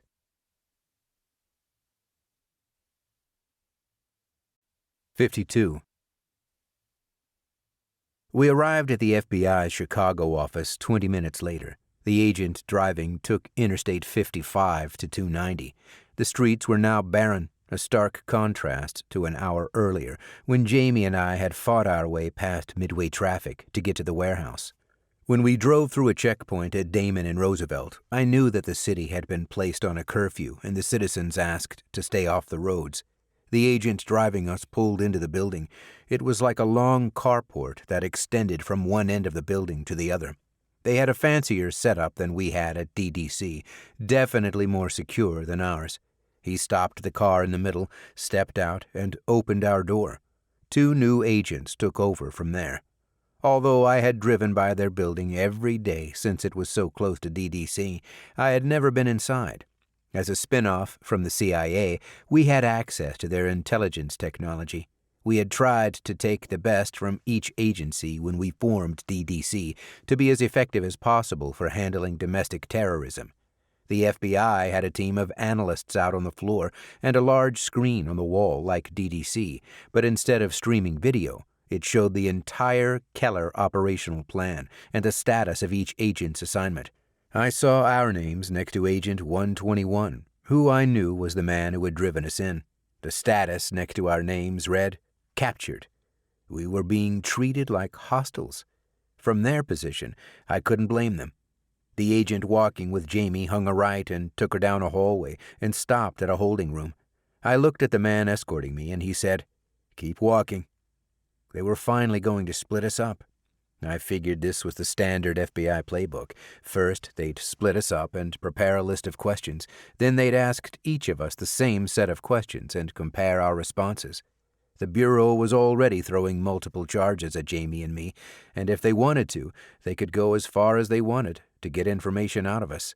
Based on the severity of the case, I knew they just might do that. A few seconds later, we also hung a right and stopped in front of another holding room. I thought the corridor we were in must have curved around and led to the room that Jamie had been taken to. The agent punched a code into the keypad, and the door unlocked. We walked inside, and he removed my handcuffs. "Take a seat," he said, "and make yourself comfortable. You're going to be here for a while." When the agent left and I was alone, there was a large metal table in the center of the room and 4 chairs. A 2-way mirror stretched the length of one of the walls.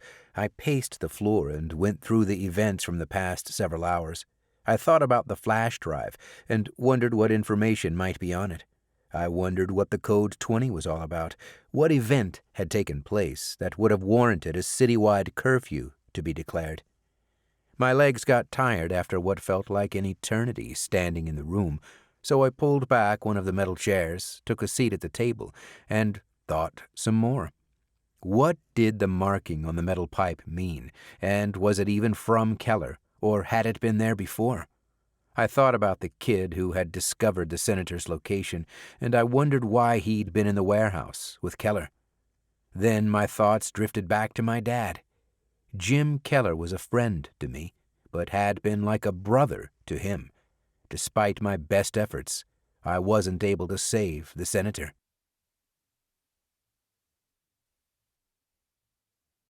53. Victor Perez sped down the unpaved back roads that led to the home deep in the woods 45 miles away from the warehouse. "Wake up! Damn you, wake up!" he yelled at the senator as they approached. Perez had planned to work from the deserted building in Chicago's South Side, but things changed quickly when his location was discovered by that kid. This was his plan B. The kidnapper pulled into the driveway, jumped out of the van, and opened the cargo doors in the back. At the same time, a woman in her mid-30s came out of the house. She had just arrived home from work and was still wearing her blue scrubs. "What's wrong? What do you need?" she asked. "He's unconscious again, and isn't breathing well," Perez said, and the woman jogged to the senator to see for herself. She pulled up the senator's eyelids and saw that his eyes were rolling. She put an ear to his mouth while at the same time grabbed his arm and placed 2 fingers on his wrist. "Pulse is weak. He's wheezing. Sounds like his airways are closing. This is bad. I'll be right back. Don't move him," the woman said, and disappeared back into the home. James Keller had started to convulse on the drive to the house, but the kidnapper was unable to do anything about it. He couldn't stop the van because he knew that with every minute that passed, he came that much closer to being caught. He needed to get to the secluded home as quickly as possible. Perez looked down the path that led to the driveway. Although he'd been to the home many times, he had never really paid attention to the surroundings. He was relieved to see that the closest neighbor was over 100 yards away, and the house couldn't even be seen because of the overgrowth of underbrush and the massive oak trees scattered in every direction. Since he couldn't see the neighbors, he knew they couldn't see what was happening in the driveway. Perez felt safe here. The woman ran back outside, carrying an injector in one of her hands. For the past 3 months, she'd been taking home several types of medications from her nursing job at a local correctional facility, a job she took because of the lack of oversight. Some were antipsychotics intended to subdue their victims. These strong sedatives could safely put a person to sleep for hours, but she had also taken medication to increase blood pressure and help wake up a patient that might be unconscious, which she hoped would help wake up the senator now. "Stand back," she said, as she held the epinephrine injector upright with the black tip pointed down. She stood over Keller's body, which Perez had carefully pulled closer to the back of the van. With her other hand, the woman pulled off the gray cap and positioned her hand over Keller's outer thigh. She slowly tipped the injector so it was at a 90-degree angle to his leg, and quickly lowered her hand with enough force to pierce the skin and jab through the dress pants the senator wore. The woman counted to 10 and then removed the injector. She threw it on the ground and placed both hands over the area where she'd administered the shot and rubbed gently to encourage the adrenaline to move throughout his body.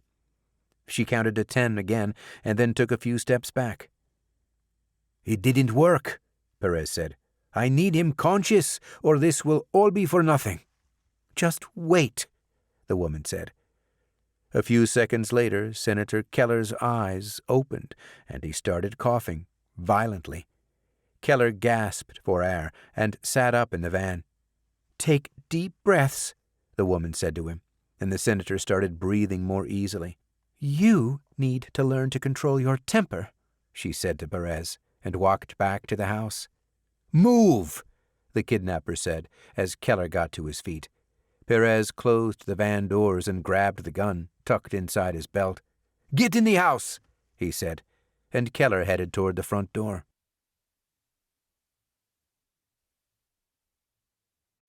54.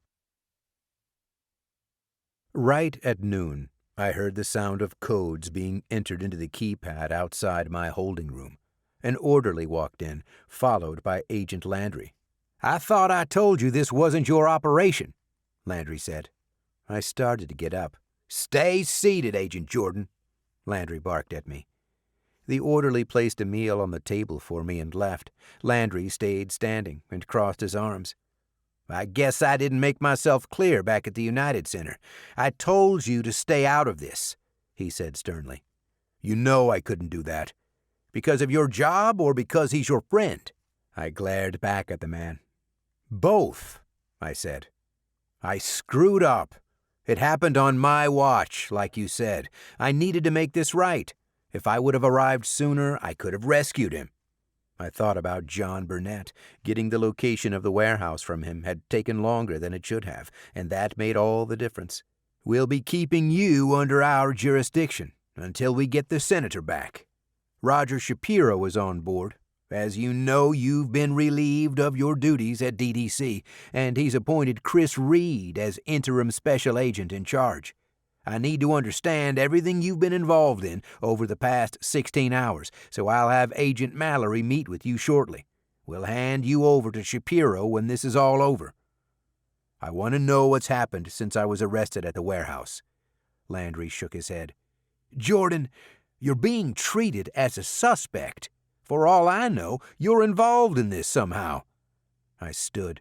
"Damn you, Bill," I yelled. "You know my involvement. Jim Keller is a friend of mine. He's like a father to me. He trained me to become a SEAL, and I owe him everything. You know all of this." "Take a seat," Landry finally said. I sat back down and composed myself before continuing. While Agent Davis and I were being brought in, I heard dispatch reference a Code 20, a newsworthy event. What happened? Is the senator okay? Landry hesitated and then pulled back one of the chairs and took a seat at the table. "The kidnapper made contact." I was shocked to hear this. "What did he say?" "He didn't call us or the media. He posted a video online. He was masked and held a sign that said, 'Execution at dusk.' Then the camera panned to the senator. It was brief, but Keller looked bad, maybe unconscious." "Where was the video taken?"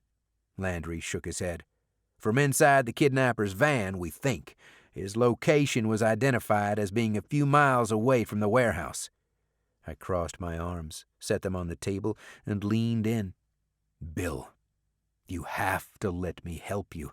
Look how far I got, with absolutely no resources. I found the warehouse before your guys got there. Nobody knows Keller better than I know him. Please, we only have a few hours until sundown. Give me a chance," I said, with conviction. Landry stood and pushed the chair in. "I don't have to do anything," he said, as his tone changed. "You should have left the investigation to us. And like I said, you could be feeding me a bunch of BS right now. We'll know soon." "What's that supposed to mean?"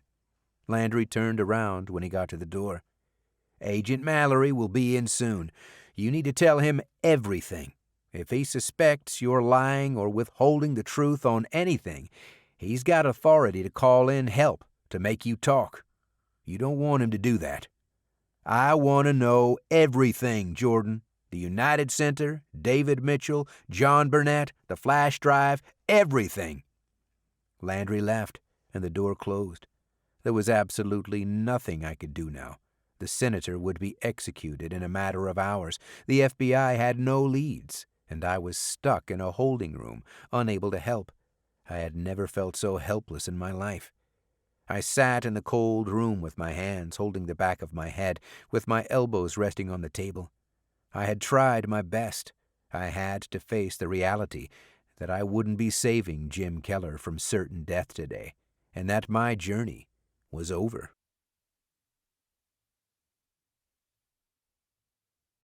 55.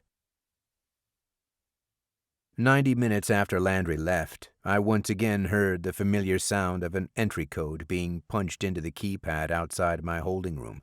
I expected to see Agent Mallory walk in with a notebook and voice recorder to begin debriefing me. Instead, Bill Landry walked in. "What's wrong?" I asked. "Did you find something on the flash drive?" "Agent Mallory has someone working on the drive. That's not why I'm here," he said, and took a seat at the cold steel table across from me. Landry hesitated for a moment, then began to tell me why he came back. "We brought the kid in. After CPD talked with him, we had an officer drive him over. He was nervous and admitted to doing drugs over the past 24 hours. He didn't want to say much, but Mallory calmed him down and got him to open up and tell us what he remembered about Keller. We talked about the warehouse and what he saw the man do to the senator. After he started to relax, he remembered something he was supposed to tell us. He said he was so distraught over his escape, he forgot all about it." "What did he remember?" I asked, wishing I could have had a chance to talk with the kid myself. Landry thought for a moment. It seemed like he was hesitating, unsure if he was making the right decision in talking with me. After a few seconds, he continued. The young man said that Keller gave him a message to deliver, should he be able to get away. I stared at Landry, trying to figure out why he was telling me this. What was the message? What did he tell the kid? Landry looked at me. Send Blake Jordan. I leaned back in my chair, processing what he had just told me. Landry pushed his chair away from the table, crossed his legs, and put 2 hands on his knee.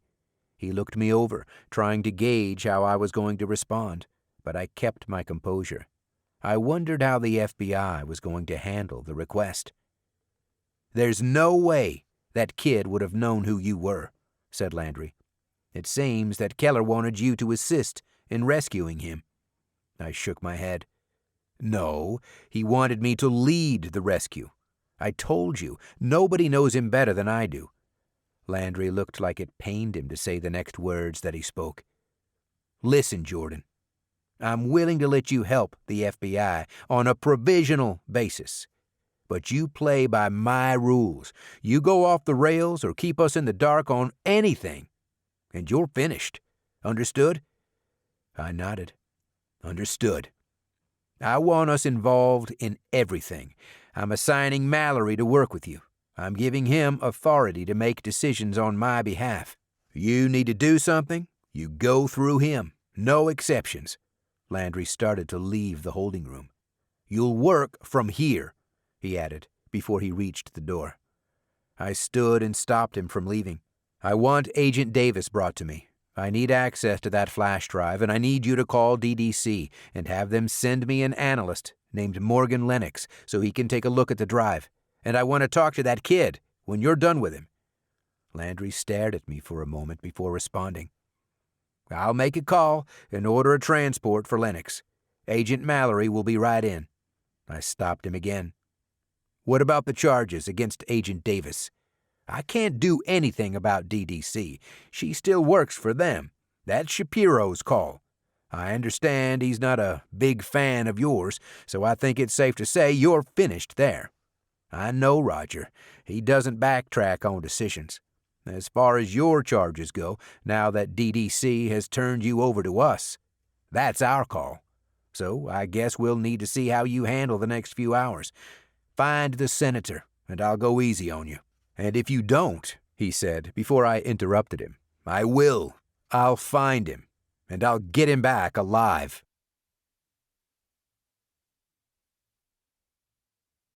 "56. A short time later, Jamie was brought in. Are you okay? I asked, and she gave me a hug and sat down. Fine, she said curiously. But why aren't they keeping us separated anymore? What happened? I explained as much as I could, as quickly as I could. I told her about the kid and the message Keller had given him about me. I told her I'd just spoken with Special Agent in charge, Bill Landry, and how he had agreed to let me assist the FBI on a provisional basis. What about the charges? Did they drop them? Asked Jamie. That'll be up to Shapiro. What are they going to do to you? Landry said it depends on whether or not we save the senator in time. Jamie looked confused. What do you mean by in time? Mallory entered the room. I didn't have a chance to break the news to Jamie about what the kidnapper was planning to do in just a few short hours. We meet again, he said, as he walked up to the table where we were seated, and Jamie moved her chair over to give the agent room to sit down and join us. Let's level set to make sure the three of us are on the same page on what's happened so far and align on next steps, since you've already proven not to be able to follow basic instructions, he said, as he opened a manila envelope, started thumbing through loose papers, and found a pen in his shirt pocket. You know we have the kid. His name is Trey. He's right down the hall. Chicago PD brought him over a little while ago. CPD gave us a copy of their notes, and we drilled down from there to probe and try to find out what else he knew. The kid was nervous, but after a while I got him to talk. He said he remembered a message that the senator had given him to deliver. Send Blake Jordan. That's what Keller told him, And this information has ruled you out as a suspect in Keller's kidnapping, and is why we're having this conversation. Okay?" Jamie and I nodded. Shortly before the two of you were brought in, the kidnapper released a 10-second video. "The code 20 we heard on the way in?" asked Jamie. "Yes. The kidnapper plans on executing Senator Keller at dusk." Jamie leaned forward. "Tonight? That's in just a few hours." "It is, so we don't have time to waste. Agent Jordan has been given provisional status by the Bureau to lead the recovery efforts. But understand, as Landry has already explained, you are under my authority. That means you involve me in everything. You break that protocol, and I will cut you off immediately." "What about the drive? Were you able to find anything on it?" I asked. "Not much," Mallory said. "Encryption's hard to get around, but we did find your name in the sections we were able to decrypt. Whoever the drive belongs to was doing a lot of research on you. Any idea why?" "No idea," I said, as Mallory pulled a flash drive out of an inner pocket of his jacket and placed it on the table. Jamie picked it up. "This isn't the same drive." Mallory nodded. "It's a copy. We need to keep working on the original." "Did Landry speak with Shapiro about Morgan Lennox? I need him to look at this drive," I said. "He's on the way. Given how close we are to DDC, he should arrive any minute now. As soon as he gets here, we'll check him in and bring him to you. What else do you need right now?" Jamie looked at me, and I knew we were thinking the same thing. We needed to go to the source. "I want to talk to the kid," I said, and Mallory nodded again. Jamie stood and walked around the table and took a seat next to me. "I'll get him now. And remember," Mallory said, knocking on the framed two-way mirror that lined the wall to the right of where Jamie and I were sitting as he got up to leave, "keep me involved in everything."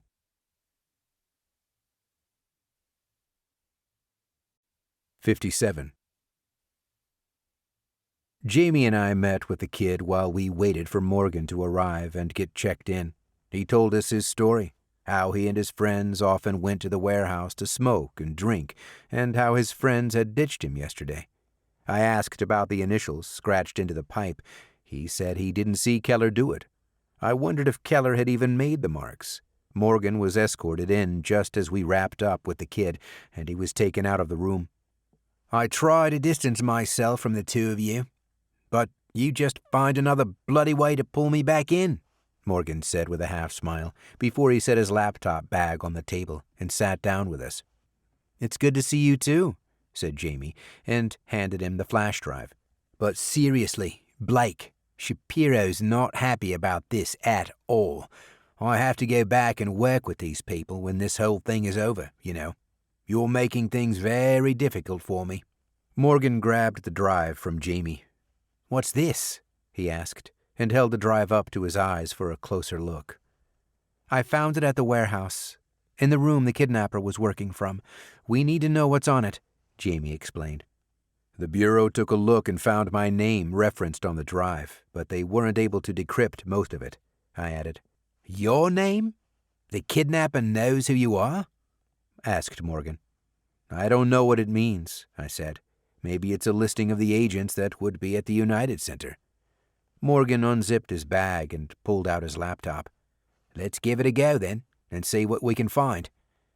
Mallory walked in as Morgan booted up his computer and helped him connect to the Bureau's system. I almost forgot he was watching our every move and listening to our conversation through the glass. "Did either of you hack into my phone this morning?" I asked, taking the opportunity to ask both men the question that had been bothering me for the last few hours. "No. Reed asked me to work on something else, but I would have known if anyone at DDC had been asked to do that," said Morgan. "We tried to access your phone, but it was off the grid. I assume you turned it off and removed the battery because we weren't even able to turn it back on. Why did you do that anyway?" Mallory asked. "I thought one or both of you might try to locate me, and I wanted to stay dark long enough to get Keller without you interfering," I said, and Jamie looked at me. She knew I wasn't telling them the whole story. The truth was somebody did hack into my phone. I was sure of it. and my name was found on the flash drive. Is it possible that the kidnapper knows more about me than I thought? Okay, Blake. I'm seeing data, but it's all gibberish, as I expected. I'm going to run a process to apply a number of cryptographic keys and try to bypass the encryption scheme, he said. Morgan ran the process, and as it took over his screen, he leaned back and crossed his arms as he waited for it to finish. After a few minutes, Morgan sat back up. All right. I'm in, he said, and Mallory looked shocked. I've had my guys looking at this for almost 2 hours. How'd you access the drive so fast? Morgan shrugged and kept staring at the screen. There's a problem. I'm not finding any geolocation data in any of the files. It should be here, but I'm not seeing it. Are you sure this is the right flash drive? No, it's a copy, Mallory explained.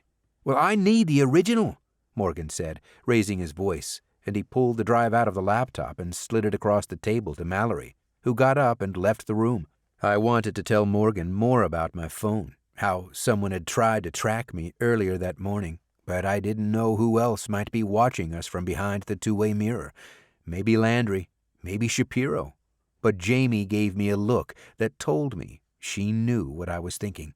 That if my name really was on that flash drive, and if the kidnapper had tried to track me, it could only mean one thing. This is personal.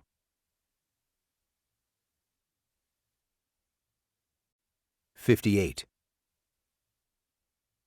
Mallory brought us the original drive and handed it to Morgan. He inserted it into his laptop and got to work, running his process on the drive as he did before. That's more like it, Morgan said as it started to run. The file sizes seem larger, so that's a good sign. It means there's extra data in them. It took a few minutes to run, so Morgan took the opportunity to ask Mallory about the Bureau's data security measures. What kind of firewall do you have set up here? Mallory crossed his arms. Next-generation firewall with an intrusion prevention system. No information can get out of the private network. We can't even send anything to another field office without an override code. Morgan nodded. A few seconds later, the process he was running stopped. Okay, it's done. There's a ton of files here, Blake. I'm going to need to parse the data and perform an export of the terms found inside each of the documents, and then isolate the GPS coordinates for where the files were created to understand what we're dealing with. Shouldn't take long at all. 2 minutes later, the export was running. I can see the results come in real time as it runs. We were all anxious to understand what was on that drive and the locations where the files were created. Jordan is a prominent term. It's coming up a lot. I think he used this drive for researching information online. It has a web browser installed on it. Any internet activity would be recorded on the drive, not the computer used. What kind of time frame are we looking at for last activity? I asked. Just a few hours ago, Blake. He visited the Mitchell Wire and a few other news websites. There's no activity in the cache before then. He must have been in the habit of clearing it after each use, but I can still get to the search history. I watched as the export script continued to run on the laptop, and Morgan started to perform additional searches as part of his analysis. He typed in road, street, and avenue. Anything to find an address before he'd start looking at names. What else are you seeing? I pressed. Still looking. I'm seeing a Sayre Avenue. I leaned in closer. That's the warehouse where Keller was being held. What else? I asked before Mallory chimed in. I think this is good and something we need to look into, but we have just a few hours until sundown. I suggest we focus on finding the locations where the files were created first. Then we data mine to look for any names or addresses that may be on the drive that we can investigate. If we can find where the files were created, we might be able to find the location of the kidnapper. Morgan looked at me. Fine, I said, and Morgan started working on skimming the GPS coordinates. In a matter of minutes, Morgan built another process to run concurrently with the parsing script that was running in the background. I saw Morgan look at Mallory and then at the two-way mirror directly in front of him before speaking. The coordinates for where the files were created are north 4216 by west 8612. Jamie's eyes narrowed. Where is that? Mallory stood and looked at the mirror. Did you get that? He asked, and I saw the mirror shake as someone on the other side knocked on it twice. All right, we're done here, said Mallory. He put his right hand on his gun and walked toward the door, and I stood. Morgan frantically typed on his laptop as Jamie looked at Mallory in disbelief. Bill Landry and Roger Shapiro entered the room and joined Mallory at the door. This is over, Landry said, as Agent Mallory walked past them and disappeared. Shapiro stared at me for a moment before speaking to Jamie. Davis, you're coming with me, he said, and Jamie shook her head slowly. Mallory returned with a guard who walked over and brought us to our feet to separate us again.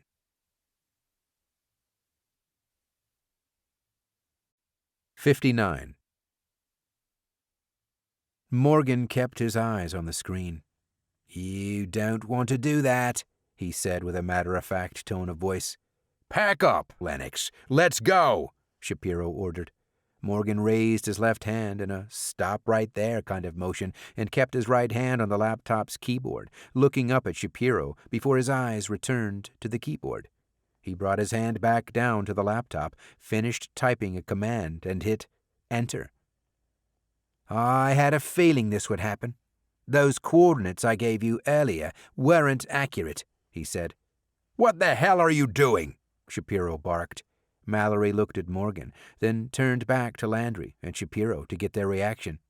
In addition, continued Morgan, I've spent the last few minutes deploying a worm with a highly complex spread algorithm into your network that by now should be fully propagated into your system. Thank you very much, Agent Mallory, for the detailed information on your security, by the way.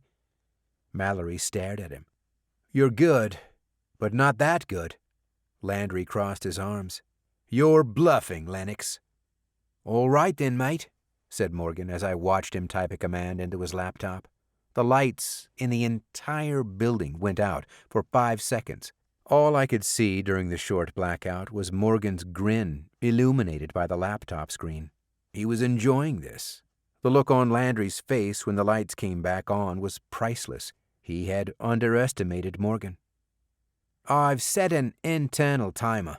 When it goes off, the worm, which is already spread to every file, every device, anything connected to your network as of 5 minutes ago, will start corrupting everything. The entire Chicago office will be brought to its knees, unless I enter the override code. My insurance policy, just in case you try to do something to me before that time, Morgan said, and gave Mallory a wink. Roger Shapiro stepped forward. Do you realize what you're doing? Coercing a government agency through unauthorized access to one of their networks with the intent to alter or erase data? It's considered a Class B felony with up to 5 years in prison. Are you prepared to spend the next 5 years of your life behind bars for what you're about to do? First of all, it's not unauthorized access. Agent Mallory logged me into the Bureau's network when I got here. I didn't hack in. The door was wide open, and I was invited in. Second, I technically haven't done anything yet. Jamie and I looked at each other as we realized where Morgan was going with this. The senator will very likely be elected to the presidency. I feel compelled to make sure he's found safely. Blake Jordan knows the man better than any of you. He's as much of a pain in my ass as you all are, but he's the only one I believe can get Keller back. You honor the arrangement you agreed to with him. You let Jordan run this operation, and when he gets the senator back, I'll activate the deletion of the worm. Landry stared at Morgan. Backups are made every 30 minutes. We have extra equipment we can hand out to our agents. We can even run this operation out of DDC if we need to, Landry countered. Yes, but that will take time, and the clock is ticking. And as far as DDC goes, I placed a copy of the worm on their central drive. I'm still logged into their network, you know. Morgan had thought of everything. I wasn't surprised by his drive to do the right thing, no matter what. He knew I could get Keller back alive. I was glad to have him on my side. Landry hesitated for a few seconds and then finally addressed me. "What do you need?" "Give me my gun. I'll need ammo, my badge. I want new phones for Agent Davis and me. An audio kit with a comm unit for us to communicate with Lennox and direct access to him at all times. We're also going to need a car," I said. "We'll get everything ready for you. Original plan. You'll run this. Mallory stays with Lennox. I still want Mallory involved in everything. The second we think you're taking this operation in the wrong direction, we take back control of the wheel." Landry looked at Mallory, who then turned to me. "Anything else?" "Yeah," I said. "I need you to stay the hell out of my way."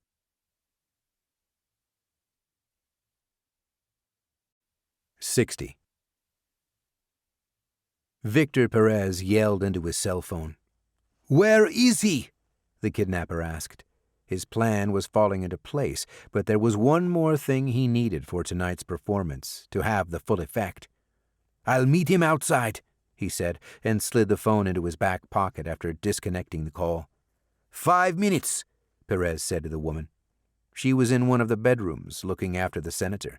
Perez entered the room to check on them. "How is he?" Perez asked. "He'll be fine. He's stabilized now," the woman said. Keller was resting on a bed with his wrists secured to each side with zip ties. The woman had a bowl of ice water in her lap and a wet rag that she squeezed before placing it on Keller's forehead. "I'm just trying to reduce his fever." "We need him conscious for the broadcast. It won't be long now." She nodded. "He should be ready." "What are the options should Keller fall unconscious again?" The woman looked up at Perez. "I can give him another shot of epinephrine. There's some danger in administering 2 doses so closely together, but if we don't need him alive much longer, it won't matter. We should be fine." "I have to step outside for a few minutes. If anything changes, come get me," he said to the woman while looking over Keller. The senator was sweating badly and looked like he could go into shock at any moment. The original plan was for the woman to join him at the warehouse after her shift ended at the prison and bring some medication with her in case he needed it. But bringing Keller to her ended up being a better plan anyway. Perez walked through the house, inspecting each room as he passed through. He hadn't been here in months, but it was just like he remembered the place. This was where he'd get his revenge. Plan B. The large family room had become an improvised broadcast studio. Perez had been setting up the lighting equipment so he could air a clear, crisp image of the senator begging for his life before his execution. Although the world would be watching, the performance was really for an audience of one, Blake Jordan. He headed to the front door and walked outside. It was late afternoon, and in just under 2 hours the sun would be down, and the show would be on. The temperature was dropping, and the wind picked up. Perez didn't like last-minute changes. He preferred to make a plan and follow it. The change of venue threw him off at first, but he was starting to adjust. Now, if he just had the last thing he needed, he'd be set. A few minutes later, he saw movement through the trees, scattered all around the property and down the road. A car was approaching the house. He put a hand on his Beretta just in case it wasn't the company he was expecting. The driver lowered his window and stuck a hand out to wave at Perez. The car pulled into the driveway and parked. A young man stepped out and closed the door. "Asal Nazir sent me," the man said. Victor Perez looked him over before speaking. "Why did it take you so long to get here?" he said, and the man started to look nervous. "All of the roads are shut down.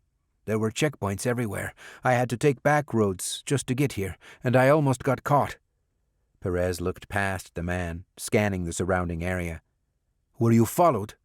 The man shook his head. "No, I was careful and followed all of the directions given to me by Nazir." "Very well. Did you bring me what I asked for?" The young man nodded. "Come look for yourself. he said, and Perez followed the man to the back of the car. He popped the trunk and slowly lifted it up, and the two men stared inside. "Good work," Perez said, before he brought the Beretta to the young man's back, pulled the trigger, and watched him fall to the ground. Perez holstered the gun and grabbed the man's arms and dragged him to the side of the house. When he returned to the car, he looked at his prized possession. Now the plan is complete.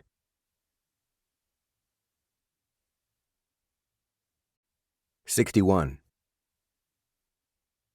Agent Mallory handed me the keys to one of their SUVs.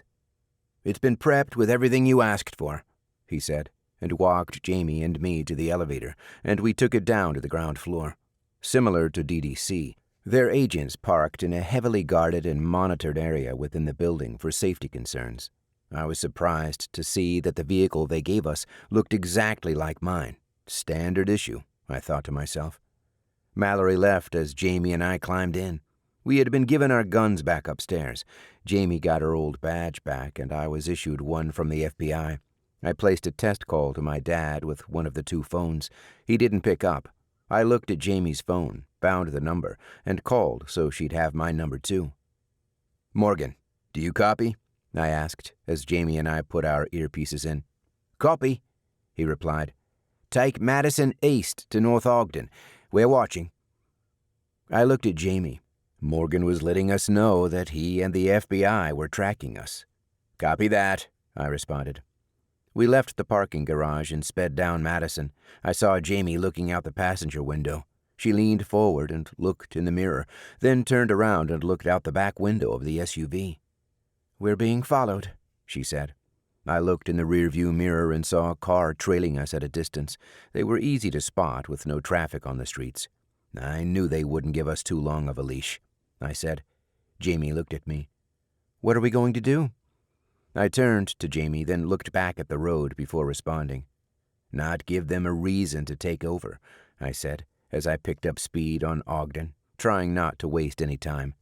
"Okay, Blake. 10 east on Chicago Avenue," we heard Morgan say as we drove over Interstate 90. "Where do you think he's taking us?" "Downtown," I answered, as I saw Jamie look out the passenger window where we could see the skyscrapers that appeared at the top of the overpass. We made a right on Chicago and raced through Midtown as we saw the downtown buildings getting closer as we approached. When we got on the bridge to drive over the Chicago River, Morgan made contact again. "Left at Wabash, right at Pearson." "Copy that," I answered. I knew this area well. I had proposed to Maria not too far from here, at Navy Pier. Earlier that same day, I'd taken her to the theater on Michigan and Pearson. It was one of her favorite things to do. "Blake, are you okay?" Jamie asked, and I nodded, becoming fully present again. A few seconds later, we heard Morgan's voice.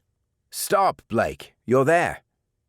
I parked the vehicle across the street from a Macy's under a row of huge oak trees that lined the street. We were in the Streeterville neighborhood, just east of Michigan Avenue, close to the historic water tower. We sat still to get our bearings and come up with a plan. The streets that would normally be bustling with magnificent mile shoppers and tourists was now deserted because of the citywide curfew. "Are you sure this is it? There's nothing here. I don't see any apartments anywhere," I said. Morgan came back on. "I'm sure, Blake. The files were created within a 20-yard radius from your current location." Jamie and I stepped out of the car and looked around. There was a park to the south of us, next to the water tower, and a hotel across the street. "The Ritz-Carlton?" asked Jamie. "Not sure, love." "When were the files created? Over a period of a few days or weeks?" she asked. We stood together on the side of the road, waiting for Morgan to confirm for us. "Based on the creation dates, it's looking like several months, Jamie."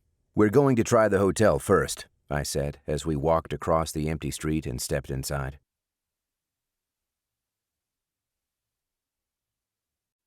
'62. A man in a suit and tie greeted us immediately. "Good afternoon. May I help you, officers?" he asked from behind the concierge desk. Jamie spoke first. "We need your help. Do you have any guests here on extended stay?" The man thought about it. There's a woman who's been here for about 2 months. She just moved to the area and is trying to buy a house, from what I remember." "Anyone else?" asked Jamie, and the man slowly shook his head. "Not in recent memory, no, but I can check the reservation system just to be sure." He started typing. "Yep, just the woman. She's been here for 62 days now. Next closest is a couple at 14 days. Newlyweds. I helped answer questions for them a few times now. It's been a while since we've had anyone staying here for long periods of time. A lot of cheaper options out there." "Are there any apartments or condos close to here?" I asked. "Yes, actually. The residences at Water Tower. It's right next door. 180 Pearson. We have an agreement where they can use the Ritz's concierge whenever they need anything, so I know many of the residents that live over there." "Has anyone new moved in over the last 3 to 6 months?" The man brought up a hand to his chin to help him think. "A family moved in a few months ago. Lawyer, nice guy, very young kids." "Have you seen anything out of the ordinary?" asked Jamie. "Actually, about 2 weeks ago I was working the overnight shift. Just before midnight, I saw a guy exit 180 wearing a janitor uniform. I hadn't seen him before, and I thought I knew all of the residents. I figured he was just here fixing something. But then he came back at 8 in the morning, right when I was getting off work. That blew my mind. Condos aren't cheap downtown, even if you're just renting. I haven't seen him again, but I also haven't worked an overnight since then either." "Did you happen to get a name?" "No, I only saw him that one time. It looked like he was in a hurry. If you talk to Bryant next door, he may know the guy. He's the doorman over there." "What did he look like?" "Tall, Hispanic man, late 30s if I had to guess. Dark hair, goatee. He walked right past me and didn't even make eye contact. I remember him because I said hello and he didn't respond. Like I said, I thought he was just here repairing something. Otherwise, I would have introduced myself. I was inside getting ready to leave when I saw him return and walk right back in." Jamie and I looked at each other. It sounded like our guy. "Thanks," I said. Jamie and I walked back outside. "There it is," Jamie said, and pointed at the words "Residences at Water Tower" above the entrance. "You're there, Blake. You're in range now," Morgan said, and I realized he was tracking us by our cell phones, not the FBI's vehicle they had given us. Good to know, I thought. "Morgan, we have a description. Hispanic male, late 30s, lives at 180 Pearson. I need you to run a check and let me know if you can find a name for any new residents." "On it." Jamie and I approached the revolving door. I pushed it, but it wouldn't budge. I noticed a slot to the right of the door to insert a key card. I looked inside and saw the doorman sitting at a desk. When he saw me, he shook his head to let me know he wouldn't be letting me inside. "Residents only," he said. "My name is Blake Jordan. I'm a federal agent.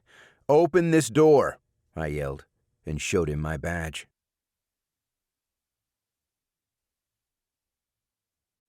"63. The young man pressed a button, and I felt the revolving door lock release. A few seconds later, Jamie and I were inside the lobby. "I'm Agent Jordan. This is Agent Davis. We need your help locating a man. Hispanic, late 30s, facial hair. He works overnight shifts as a janitor. You may have seen him leaving late at night or returning around 8 in the morning." The man looked confused. "A janitor?" I noticed he was biting his lip as he slowly shook his head. "I don't know who that is," he said, but I could tell by his body language he was keeping something from me. "You don't know or you don't want to tell me?" The man didn't say anything. "Why are you lying to me? What do you know about this man?" He took a step back. "I was told not to give out any information on our tenants. This is a private residence." I took a step closer to him. "Do you think it's strange that a janitor would live here?" He didn't respond. "Do you know why there's a curfew in place right now?" "Of course, because of the kidnapping." "We're trying to find the kidnapper.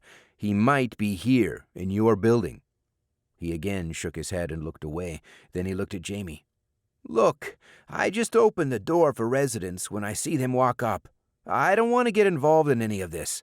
What we're doing is trying to find the man who kidnapped a United States senator, who will be executed soon unless we stop him. It's too late for you not to get involved. Tell us what you know." The doorman looked at Jamie, then back at me before speaking again. "Okay, I saw the man you described once or twice. He keeps odd hours. I don't know his name or which condo he lives in, but I do know who you're talking about. I haven't seen him in a while." "How long is a while?" "A few weeks, but again, I really don't know a lot about the guy. I don't even know his name."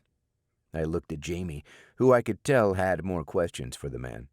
"There's a keycard reader outside," she said, "that unlocks the revolving door if a resident approaches before you can let them in." The young man nodded. "How many readers are there, and where are they located?" "Just the one outside, and a reader on every floor to access the hallway where the residents live." "How many residents live here?" "I don't know. A couple hundred, maybe. I'm not sure." I crossed my arms. "I need to know who hasn't used their key card in the last 24 hours. "How would I know that? I've only been here for a few hours now, and I don't know the other doormen, and our schedules change all the time. I can only tell you who I've seen since I've been here at 4. "I want access to the card reader system. Where is it?" "Listen, I don't know how all of that works. There's a computer system, but I don't know how to run it." "Then we're going to learn together," I said. "Take us there now, and I want you to log us in." He stared at me. I could tell he didn't want to have anything to do with this. I put my right hand on my gun. I hated using intimidation. It was out of character for me, but we were running out of time. "Sorry, I'm not going to do that," he said. I let go of my gun and grabbed the man with both hands and threw him up against the wall. "Log us in now," I yelled. My heart was racing, and I was breathing hard. The man was still defiant. I held him against the wall and brought my right hand up and made a fist. "I said now," I yelled. And Jamie grabbed my arm and held me back. "All right, I'll take you there. I'll log you in."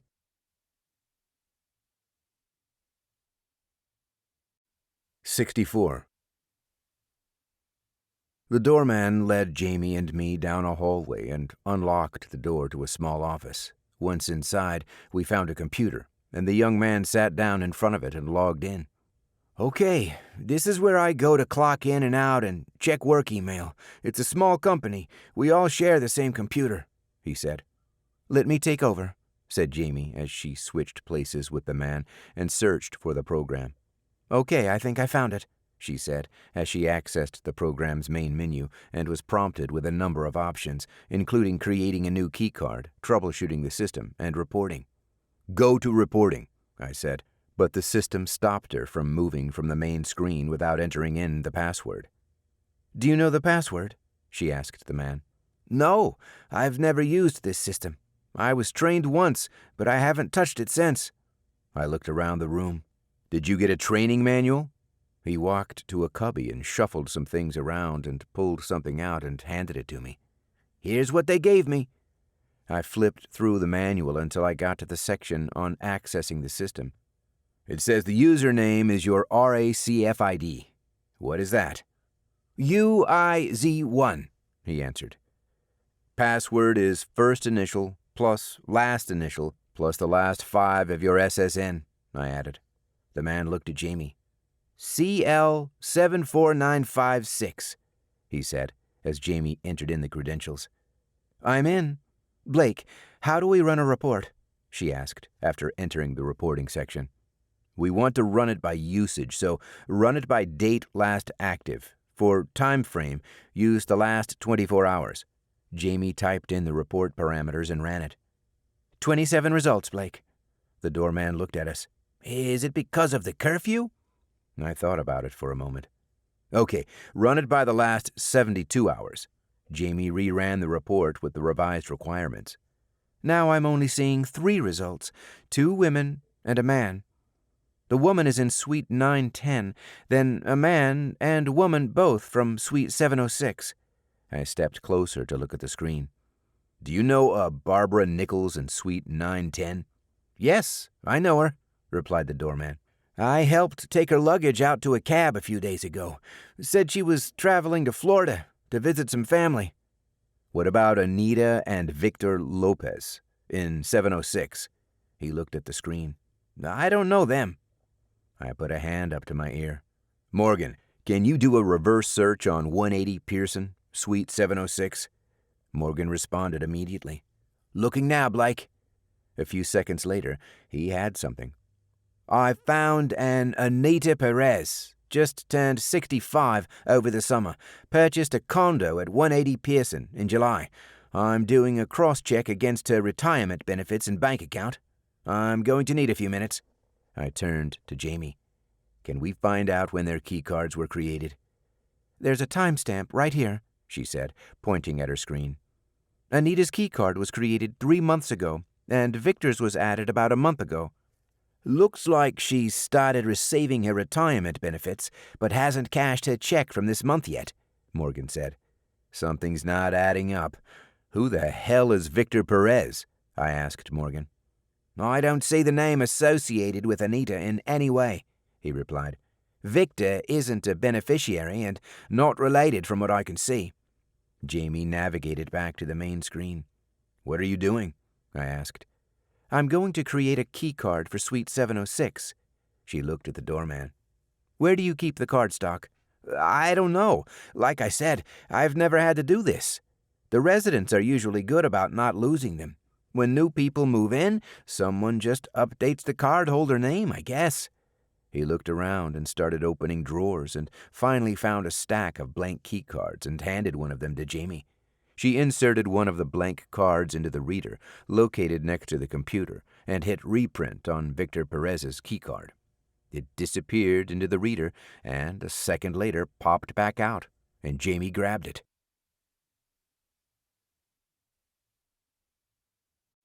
"65.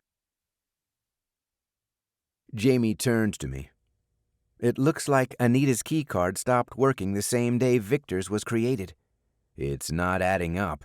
Sounds like the man may have forced her to get him access and has been staying in her home. If so, then what did he do to the woman? She asked. I shrugged and held my hand up to my ear again. Morgan, can you run a lookup on Victor Perez? He responded a few seconds later. Blake, there's over 100 just in Chicago alone. I'm going to need more than that to perform a proper search. Is there a cardholder profile we could look up? I asked the doorman. Maybe we can get an SSN or a driver's license? He shook his head. How do you know? Jamie asked the doorman before he realized what he'd done. Jamie looked at the usage report again. Wait a second. Victor's keycard was created by user UIZ1. That's you. The man started to run. I tackled him and slammed him against the door. You lied to us, I yelled. I'm not involved, I swear, but I did create the keycard. I remember them walking down to the lobby a few weeks ago. I'll tell you everything that happened. Just don't arrest me. I let go of the doorman. Start talking.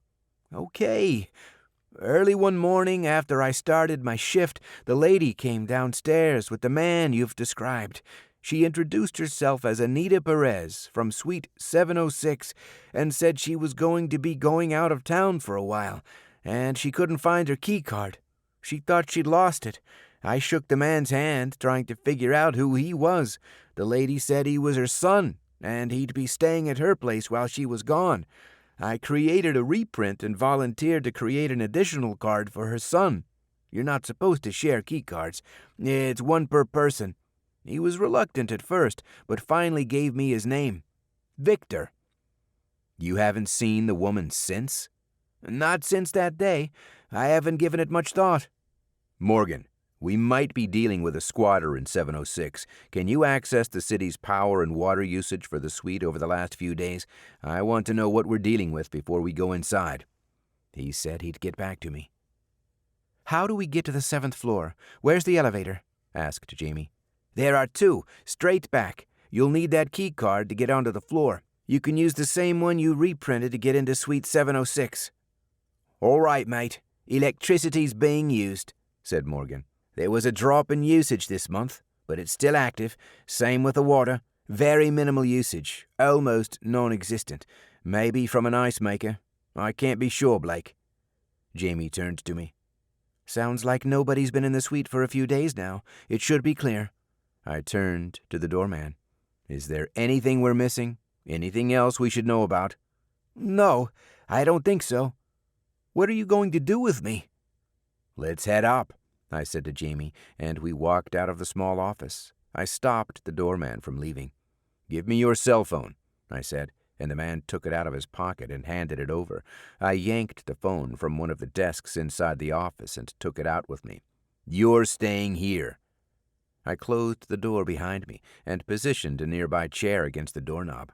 You can't do this, the doorman yelled from inside the room. Blake, what are you doing? Asked Jamie. We can't trust him. I'm not taking him upstairs with us, and if we leave him here and he calls CPD, we'll have a mess to deal with. You take the north elevator and I'll take this one, I said when we got to the first elevator. If he's here, I don't want to lose him. Jamie nodded. I'll wait for you when I get to the floor.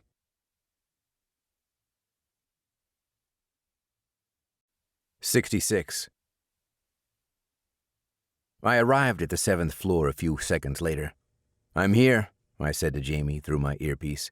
Copy that, she responded, as I jogged down the hallway that stretched the perimeter of the floor that had 2 entry points, one on the east side and one on the west.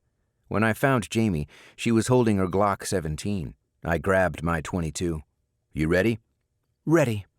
Jamie pulled the key card she'd created from her pants pocket, swiped it against the reader, and we saw the light change from red to green.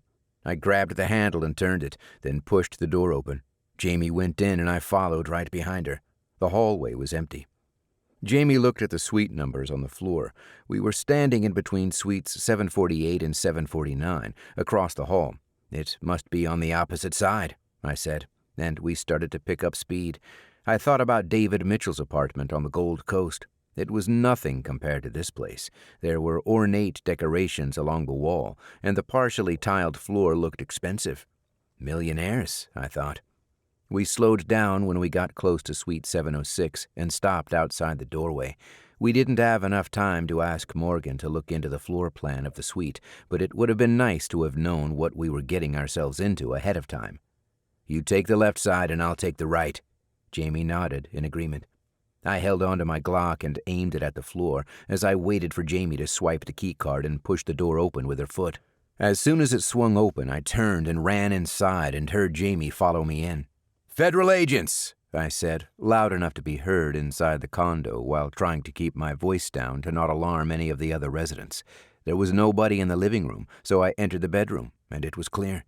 Jamie walked through the kitchen and entered the office, and I heard her go into the bathroom. That was clear, too. Victor Perez wasn't here. All clear, I heard Jamie say before she joined me in the living room. The condo was filled with expensive antiques that looked like old family heirlooms, while at the same time it was decked out with a huge flat-screen TV and modern furniture. The entire east side of the condo had windows that stretched the full length of the wall and overlooked the buildings of downtown and Lake Michigan. The sky was growing darker by the minute, reminding me that we were running out of time. Blake, Mallory is asking for an update, I heard Morgan say through my earpiece. Victor's not here. Neither is Anita Perez. We're going to search the home and see if we can figure out who this guy is. Jamie had already started going through some of the belongings. How long was this guy staying here? She asked. At least a month, it seems. I wonder what he did with the older lady, I replied. I looked around, trying to figure out where I should start.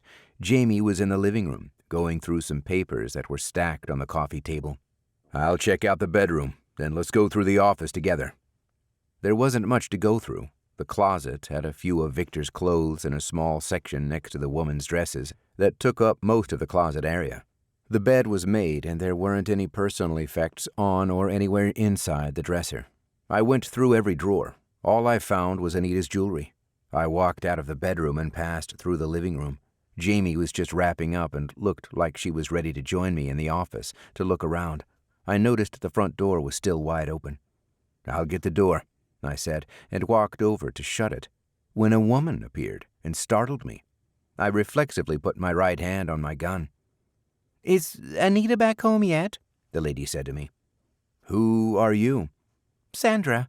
I live in 705 across the hall. Is Anita okay? Are you the police?" I motioned for her to enter. "Come inside," I said, and the woman walked inside the residence.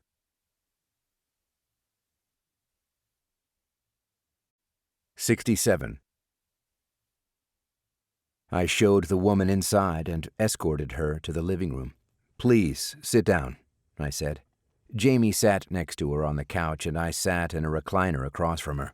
She was an older lady, looked like maybe she was in her early 70s. "Are you friends with Anita?" asked Jamie. Sandra smiled and looked down. "Very good friends." "Can you tell us where she went?" "I wish I could. One day I stopped by to pick her up, to go to breakfast like we do every day, and she didn't answer the door. I went back inside and got my cell phone and came back to her door and tried calling her. I heard her cell phone ringing from inside. I didn't think much of it at first. I thought maybe she was in the shower, but an hour later the same thing happened." "Then what happened?" asked Jamie. "Then I knocked on the door again, and this man walked up and introduced himself. It was her son. He told me she left the state for a few weeks and he'd be staying here until she returned. I asked about the phone. He told me not to worry about it and opened the door, inviting me inside. Her phone was on the kitchen counter. He said she had left it behind by accident. I felt very uncomfortable and excused myself. She hasn't returned yet. I'm worried about her." Sandra's eyes started to well up, and Jamie handed her a tissue. "Have you seen the man since then?" Jamie asked, after grabbing her hands and trying to comfort the woman. I'd been wondering if any neighbors had seen anything. Who is this guy? What did he do with Anita Perez? Is she really out of town, or is she dead, killed by the kidnapper, Victor Perez? "I haven't seen him again, no, but I've heard him a few times while walking past Anita's door." Jamie and I exchanged a glance, and I spoke up. "What do you mean you heard him a few times? On the phone?" "No, not on the phone. I heard him arguing. Yelling is more like it. I might be getting up there in age, but my instincts are still intact. I had a feeling the guy was going to be trouble." I leaned forward in the recliner. "Sandra, was Anita's son arguing with someone here in the room?" "Yes. Loud voices. Always two men." "What did they sound like? Does Victor have an accent?" I asked. "Not much of an accent. Not like Anita's, at least." Sandra looked away briefly, trying to remember more. "She told me once that she had a son and a daughter, born in the States. She didn't talk about them much." Sandra stood. I felt she was ready to leave, but I still needed more answers. What were the men yelling about? Could you make out anything they were saying? "Their voices were always muffled," she explained. "I could pick up a few things here and there, but not enough to understand what they were saying. It usually happened late at night, around 11 o'clock. Sometimes I can't sleep, so I'll just go for a short walk inside the building. That usually does the trick.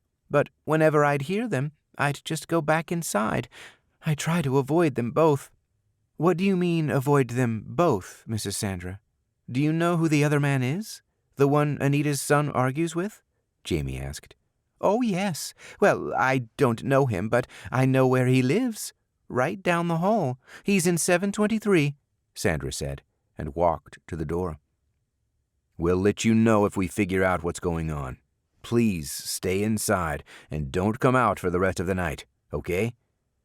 After she left, Jamie and I talked about next steps. It was getting late, and we didn't have time to chase down dead ends. "Go ahead and call it in. I'll get started on the office," I said, and I walked into the next room and started going through everything. "Morgan, can you look into suite 723 and tell me who lives there?" I heard Jamie ask in my earpiece. I was going through the desk and found something interesting. "We've got schematics," I yelled, and Jamie ran into the room to join me. "Looks like floor plans for the United Center," I said, while Jamie sifted through a pile of papers. "Here's a newspaper from July 8th, Jamie said, and showed me the headline from the Chicago Sun-Times. "Presidential Convention to be held in Chicago." "Bloody hell," we heard Morgan say in our earpieces. The gentleman living in Suite 723 is Asal Nazir.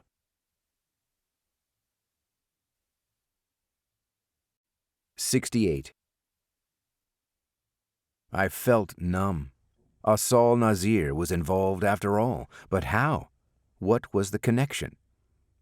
Thank God we used that key card. If we had just busted in, he may have heard us and ran. If he's still there, that is," Jamie said. "Jamie, can you make a key card for 723? I'm worried about the residents coming outside if they hear us." "Right. Keep them safe without causing panic. Sure, I'll be right back." I watched Jamie jog down to the elevator, and I checked in with Morgan again. "Can you check power and water for 723? "Give me a few," he responded, and I walked back inside Anita Perez's home and looked out her window. I hoped to see the FBI agents who had followed us parked on the street, but I figured they were most likely parked somewhere on the south side of the building, on Pearson, outside my view. I rubbed my face while trying to piece the puzzle together and realized I hadn't shaved in 36 hours. I felt extremely anxious, realizing how long Jamie and I had been trying to find the senator and knowing that the sun would be going down soon. I didn't have time to waste. I had to act. "Morgan?" "I'm working on it."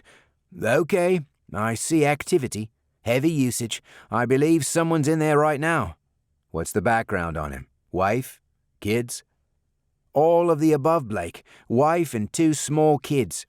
"The doorman's not here," Jamie yelled in my earpiece as I waited in the hallway. "What?" "He's gone. He either escaped or someone let him out. The door's locked. I can't get in to make a key card." I grabbed my Glock and ejected the magazine. I grabbed a new mag from inside my jacket, inserted it with my left hand, and held the slide as I drove the gun forward to cock it as I walked to Suite 723. "Blake, Mallory says they are sending a tactical team. They're just 5 minutes out." I stood outside the door and I could hear the laughter of children inside the suite, and a man's voice. I was confident that the voice I was hearing was Nazir's as he played with his kids. I put my ear up to the door, and I could hear the sounds of dinner being made. "Wash up, boys," I heard a woman say. My heart was pounding, and my mind was racing as I tried to figure out how I was going to get inside Suite 723. I needed a way to surprise Nazir. "Morgan, can you flip their power off for a few seconds?" "Yes," he said. And after a few seconds, I heard him again. "Done. May I ask why you had me do that?" I waited patiently outside Nazir's door, leaning against the wall, with both hands on my gun. I counted to 30, and nothing happened. "Do it again," I whispered. "All right. Done." "Blake, the team is just a few minutes out, and Mallory sent in the 2 agents that followed you over there. They'll be there any second now." "Then they can catch up to me," I said calmly into the earpiece. "Blake, they just ran past me. They're heading up the elevator now. Just wait for them," Jamie said. I took a deep breath and tried to calm myself down, knowing that every action would have to be flawless. I couldn't wait on the FBI. We were losing daylight, and if we could take this guy alive, we might be able to find out where the senator was being held. I started counting and told myself if I got to 10, I'd kick the door in. But the second power flip worked. The door opened, and Nazir's wife stuck her head out into the hall. I grabbed her, spun her around, and put my gun to her head. "Don't say a word," I whispered. And we walked inside.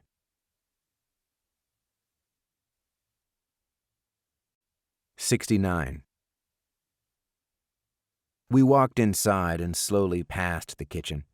"Which way?" I whispered into the woman's ear. "Right," she admitted, and we moved toward one of the bedrooms. I noticed that the layout was different from Anita's. I wasn't expecting that. Before we could enter, I heard Nazir's voice and the squeal of children coming from behind me. "Let's eat," the man said, and I turned us around and we started walking to the other side of the home. At that same moment, the woman who I held onto raised her right hand and brought it down quickly. I felt immediate pain in my abdomen. "Asal!" she screamed, and managed to break free from my grasp. I looked down and saw a small knife sticking out of my shirt. I pulled it out and dropped it on the floor. "Don't move," I yelled at the woman, and by that time her husband had already come into view with the kids.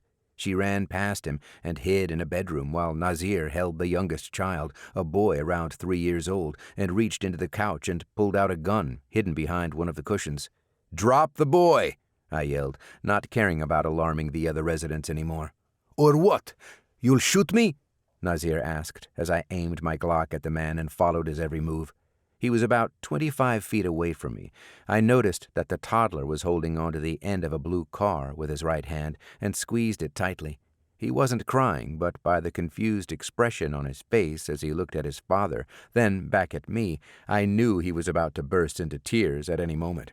When the boy looked up at his father again, I lowered my gun slightly and pulled the trigger. Pop!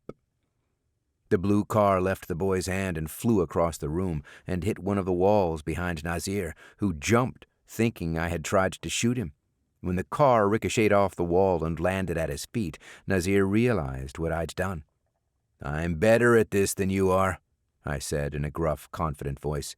"You have 2 seconds to drop the boy, or that'll be your head hitting the wall next." Tears welled up in the toddler's eyes as he stared at me, and the dam broke. His cries added to the confusion of the situation. I could hear men running down the hallway. I knew it was the 2 FBI agents who had followed us in. They'd be here soon, which meant I needed to end the standoff now before it escalated. He was calling my bluff. "1," I said, and he didn't move. I closed an eye and cocked my head slightly. "2," I yelled, and Nazir dropped the boy and set the gun on the floor. The boy ran into the bedroom where Nazir's wife still hid. "You've won the battle, but lost the war, Agent Jordan," he said, which caught me off guard. I squinted my eyes. "How do you know my name?" I asked, as I heard the agent's footsteps getting louder. Nazir smiled. "How do you know my name?"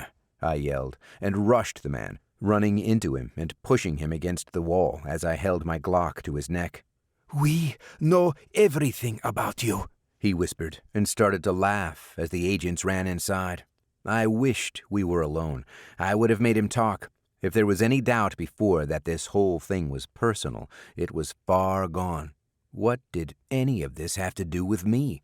I desperately needed answers.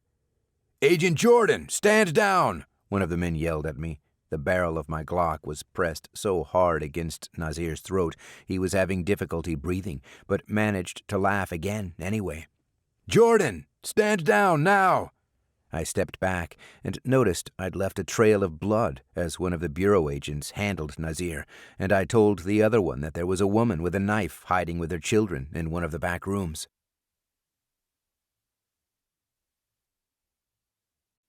70. A few neighbors were standing in the hallway.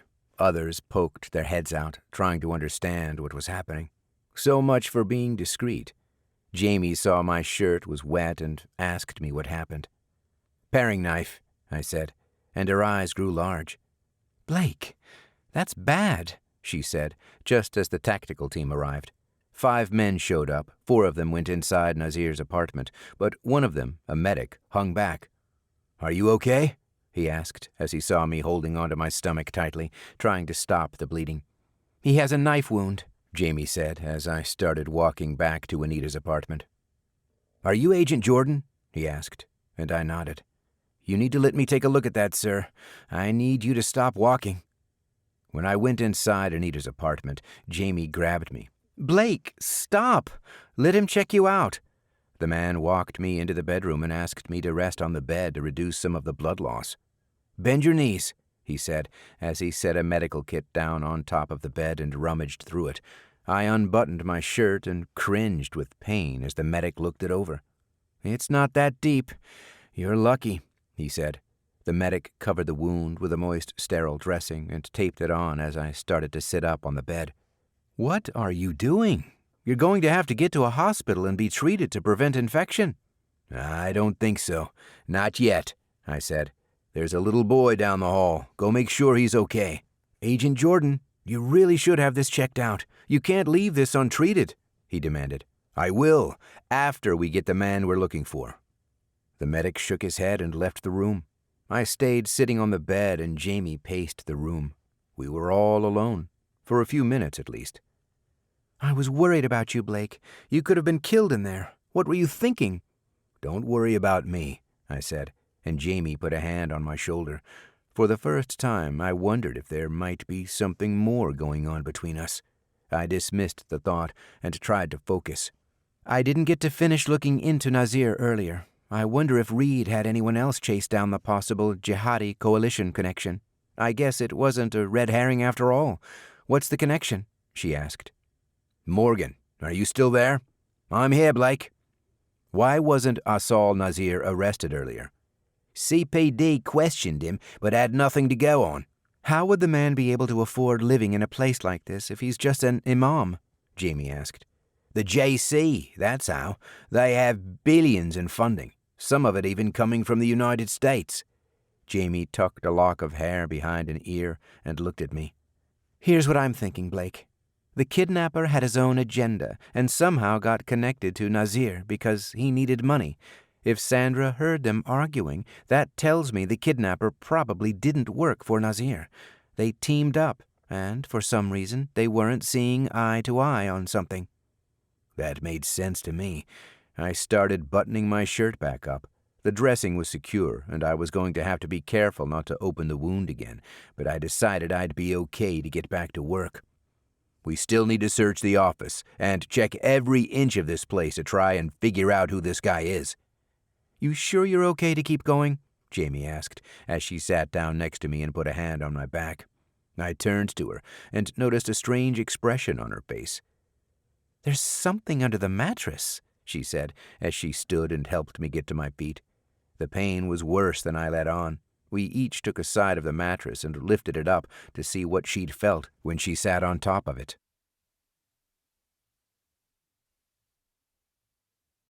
71. We heard someone walking into the home, so we both let go. Even though Jamie had worked for the FBI for a short time, her loyalty was now to DDC. She understood we had a very short leash, and if we were going to find Keller, we'd have to tell the Bureau only what we absolutely had to, so they would stay out of our way. A few seconds later, one of the tactical team agents walked into the bedroom.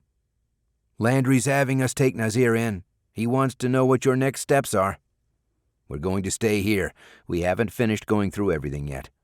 What's left to search? The agent asked, and I saw Jamie look at me, wondering how I would answer. We gave each room a quick search, but the office is the only room we didn't get to search thoroughly. Okay, a forensics team will be here shortly. We'll leave 2 agents behind to keep both areas secure. The agent called for another man, who introduced himself and said he'd stand by the front door until forensics arrived. They would send a team to turn both homes upside down to look for any evidence. As he left us, Jamie turned to me. Shouldn't we be there to question Nazir? No, only intimidation is going to work with him, a threat to his own life, and the FBI won't go there. What does that mean? It means he's not going to talk, and they won't be able to make him talk. So that's it? We just give up? On that lead, yes. It's a dead end. We know he's involved. If I had to guess, it's through funding. What do you think was his motive? If he's truly associated with the JC, then it's political. They don't want Keller elected. If he is, they know the money will dry up. We'll no longer have a president that overrides Congress through executive action. Jim Keller is a smart man. I'm sure he'd put a stop to the military aid under the guise of the foreign countries the JC operates in using the money for basic freedoms and human rights. When we were alone again, Jamie and I lifted the mattress one more time. We found a gun, 2 loaded mags, and a book, The Catcher in the Rye. Jamie picked it up. From the library of an assassin, she said. Morgan chimed in. Blake, I finished analyzing that drive. There was extensive research on you. And Jamie. Me? What do you mean? What did you find on there? Names, addresses. I see Ben and Gladys Jordan, Maria Jordan, lots on Maria, and also Derek Murphy. That's my ex. Love, these files associated with you are newer, like they looked into you after you got the assignment. My first thought when Morgan said this was that there might be a mole inside DDC, someone working with the kidnapper. How would this guy get this kind of information? Could someone on the inside be feeding this to him? Not sure, Blake, and I don't know if I'll ever be able to tell you. I'm basically holding the FBI hostage right now while you try to find Keller. I'm not getting any more information from DDC, and the FBI is quiet. What do you think this means, Blake? Asked Jamie. I didn't know. It was obvious that this was personal. I was a target, but now so was Jamie. Someone researched our background, trying to find everything they could about our pasts. But why? How would that help them with kidnapping Jim Keller? Come on, let's check out the office before forensics gets here. When they arrive, we'll tell them about the gun under the mattress. They can dust it for prints, but I'd bet it's clean. The guy doesn't make mistakes. I led the way and Jamie followed. She accidentally dropped the novel she'd been holding on to. I was almost to the next room when I heard Jamie call my name from the bedroom. I stopped and turned around and saw her pick up a picture that had fallen out of the book. He had been using it as a bookmark. He had made a mistake.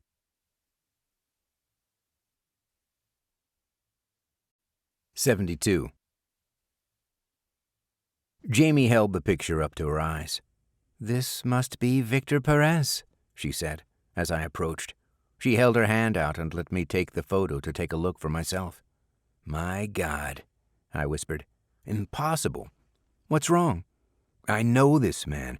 His name isn't Victor Perez. It's Marco Lopez. M.L., the initials scratched on that pipe." "Who's Marco Lopez?" I shook my head as I scanned the picture, not believing my eyes. Marco was an agent at DDC. He was good at what he did, but wasn't liked much by the other agents. Nobody trusted him, and because of that, he became a pariah. As the new agency grew, he expressed interest in moving into a more senior role.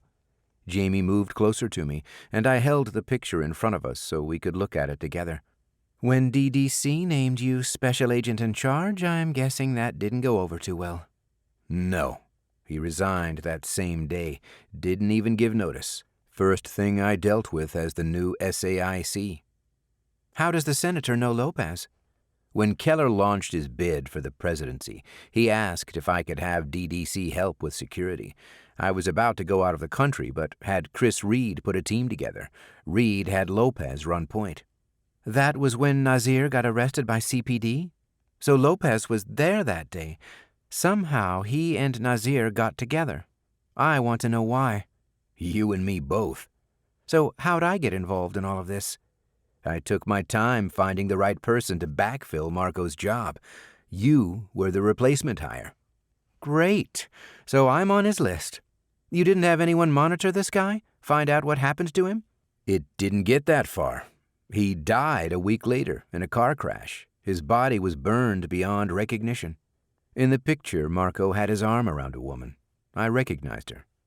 I went to his funeral, and she was there," I said, pointing at the woman in the photo. "His sister, Maribel. She was going to nursing school out of state and was about to graduate. She said she didn't know how she was going to be able to finish the semester. We tried to comfort her, but couldn't. I didn't blame her. I would have been a mess too." "I don't understand. Why would he do all of this?" "Revenge." "That's what this is all about? Just because he didn't get your job? That doesn't add up, Blake." "I don't know. It's the only thing that makes sense right now. Maybe Marco really is involved in the JC and needed a position to help make things happen, to lower the agency's defenses and have influence in the city. Whatever the reason, it feels more personal than that. It's like he's trying to show my incompetence, show that I was the wrong choice. This was the biggest assignment DDC has had to date. Derek is just the backup plan. We need to make sure he's okay and stays safe until this is all over," I said, and Jamie agreed. "Morgan, we've ID'd the kidnapper. It's Marco Lopez," I said, still holding the picture in front of me. There was a long pause before Lennox responded. "That's impossible, Blake." "It's him, Morgan. Trust me. I don't know how he pulled this off, but we're sure it's him. Can you get Mallory to send agents to pick up Derek Murphy? We need him kept safe until we can get to Marco." "Hold on."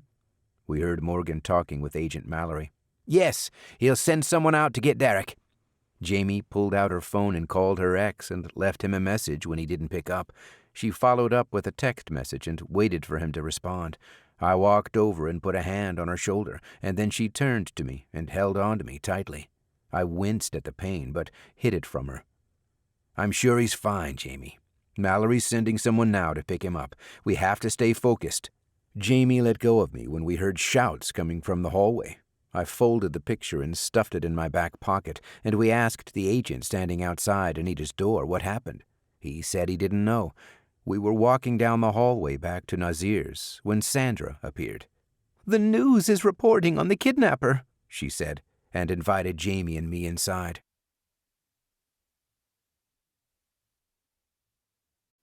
"73.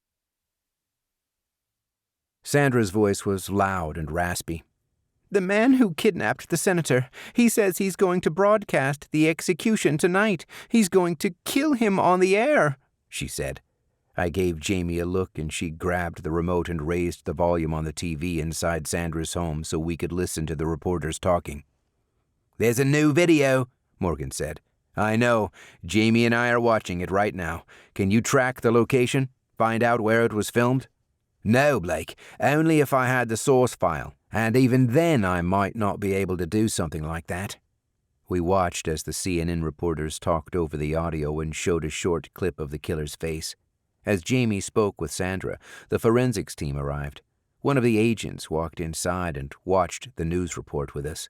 We were being briefed by the media, a very bad sign. Not only did it mean we didn't have the latest intel on the situation, it also meant the public could panic, like Sandra. The thought of an execution broadcast in real time for the entire world to see made me nauseous. How would he do it? Would he stream it from a cell phone? That seemed like the only real option to me.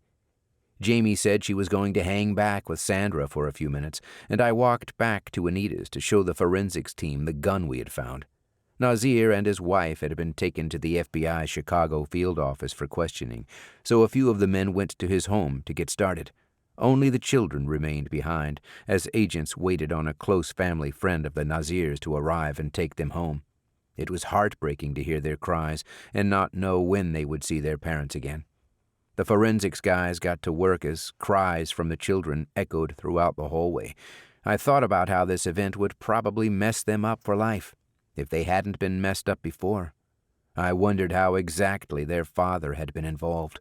My stab wound started throbbing, and I felt the pain come back, so I tried to focus my mind on something else.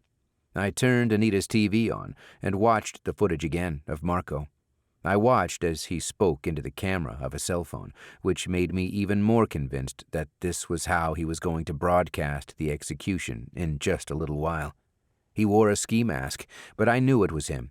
Marco panned over to Keller, who was gagged and had his arms tied behind a chair. I hadn't seen this part of the video on TV a few minutes earlier. That station was probably trying to be sensitive to the situation. I was tired of the censorship. I was tired of how the media tried to spin things depending on their political agendas. The uncut, unedited version I watched was refreshing in a sick and twisted kind of way. When the video ended, I rewound it and watched again. The second time I turned the volume all the way down so I could focus only on Marco's surroundings to see if I could figure out where they were. It looked like he was filming from inside a house. Then I noticed something. 15 seconds before the video ended, a shadow passed over Marco's face. I rewound it and confirmed there was definitely a shadow. I played the video a third time with the volume all the way up and my eyes closed. Then I noticed something else. I heard something.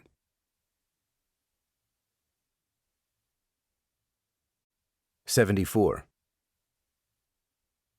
It was a woman's voice. I heard her say, "Shut up," to someone off camera. If she was saying it to Keller, it didn't make much sense to me, because the senator was bound and gagged. It didn't look like he was trying to make any noise either. As I watched again, I noticed his eyes trailing someone moving, which matched the timing of the shadow. In that moment, I realized what was really going on. where Marco Lopez was likely hiding, and how I was going to find him. I worried about Jamie. Before tonight, I would have set out with her. This was her assignment, and I could use the help, after all. But now I felt like there might be something more growing between us. There was a spark, and I didn't want her to get hurt by Marco. Besides, this was between him and me, and I was going to get the son of a bitch. I needed to find a good excuse to split us up, but before I could come up with one, Jamie offered her own. When she joined me at Anita's place, she looked pale, and her body language told me she was worried. "What's wrong?" I asked. "I'm thinking about Derek. Why wouldn't he answer his phone? What if something's wrong?" "I'm sure there's a good reason for why he's not answering." "What if there's not? What if Marco did something to him? What if he took him like Keller?" I suddenly thought about the woman's voice. Had she taken Derek? Was Jamie onto something? I used this as an open door to ask Morgan a question I was going to ask anyway, right before Jamie showed up. "Morgan, can you check and see if you still have access to DDC employee records?" "Checking. Yes, I still have access to the directory." "Good. Send us the emergency contact list. We need an archive version from 6 months ago." "Blake, what are you doing?" Jamie asked. "I know Derek's address. Plus, I haven't been at DDC that long." "You're right. I'm not thinking clearly." I lied to her. "Okay, sent," we heard Morgan say. I accessed the file until I found what I was looking for. 9405 McCarthy Road in Palos Park. I stared at the address and started repeating it to myself to memorize it. "I need to go see Derek. His place isn't too far away from here. I'll be right back," Jamie said, removing her earpiece and unplugging her Motorola and placing both in my hand.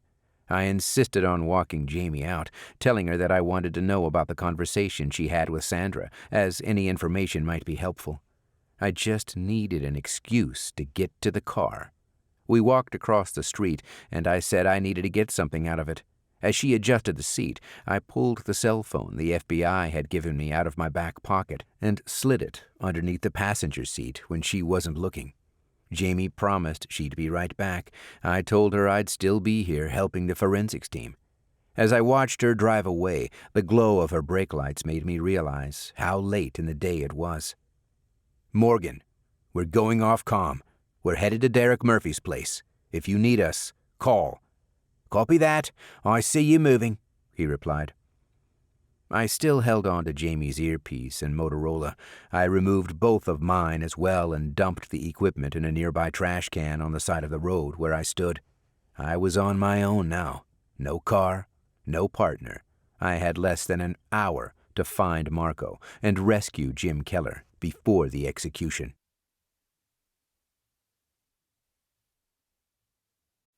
75. I started walking west on Pearson. I didn't have to go far. The city streets were still wet from the heavy downpour earlier in the day.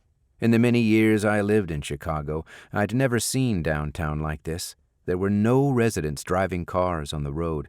It was rush hour, and the streets were absolutely quiet.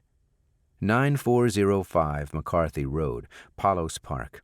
I kept repeating in my mind so I wouldn't forget the address. After I jogged back across the street, I found a silver Chevy Tahoe parked just outside the Ritz-Carlton. It was an older model truck and looked pretty beat up. I wondered who the owner was and how they could afford to stay at the Ritz. I thought that maybe they weren't staying at the hotel, and the owner just wasn't able to find a parking spot anywhere else because of the curfew and every car needing to be off the road. When I got to the SUV, I leaned back against the driver's door, closed my eyes, and collected my thoughts. I wondered if Jamie was going to be okay, and what she'd find when she got to Derek Murphy's place. Is he dead? Kidnapped? Or is there another explanation for Murphy not answering his cell? I thought about the FBI and how much time I might have until they figured out I wasn't with Jamie. I'd broken the only condition I was given when put back in charge of leading this mission on behalf of the FBI, not to keep them in the dark. It wasn't too late. I could go back inside, back to Anita's, and start looking through Marco's office. I could come clean, but I knew that wasn't an option anymore. We were running out of time with less than an hour left before my friend and mentor and the man who half of America wanted to become president would die. Am I really about to do this? What kind of man am I becoming? I thought. The kind of man who keeps his promises and doesn't leave a seal behind. I reasoned with myself as I peered inside the vehicle to make sure nobody was inside. I tried the door, but it was locked. The car's windows were tinted, so I took out a small maglite I carried with me and put it up against the window so I could see inside. It was empty. The car had navigation, and that was all I really needed right now. That and enough fuel to get to Palos Park. I hoped it had enough to do the job. I turned around and once again leaned against the truck and closed my eyes while I thought through what my next steps would be. I was concentrating so hard that I didn't even hear the footsteps of someone approaching. "Hello again," I heard and turned to my left. I saw the concierge from the hotel that Jamie and I had spoken with earlier. His voice startled me and broke my concentration. "Find what you were looking for?" "I did," I said as I slid the maglite back into my pocket and reached for my Magnum Special Forces tactical knife. The man was surprised and started backing away slowly until he was about 10 feet away from me. "What do you think you're doing?" he asked as I lifted the knife and held it tightly in my right hand. "Are you going to hurt me? I thought you told me you're FBI," he said, and his voice trembled. "I need you to go back inside," I said, feeling my heart start to race. My stab wound began to throb again, and I looked down and noticed my shirt was starting to get damp. I was overdoing it and bleeding through the dressing that the medic had applied to the wound. I took a deep breath and closed my eyes. This is it. There's no turning back after this. As I stayed against the car, I brought my hand to my left shoulder and quickly turned my body, hitting the driver's side window as hard as I could with the glass breaker at the end of the knife, while looking away. The glass shattered, and shards landed everywhere. The man ran and disappeared inside the hotel.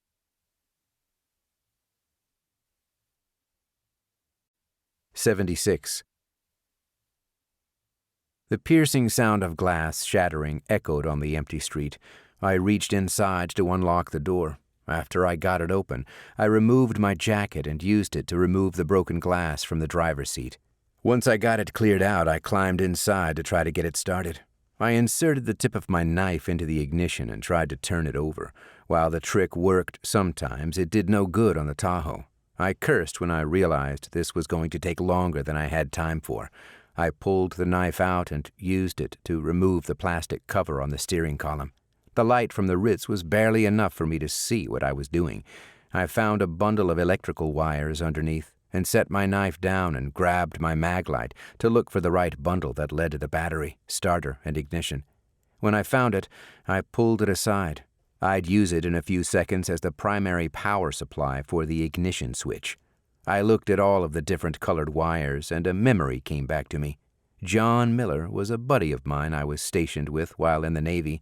He was a car guy and loved to figure out how to fix his old, beat-up car himself whenever he had problems. Once, John had a problem with the starter and couldn't get it to turn over. He played around with the wires until he figured out how to get it started. I thought John was going to get electrocuted, but he laughed and said, "Just don't connect the wrong wire." I tried to remember the steps he'd taken as I grabbed my knife. Stripping an inch of insulation from the ignition and battery wires was quick. I dropped the knife again and twisted the wires together. As I did, the dashboard illuminated and the radio came on. I was relieved to see the aftermarket navigation system the owner had installed power on as well. Now I needed to spark the starter wire. I found it and stripped about half an inch of insulation from it and grabbed the other two combined wires. As soon as the wires touched, the truck started, and I sat up in the seat and revved the engine so it wouldn't stall out. I put it in gear and started to drive before I realized that the steering wheel was locked. "Damn it," I said to myself, realizing I'd forgotten the final step John had showed me many years ago. With all my strength, I cranked the steering wheel to the left, then to the right. It didn't work, and I felt a sharp pain coming from my stab wound. It was becoming unbearable, and I'd come too far to stop now. I once again cranked the wheel left, then right with all my strength, and I felt the steering wheel pop. That did it. The steering lock had been broken, and the wheel could now move freely. I looked over my left shoulder to make sure the street was clear. I was making a lot of noise and imagined the concierge showing up with the owner of the Tahoe or calling CPD to report a car theft. The last thing I needed right now was a delay. The darkening sky was a constant reminder that I had just a few more minutes to take action and save the senator's life before it was too late. My foot rested on the brake as I accessed the navigation system. I tried to remember the address, but I'd forgotten to repeat it to myself in the chaos of the last 5 minutes. I remembered it was in Palos Park, and the street was McCarthy. The stress was getting the better of me, and I struggled with the house number. I started driving just to get moving, and stopped when I got to Michigan Avenue. I punched McCarthy Road into the system, and it suggested a few addresses in Palos Park. I scrolled through the short list of options and found it, 9405. I tapped on the address, and the system calculated the route, distance, and time of arrival. It told me I was just over 26 miles away, and it would take half an hour to get there. I'd have to hurry. It was 20 minutes until sundown.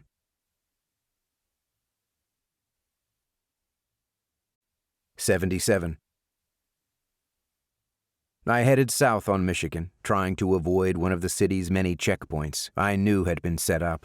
Jamie and I had driven through one on our way to the condos on Pearson. I had just slowed down and flashed my badge, and I knew the FBI was following us and we wouldn't have any trouble getting through. But now I was driving an old, beat-up truck, and I had no way of knowing how far I'd get before the FBI would figure out I'd gone rogue again. Maybe they already knew. Maribel Lopez's address was southwest of downtown.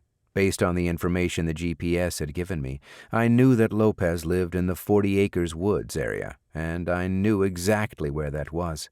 Although I'd never been to that area on assignment with DDC, I had visited with Maria to hike the Sag Valley Trail. Maria had been an avid hiker. Me, not so much. But I didn't mind doing the things she thought were fun. She enjoyed the rolling hills, but her favorite part was the seclusion on the 9-mile trail. Maria loved getting away from the busyness of the city and the suburbs. "It clears the mind," she'd tell me. I used to joke with her and ask if she was taking me out there to kill me, because it was such a secluded, heavily wooded area. I thought about how many times I'd used that line with her, and what the chances were that this was actually what was going to be happening in just a few minutes. Killing the senator, out in the woods. It was the perfect spot, I thought, and snapped out of it when the GPS told me to turn right at Ontario. I wished I could reach out to Morgan and ask for some intel on the home. I couldn't help but smile when I thought about his loyalty to me and how he was holding the FBI hostage. I wondered how much longer he could keep it up. Surely he'd try to reach back out to us when Mallory wanted an update. What will he do when he can't get a hold of me? I wondered to myself. When I got to the turn to get on the on-ramp, I started to slow down. The road curved left, and it was impossible to see up ahead until I got there. It was the perfect spot for a checkpoint. I realized my mistake as soon as I made the turn to get on I-90. A barricade was set up, and 2 Chicago PD cruisers were blocking the ramp. I turned the truck so the right side of my vehicle was facing one of the approaching officers who had gotten out of his car, while the other stayed inside his. I tried not to panic. I reached for my Glock and lowered the passenger window. I quickly aimed and fired 3 shots at the tires on both patrol cars. I blew out both on the car with the officer sitting inside it and hit the rim of the vehicle belonging to the man approaching me.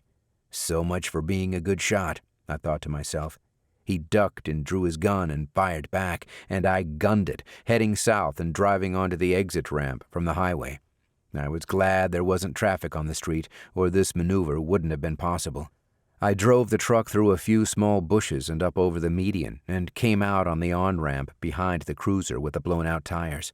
I sped off, knowing the officers would come after me. I wondered how long I'd have before additional units would be deployed farther down the highway to try to stop me, whoever I was. I floored it, knowing if I could get out fast enough, they might not know if I went north or south. I was glad to see no other checkpoints, and 2 miles later, I got on I-55 and took it to 45 South.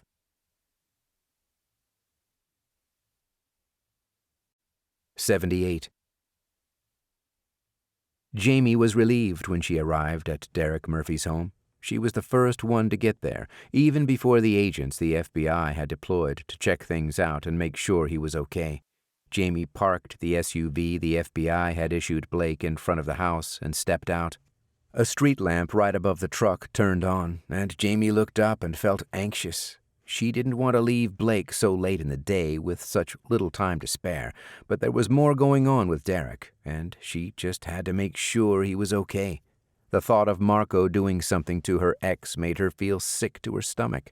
Her plan was to make sure Derek was safe and then get back to Blake as soon as possible. Jamie looked down both sides of the street and saw no other cars on the road. She walked across the grass to Derek's front door and knocked. Jamie waited a few seconds, knocked again, and rang the doorbell. "Come on, Derek, open up," she whispered to herself, becoming more worried by the second. When her ex didn't answer, Jamie reached inside her jacket and fumbled around, finally pulling out her keys. After finding the right one, Jamie inserted it into the lock, turned, and slowly opened the door. Once inside, Jamie looked around the familiar house like she was seeing it for the first time. A house she thought she and Derek would make their home.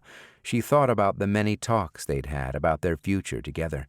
Jamie looked at the dining room table, where their last few conversations had boiled over into arguments. She looked inside Derek's home office and saw the Italian rug they had bought together.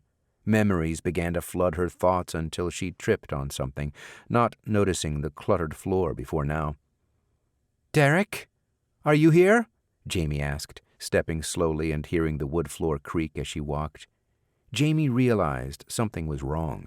She flipped on the kitchen light and saw the house was a disaster. Dirty dishes were piled up high. Stacks of unopened mail sat on the counter. Jamie looked around the room and smelled a familiar scent. It was marijuana. She started looking around and found a bag filled with a white powdery substance behind a stack of papers. Jamie stuck a finger inside to scoop a small amount and placed it on her tongue. The taste was bitter, and her tongue became numb. "Damn you, Derek," she thought to herself. He'd gone back to his destructive ways. Another reason why she wanted to check on him, hoping not to find him drugged out on the couch like he'd been a few nights when Jamie would get home late near the end of their relationship. What she didn't tell Blake was, besides worrying about Marco, she also worried that Derek might not have answered his phone because he had overdosed. Jamie was still walking through the kitchen when she heard the sound of car doors closing. She grabbed the bag and ran to the bathroom and dumped the contents into the toilet and flushed. Derek was on the wrong path and needed help, but she didn't want to see him arrested. When Jamie stepped out of the bathroom, she made her way to the front door to meet the agents when she heard a sound coming from upstairs. She drew her gun and aimed it at the top step and saw a woman appear. "Who the hell are you?" the disheveled woman asked. "Federal agent, put your hands up," Jamie yelled, just as the FBI walked inside and saw what was going on. "Derek's not here, sweetie," the ragged woman said, with a smoker's laugh as she walked downstairs. "Where is he?" "Haven't seen him since this morning. He's probably somewhere trying to forget about you," the woman said. "Stay where you are," one of the two FBI agents said to Jamie as he climbed the stairs to look for Derek.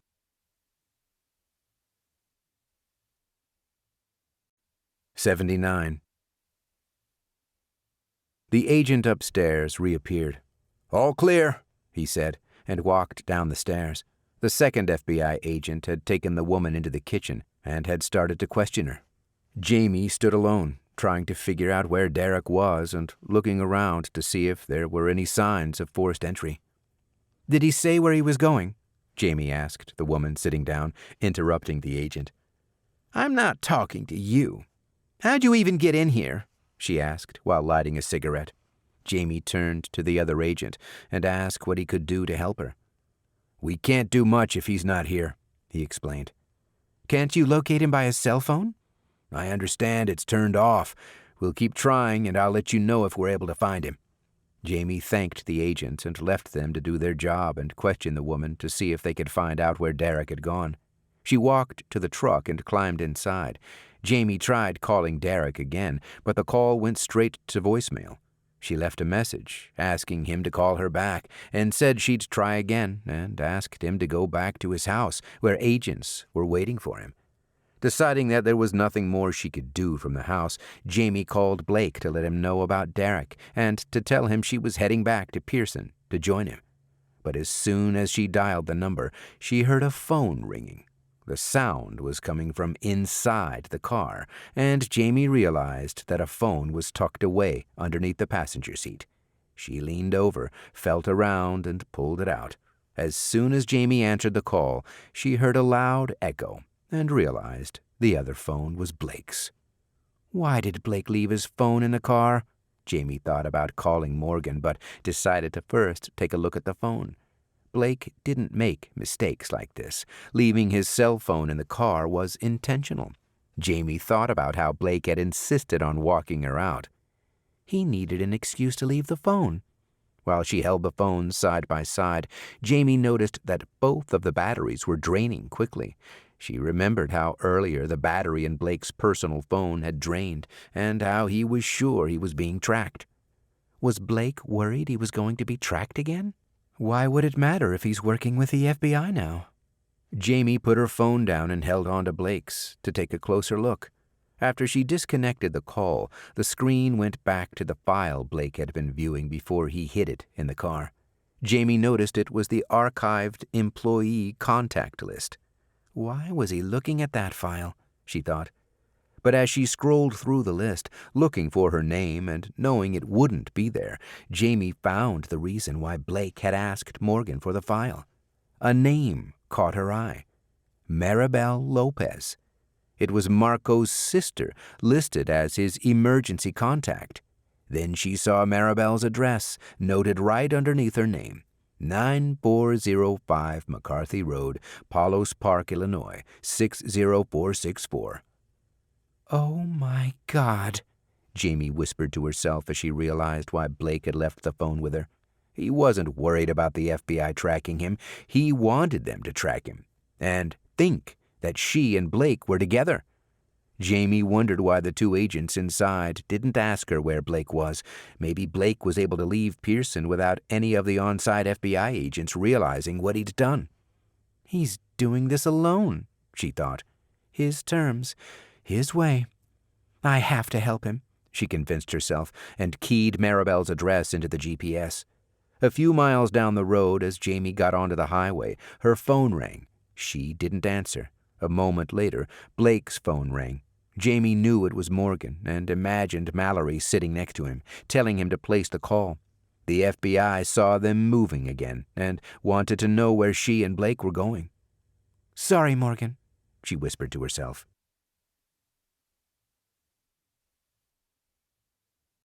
"80. When James Keller opened his eyes, he awoke to a woman removing an injector from his leg. Epinephrine, he thought immediately and looked at the woman, trying to figure out who she was and why she was giving it to him. Maribel Lopez set the spent injector down on a dresser in the room she was working in. Keller started to remember what had happened over the last hour. He realized he'd been drifting in and out of consciousness. He remembered being sat in a chair behind his kidnapper while he recorded a video, but couldn't recall what the guy had said. After Keller had been brought back to the bed, his wrists were now tied to. He remembered hearing a loud gunshot from outside his window and staying alert just long enough to hear the sound of a body hitting the ground before falling back into unconsciousness. In that moment, a thought came to him that troubled the senator greatly.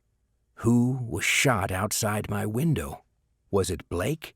Did he figure out where I'm being held and try to rescue me, only to be shot to death before making it inside? Keller prayed it wasn't Blake, but the thought wouldn't leave him. He realized he'd been too far out of it when he heard the gunshots to connect the dots and figure out what had happened. But now the epinephrine shot given to him by this woman was helping him stay awake and think more clearly. Then the senator realized something else. The same pain he had in his leg from the injection he was just given was also coming from his other leg. Good God, she gave me epinephrine twice, he thought. Keller knew how dangerous that was. His wife, Margaret, had worked as a nurse for years, and he remembered the day she told him about a patient who had to receive 2 injections in a short period of time to save his life. It was early in her career, and she came home distraught over the situation.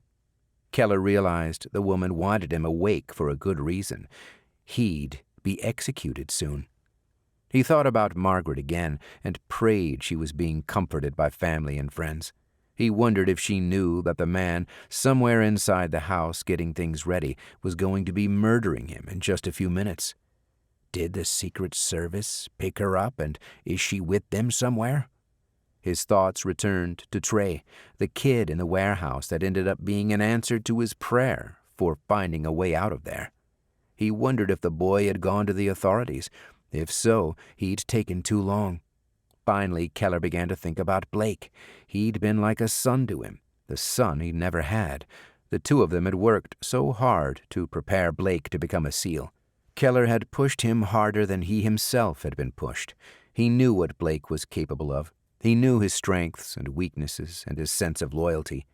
Keller was convinced that Blake, with all of his resources at DDC, was doing everything he could to find him.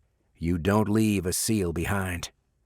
Keller watched as the woman got up and disappeared into another bedroom adjacent to his. He was surprised to hear the sound of a man groaning.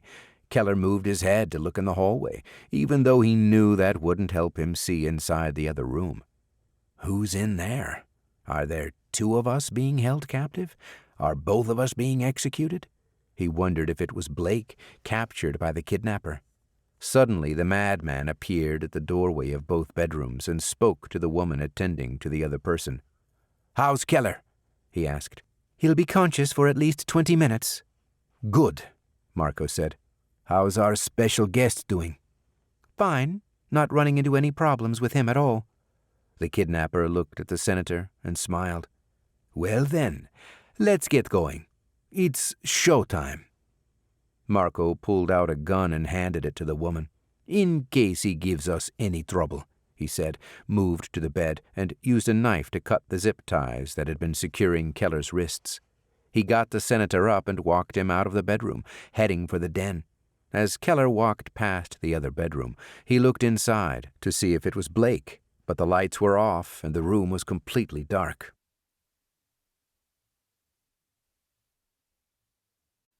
81. As I approached Maribel's house on McCarthy Road, I saw the signs for the Sag Valley Trail, and my thoughts once again returned to Maria. Memories of the 2 of us together, hiking the trail, overwhelmed me, and I realized we had driven on this road together one rainy afternoon just before she died. We had dinner at Hackney's on the corner of McCarthy and South LaGrange. I remembered how I'd complained about eating at the hole-in-the-wall burger joint, but she loved trying out new restaurants. The $12 burgers ended up being better than I thought they would be, and Maria couldn't get over the atmosphere and the vaulted ceilings. Just as we finished dinner, a musician set up in the corner and began strumming his guitar and singing. We saw an elderly couple stand and start dancing together. Our waitress smiled, saying it was their Wednesday night tradition. When she left, Maria reached her hands across the table and grabbed mine, asking if that would be us one day. I promised that it would be. A promise I wasn't able to keep. A promise I knew would haunt me every day for the rest of my life. One of my biggest flaws as a federal agent had always been separating my personal life from my professional life. I didn't believe in work-life balance. I had explained to Maria that there was no balance. Sometimes you have to focus just on work, but then you have to disconnect and take time away. But the truth was, as a DDC agent and the guy in charge of the whole Chicago operation, you never could really take time away and disconnect. I deeply regretted that, after Maria died, and spent many sleepless nights thinking about my wife and how I wished I'd spent more time with her while I had the chance. After she passed away, I focused on my job. It was a good distraction, mostly to keep myself busy so I wouldn't have time to think about what had happened to her. I never found out who murdered her. I wondered if she had fought her mugger. She could be hard-headed and stubborn when she wanted to be, or had she given them her purse and they killed her anyway? I'd never know. Her belongings were gone, and there were no eyewitnesses at the scene. I parked at the far corner of Hackney's parking lot and decided to cut through the woods to put the odds of surprising Marco in my favor. I left the car running because I didn't know what to expect at Maribel's house. If I needed a quick getaway, I wouldn't have time to fumble with the wires I'd spent so much time on. When I got out of the car, I noticed the sun had disappeared behind the woods, past Hackney's and across from LaGrange. It was getting darker, and I knew I only had a few minutes before Marco would get started. I removed my Glock from my holster and ejected the mag to make sure it was fully loaded. Feeling the inside of my jacket, I confirmed I had one more mag ready to use if I needed it. I shut the door and held onto my gun with both hands and headed east through the dense woods. I was surprised by how thick they were. I could see Fitzjoy Farm to my left. They offered horseback rides through the Sag Valley Trail, another thing on the bucket list that Maria and I never got to do together. My plan was to avoid approaching the house from the obvious entry points.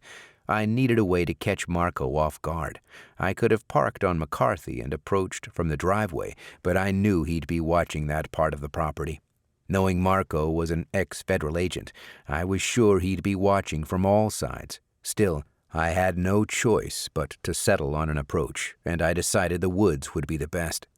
I moved through the tall grass and trees that surrounded the house. I shielded my face from being scratched by the heavy overgrowth as I pressed forward to make it to the other side.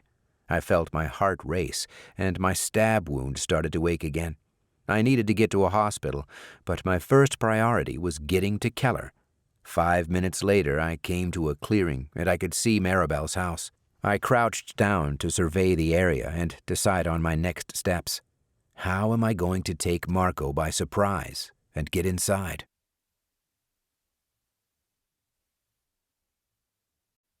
'82. While crouched at the edge of the woods, I noticed a satellite dish on top of Maribel's house. It was the same kind of dish they had at Hackney's.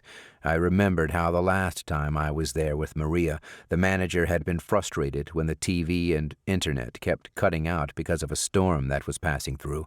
That has to be how she accesses the internet out here in the woods, I thought. If I could take down Maribel's internet access, maybe I could stop or at least delay the execution. I reached for my phone before realizing I didn't have it. I wanted to check my cell coverage to know just how effective shutting down her internet would be. Would a cell phone signal still be strong enough for Marco to move forward with streaming the execution online? Or would he be forced outside to try to figure out why his sister's internet access had been shut off? I wasn't sure, but it was my only play. I made a run for it. I sprinted to the side of the house and nearly tripped over something I hadn't noticed from where I'd been hiding in the woods while planning my approach. It was the body of a man. He'd taken a single bullet to his back, and blood had drenched his shirt. I turned him over and saw that the man was in his early 20s. As I stayed low looking around, I saw the kidnapper's black van in the driveway and a silver sedan parked next to it. I decided it had belonged to the dead man next to me. Who was he? Why was he here? And why did Marco kill him? I wondered, while trying to stay focused. I moved quickly to a box on the side of the house and reached into my jacket and found my knife. There was a cable line running from the box up along the side of the house and ending at the roof where the satellite dish was mounted. After I pried the box open, I found a grouping of cables and held them out with my left hand and quickly cut through them with the knife in my right. I hoped this would work. I stuffed the knife back inside my jacket, closed the box, and ran to the driveway, where I stood behind the black van. I grabbed my Glock and aimed it at the ground while holding it tightly with both hands and keeping my back against the van. I winced as the pain from my wound hurt more than it had before. For the first time I started to feel lightheaded, but I pushed the thought out of my mind and ignored it. I stayed quiet, waiting to hear the sound of the front door open. But Marco didn't come outside. Damn, I whispered to myself, realizing I was going to have to force my way inside, not knowing anything about the layout of the house or which room Marco might be in. I wished I had access to Morgan. I could have used his help, but then again, I had no idea at this point if I was too late or not. The only confirmation I had that Marco and Jim Keller were inside was the black van I was hiding behind. It's here, so they have to be here. Just as I started to move, I heard the front door open. I quickly stepped back and kept myself against the back of the van. I leaned forward and saw Marco. "Damn him," I said, and aimed my Glock at him. Before I could pull the trigger, I heard Maribel call from inside. "Do you need help?" she asked, but Marco didn't respond. I watched as he stepped over the body of the dead man and looked up at the satellite dish. I didn't have a silencer on my gun, and I wasn't sure if there were more men inside the house, so I decided against shooting Marco dead on the spot. He walked around to the back of the house to check the satellite and disappeared. I wondered how long until he'd come back. All I wanted in that moment was to chase after Marco and kill the man. I resisted the urge and instead moved toward the house, passing in between the van and sedan, and I walked through the front door.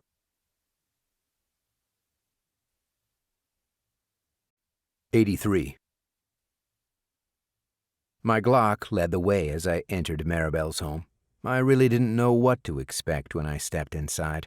Part of me thought I might have to hunt for the senator by going from room to room, so I was shocked when I saw the man I'd desperately been looking for sitting down in front of me. Keller's back was to me. His hands were wrapped around a chair and tied behind his back. He was also gagged. I lowered my weapon and looked around, unsure of who else might be inside the house. Marco had disappeared around the side of the yard, and besides the yell from Maribel a few seconds earlier, she was nowhere to be found. What is she doing, and where is she? I wondered. Keller was sitting straight ahead, past the family room on my left and the kitchen on my right. I ran over to him and tucked my Glock inside my belt so my hands could be free to untie the senator. "I'm here," I whispered, and Keller looked up at me. I could sense relief in his eyes. I was relieved too. Crack! A bullet whizzed right by us and went into the wall. It was Marco. He had come back around through the front door and caught me by surprise. I grabbed Keller and pulled the man still tied to the chair onto the floor. There was a 4-foot-tall wall that divided the rooms and offered some protection. I knew it was probably razor thin.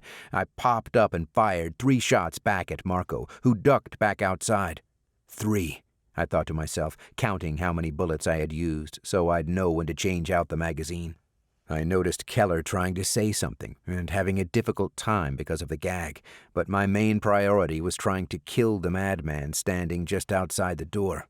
I'll remove the gag and untie him as soon as I can, I promised myself. "Marco!" I yelled, and I heard my voice echo throughout the house. A second later, he reached his arm inside, aiming his gun in our direction, and fired 5 times. I ducked and put my body over the senator, trying to shield and protect him from any stray bullets. I popped back up again and fired 4 more shots at Marco, aiming at the 3-foot-wide area between the front door and a window. 7. I remembered the front of the house was made of brick, and I wondered if my efforts to shoot through the wall to kill him were in vain. I needed a way to provoke him so he'd come out into the open and I could take my shot.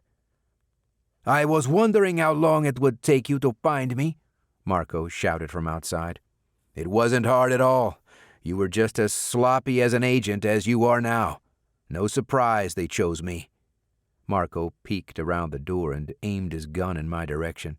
I already had my Glock trained on the spot where I thought he'd reappear, and I fired 3 more shots as Marco ducked, and I missed.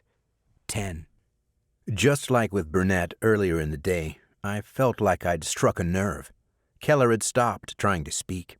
He was lifeless except for his eyes, watching me as I figured out how I was going to get us the hell out of the house alive. I used the few seconds in between shots to look around and try to get an understanding of the layout of the place. I could see a hallway to my left, extending past the kitchen, leading to the bedrooms. That must be where Maribel's hiding. I looked down at Keller and saw his eyes staring at my drenched shirt. I didn't even feel the pain from the stab wound anymore. My senses were heightened, and I knew I was running on pure adrenaline. When Keller's eyes met mine, I noticed his pupils were fully dilated. Something was wrong. "What did you do to him?" I yelled, and heard Marco laugh outside the door.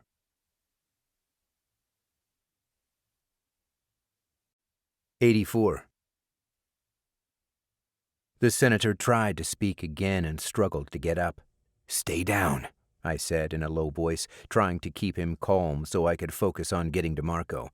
Just then, he fired 2 more shots in our direction. One bullet made it through the wall and hit one of the chairs in the den. Dust from the drywall got in my eyes, blinding me. I reached over the wall and fired to buy some time as I blinked to clear my eyes. 15. I ejected the mag and replaced it with the last one I had in my jacket and fired again. 2. A few seconds later, I could see again. I noticed that Marco's shoulder kept coming into view from the window, just to the right of the area where he was standing. I aimed my Glock, closed an eye, and fired. 3. I heard Marco curse, and I knew I had clipped him. "So this is all about me? Are you that insecure that you couldn't just go find yourself another job? I worked too hard to be passed up. I knew you were incompetent. Now everyone is seeing it for themselves. Nobody liked you, Marco. I was at your funeral. Nobody was there, except Maribel. Where is she?" Marco fired another shot around the corner. "You ruined my career, so I'll ruin yours. That seems fair." Keller kept looking up at me, watching my every move and how I was handling Marco. A few seconds of silence passed, and my mind raced. The irony of protecting the life of the man who trained me hit me hard. I couldn't help but think that if it weren't for me, we wouldn't even be in this situation. I tried to refocus. "I thought after Maria died, you'd step down, but you're just too damn stubborn, aren't you?" Marco said. "What do you know about that?" "You should have seen her face, Blake. She was terrified. Too bad her death was in vain, isn't it?" "You son of a bitch!" I yelled, and Marco started firing. In that moment, I felt a rage boil over inside me, more intense than anything I'd ever felt in my life. I didn't care about anything other than putting a bullet inside Marco. When there was a break in fire, I came up and unloaded, firing repeatedly as fast as I could. Then it was over. "Damn it," I said, and ejected my magazine onto the floor. Marco looked around the corner and laughed, knowing I was out of ammo. I was shaking. The man who took my wife away from me stared back at me. I was looking in the eyes of a madman who knew I was completely helpless and at his mercy. He was enjoying every second of it. Marco walked slowly and cautiously to me and laughed again as I held onto my gun, aiming it at the ground. "You need to learn to control your anger," he said, and smiled as he continued to move closer to me. "And you need to learn how to count." I saw terror in Marco's eyes when he realized what I'd done. I quickly brought the Glock up and pulled the trigger, sending the single-chambered round into Marco's forehead. He immediately dropped to the ground, and I stood motionless for a few seconds, my hand still shaking. I lowered my weapon and let it fall to the floor as the reality of the situation started to sink in. I walked closer to Marco and picked up his gun. In the silence, I heard the senator trying to speak again. I ran back to him, removed the gag, and looked for my knife to cut away the zip ties that secured his wrists to the chair. Keller was slipping into unconsciousness. I wondered what Marco and his sister had done to him. His sister? Where is Maribel? I realized that in the chaos of the last few minutes, while I focused solely on taking Marco down, I'd forgotten all about her. Is that what the senator was trying to tell me? That Marco's sister is still somewhere inside the house?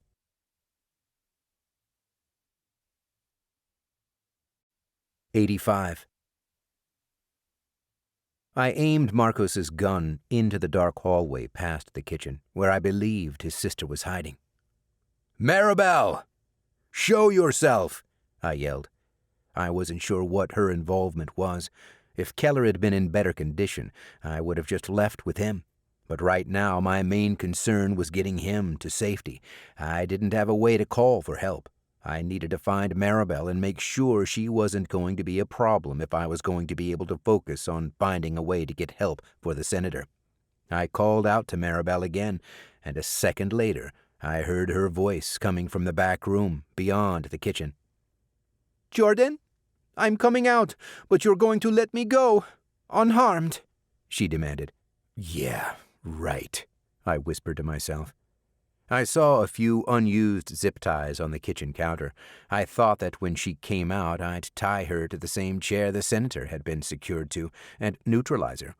I was holding my position, aiming at the doorway, when I felt a tug at my leg. Keller whispered something, but I couldn't make it out. I crouched down, keeping my aim at the spot where Maribel was going to appear, ready for anything. "Say it again, sir," I whispered to the senator. He took a deep breath before attempting to speak again. "Blake, she's got another hostage," he said, slurring the words badly, but loud enough to understand. I stood back up, immediately remembering Derek Murphy and Jamie, who had gone after him. The psycho had taken someone from both Jamie and me. I prepared myself to take Maribel out and end the terror now. The light in the hallway was off, but I could see Maribel look around the corner before she disappeared. A moment later, she started walking toward me, but was led by a man in front of her. The hostage. I aimed Marco's gun at her, ready to pull the trigger as soon as I could see her head. There was no way in hell I was going to let her escape. I owed that much to the senator and to Jamie. This was going to end here. "Tell him," she said to the man, and pulled down the gag on his face. "Son, don't listen to her. Kill her." "Dad?" I couldn't believe my eyes as my father and Maribel walked closer and came into the light. "Shut up!" she screamed at him, and hit him on his back with the butt of her gun and jammed the barrel in his side. I recognized her voice from the video on Anita's TV. Shut up. She was talking to my father. Maribel continued to slowly move toward me as my dad tried to speak again. I realized he was slurring his words just as badly as the senator. Whatever drugs she gave Keller, she must have given him too. "What did you do to him?" "Like I said, you're going to let me go, unharmed," Maribel responded, and walked through the kitchen. When she was just a few feet away from me, she began walking backwards toward the front door. "I can't let you do that," I said, and slowly closed my right eye and kept the gun aimed at her forehead. "How did Marco get you involved in this, Maribel? Did he promise you money? Is that why you're here?" "You've screwed me, Jordan. Months of planning, all for nothing. Now I'll make you pay," she said. I slowly started to walk toward her when she stopped and moved her gun to the back of my dad's head. "Drop it! Drop the gun now or he's dead!" she screamed. Maribel stopped walking and stood just a few feet away from the front door, still wide open.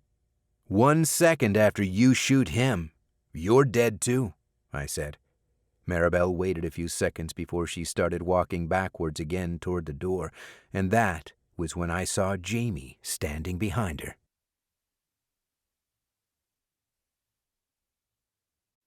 86. Jamie was in the front yard, aiming her gun at Maribel's back. I wasn't sure how she found me, but I wasn't surprised that she figured it out. My dad stared at me. He didn't look scared at all. He looked proud. He was giving me the same look he'd given me when I came home for Christmas after my first tour of duty in Afghanistan as a member of SEAL Team 3. I blinked a few times and refocused my eyes on Maribel. Maribel was standing between Jamie and me. For a moment, I thought that if Jamie took a shot, she very well could hit my dad, or me, instead. Maribel kept inching her way out of the house, and I knew I didn't have a lot of time to decide what I was going to do about it. She'd see Jamie either way, but right now we had a chance to take her by surprise. I blinked and refocused on my dad and saw his eyes move. He knew someone was behind them and winked at me to let me know. "Take her out, son," he yelled, and I was sure that Jamie heard him across the yard. She approached slowly. "Don't even think about it. You killed my brother, and if you think I'll hesitate in putting a bullet in—" "Do something, Blake," my dad interrupted her. "Don't let her get away, son. Don't worry about me." I knew that my dad was right. Any second now she'd realize that someone was behind her, and when that happened, there was no way to know how she'd respond. Right now, this very moment was our only chance to end the nightmare that Marco and Maribel had brought to the country, to my city, to me. Jamie kept her Glock trained on Maribel's back as the woman slowly moved closer to her. Jamie's eyes were fixed on mine. She was waiting for a signal from me that she should take the shot, but I was waiting for her to let me know she had a shot to take. "Where are you taking him?" I asked, trying to stall and give Jamie more time. "Do you really want to play this game with me? Does your father's life not matter that much to you?" She had me, and she knew it, but I had one more card to play, and I was finally ready to play it. I kept the gun aimed in Maribel's direction. Then my dad winked again to tell me he was ready. "Okay," I said, and held my gun in the air while bending down to drop it on the ground. I was completely vulnerable. No gun, no Kevlar vest, and that was the point. I knew Maribel wouldn't be able to pass up the opportunity to take me out if she had the chance. I was right. As I stood, Maribel brought the gun out from behind my dad's back and aimed it at me. Jamie nodded at me, letting me know that she had her shot, and I nodded back. As soon as I did, Maribel turned around to see who I was looking at, and my dad broke free and ran toward me. Jamie was still a good distance away from us, but she pulled the trigger and took Maribel out. As I watched Maribel hit the ground, my dad reached his arms out, and we embraced as Jamie approached.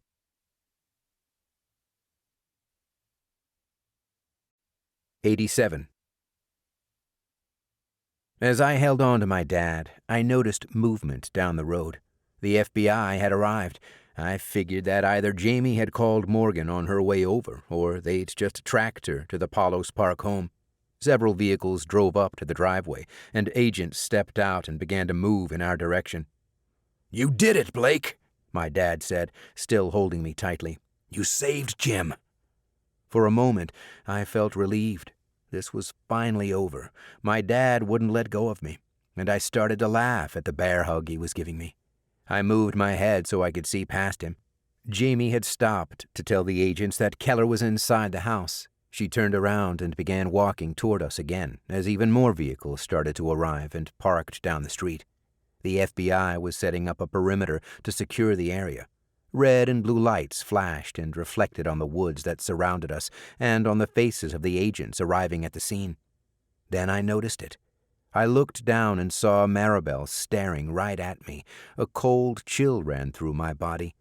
Is she still alive? Before I could react, a faint smile came across her face, and she lifted her hand that was clenching the gun. "No!" I yelled as I realized what was happening. I saw Marco's gun on the ground next to me. I tried to move my father out of the way, but he was holding on to me so tightly that I wasn't able to react fast enough. In that moment, time seemed to slow down. I had never felt so helpless in my life. I felt my father's body jump from the impact of the bullet. Immediately, Jamie unloaded into Maribel, and I watched her body become lifeless and let go of the gun. My dad's grip on me loosened. I held on to him and rested him on the ground as gently as I could. "I need a medic! I need help!" I shouted, and agents headed our way. "Blake, it's okay," my dad said to me. "No, I'm not going to lose you, too. Get help for Jim. Keep him safe. Protect him. Will you do that for me, son?" "Medic!" I yelled again, keeping my hands on my dad's shoulders as I saw his eyes start to tear up. An agent ran over to me as others approached the house, guns drawn, not knowing what to expect inside. "The house is clear," Jamie said, and a moment later they were bringing the senator out. He was on his feet and had his arms draped around two agents who were helping him walk.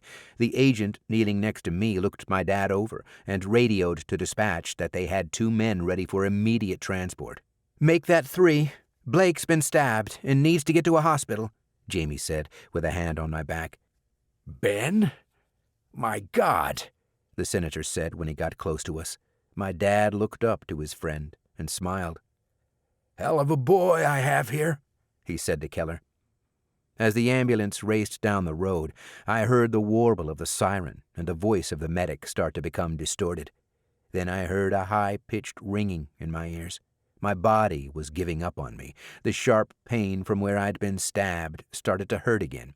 It was excruciating. I looked over to my dad as my vision started to fade away.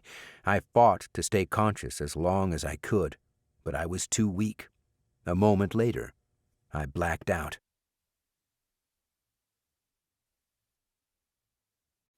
88. When I woke up, I found myself in a hospital bed. I lifted my right hand and read Apollos Community Hospital on the armband. I'd forgotten there was a hospital just minutes from Maribel's house. The room was dark. The only light was coming from the hallway, buzzing with nurses and doctors walking past my room. I looked over my left and saw Jamie. She was curled up in a chair next to me, sound asleep. I grabbed the remote, latched onto the bed, and turned on the TV to get up to speed. A banner on one of the news stations slowly scrolled across the screen. It read, "Senator Keller, in stable condition." Live video from a news chopper was being broadcast, and a spotlight lit up Maribel's front yard, where I'd been just a short time earlier. The media was getting their bloody show. Pictures of Marco and Maribel were shown on the TV screen, and I turned the volume down to try to keep Jamie from waking up. The corner of the screen displayed the time, 9:32 p.m. I thought back to the last few minutes I could recall. I remembered getting into the ambulance with my father and the senator. I remembered feeling like I was going to black out. Then I woke up here. My father, I thought, snapping out of it as the fog started to lift. I needed to know if he was okay. I lifted my left wrist and saw an IV attached to me. I followed the line to 2 bags. One of them was a pain medication. The other was for rehydration. I pulled the tape off my arm and yanked out the line. Jamie stirred, and I stayed still for a few seconds before pulling the bedsheet off and sitting up. The bed squeaked as I got to my feet, and Jamie woke up. "Blake, what are you doing?" "I'm going to find my dad." "Ben's in surgery," Jamie said as she got up to stop me from leaving the hospital room. A nurse walked in, followed by an FBI agent, who, I guessed, had been standing just outside the door. "Agent Jordan, you need to rest. We need to treat that wound so it can heal," the nurse said. "Mr. Jordan," I said, correcting her. "How's my dad?" "He's been in surgery for almost 2 hours now. I'll send the doctor in as soon as I can." She reattached the IV, taping it back to my arm. "Stay here and rest. I'll check back in a little while." The agent walked back outside as Jamie walked to the window. She said she could see reporters and news vans in the parking lot and thought it would only get worse throughout the night. "Is Keller here? Is that why the media's outside?" "Not anymore," Jamie explained. "He was for a short time before the Secret Service had him transferred." "So they're involved now?" "Yes, they've got him. The FBI will be handling the rest of the investigation." Jamie closed the blinds and got closer to me, pulling a chair near the bed and sitting down. "Did you find Derek?" I asked. "They found him a little while ago. He's fine," she said. "I'm glad you're okay, Blake. You had me worried." Just then, the doctor walked in, carrying a clipboard, and took a seat next to Jamie to talk with me.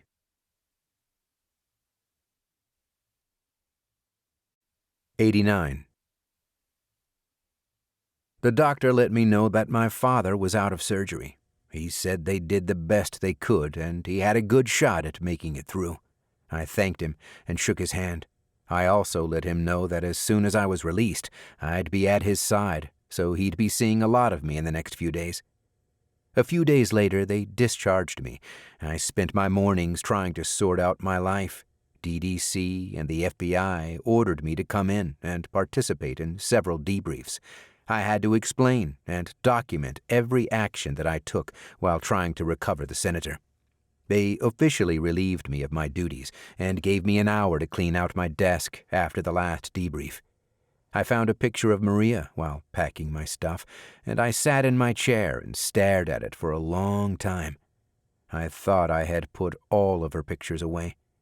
After she died, they were a constant reminder of what I'd lost. I had forgotten about this one and remembered stuffing it in a drawer when I returned to work. I sat in that chair for a long time, years of training and service to my country, and this was how I was being treated. I thought about my mother and how I had missed her funeral while stationed overseas. I lost her, I lost Maria, and now I was losing my job while not knowing if I'd lose my dad, too. Chris Reed stopped by, and the conversation helped me get my thoughts straight. He told me he was sure they were going to let him go, too, as soon as they found a permanent special agent in charge to take over. Turning a blind eye to what I was doing didn't go over too well with Shapiro and ended up being his downfall. He was sure that Shapiro would bring in new leadership to DDC, starting at the top of the house. We shook hands, and I thanked him for his support. I promised that if I landed somewhere, I'd give him a call, and he said he'd do the same. On my way out, I ran into Morgan Lennox. I learned that Landry and Shapiro had worked it out so that Morgan could keep his job if he agreed to spend the next several weeks at the FBI Chicago field office reviewing their security. "Better to dance with the devil you know than the one you don't know," I said, and Morgan laughed. He said Landry wanted him to work for him, but Shapiro wouldn't let that happen. I spent every night at my dad's side. Jamie visited often. She'd been allowed to keep her job along with Morgan. Shapiro didn't seem to have a problem with her. It was me he was after. I was his scapegoat. She brought us dinner and we ate together, trying to make sense of everything that had happened. She asked if I was okay with her keeping her job at DDC, and I assured her that it was fine. She felt guilty, which I understood, but I told her that I was the one that broke protocol. She didn't know that. In the debriefs and in my written statements, I had explained that every decision was mine, and, as the special agent in charge, I had ordered Jamie to help me get Jim Keller back. That absolved her of any wrongdoing. The truth was, Jamie had helped on her own accord, because she believed in me and what I was doing, and because maybe there was something more developing between us. I felt it. I thought she felt it too. We spent the next few days together at my father's side. Every night at 7 o'clock, Jamie would walk in with dinner, and we'd catch up and spend time with him. My dad asked who she was when he started to become more lucid. I introduced him to Jamie, and my dad joked that I should be taking her out on a date and eating in a restaurant, not having dinner while stuck in a hospital room with an old man like himself. Friends of his also stopped by to check on him and offer their support. I'd introduce late-night visitors to Jamie, and my dad's friends would tell her that they were so glad to see me moving on. I didn't correct them. Neither did Jamie. The doctors started visiting more often, too. They started to worry about his circulation, even though he seemed to be making a full recovery. He brushed the doctors off. We all did.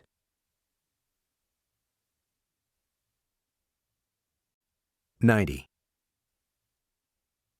A week later, Jamie and I got our date. I put on my suit jacket as soon as I parked my truck and straightened my tie using the reflection in the window, just as Jamie parked in the spot next to me. She wore a beautiful black dress with matching black shoes. I jogged over to help her out of the car. We navigated many puddles in the parking lot from an early morning shower. "I can't believe how far back we had to park," Jamie said, as we finally got to the entrance to the church. 2 Secret Service agents stood by the door, and I saw another around back, walking the perimeter of the building. I knew Keller was here. I hadn't seen the inside of a church since I was a kid, growing up in Oklahoma. I didn't remember ever seeing this many people inside of one either. Once inside, Jamie and I weaved our way through the many people standing in the back and down the aisles, talking with others who were seated. Many shook my hand. Others nodded in my direction. I saw another Secret Service agent inside, leaning against the wall. We made our way to the front where Senator Keller and his wife, Margaret, were saving 2 seats for us. Jamie insisted on letting me in first. I introduced her to the senator and his wife, who were happy to see us. "How are you holding up?" the senator asked as he shook my hand. "I'm doing okay." "You've got to stop lying to me," he said as he pointed at me and smiled. "I've lost everything.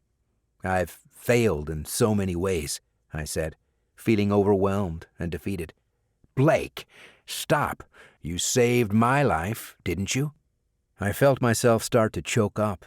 My dad was all I had left. If only I'd been more careful, I might have been able to save his life too. I could have taken the gun from Maribel. I should have done more, I thought. "Blake," the senator said, and I became present again. "Take a look around. Look at all of the lives your father impacted. Have you ever seen a church filled with so many people? There aren't even enough seats for all of them," he said. And we shared a laugh as I turned and looked around the room, listening to the people talking with each other, saying how they knew my dad and sharing stories about his life with each other. "Ben was a good man. You're a good man too, Blake," Keller said. "I want you to remember something. Don't strive for success. Strive for significance," I said, interrupting the senator and finishing his sentence. "That's right," he said, as I realized that my father had spoken those same words to me so many times before, and I had never really given them much thought. I could feel his presence from the many people who had shown up to honor him. I looked at the American flag draped across my father's casket and noticed 3 members of the honor guard standing at attention off to the side. 2 of them prepared to fold the flag after the service and present it to me while the 3rd would play taps. As the pastor walked in, he asked those of us who were seated to stand so he could offer a prayer. We all stood, closed our eyes, and bowed our heads. I felt Keller put his arm around me and rested on my shoulder. Jamie stood to my left and grabbed my hand. Our fingers interlocked, and she squeezed it tightly. "Everything will be okay, Blake. You'll see," the senator said, as he placed a hand on my shoulder. I never heard the words the pastor spoke. I was lost in thought, thinking about my father's words. I was ready for a new start, a new challenge. I was ready to live a life where I would strive for significance.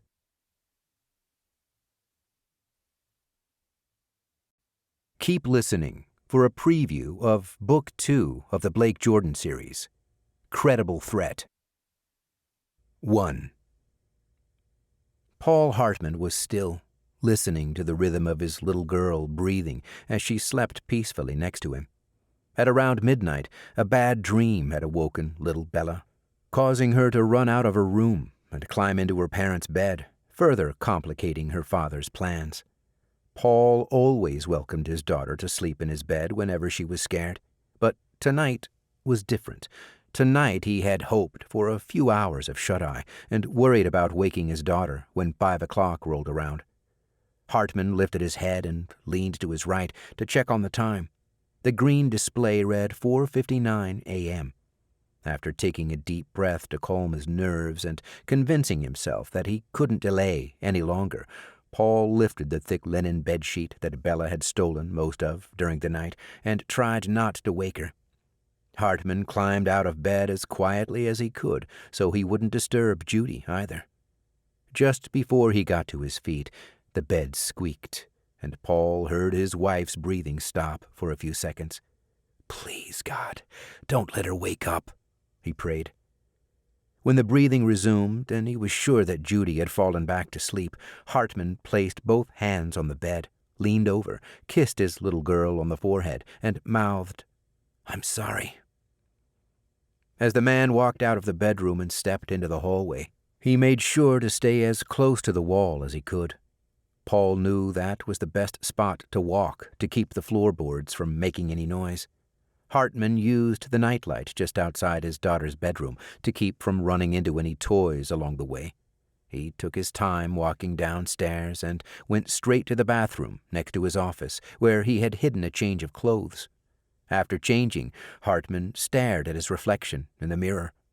After combing his dark, thinning hair, Paul set the comb down on the sink and unbuttoned a shirt pocket, pulling out the handwritten note he had penned the night before, and thought about where he could put it for Judy to find when Bella's stirring would finally wake her up and she'd come downstairs looking for him.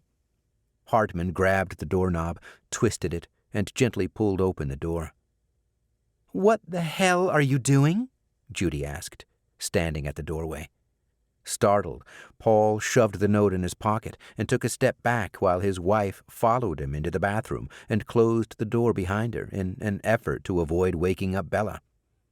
"Are you seeing that woman again? Is that where you're sneaking off to? Why are you trying to break this family apart, Paul?"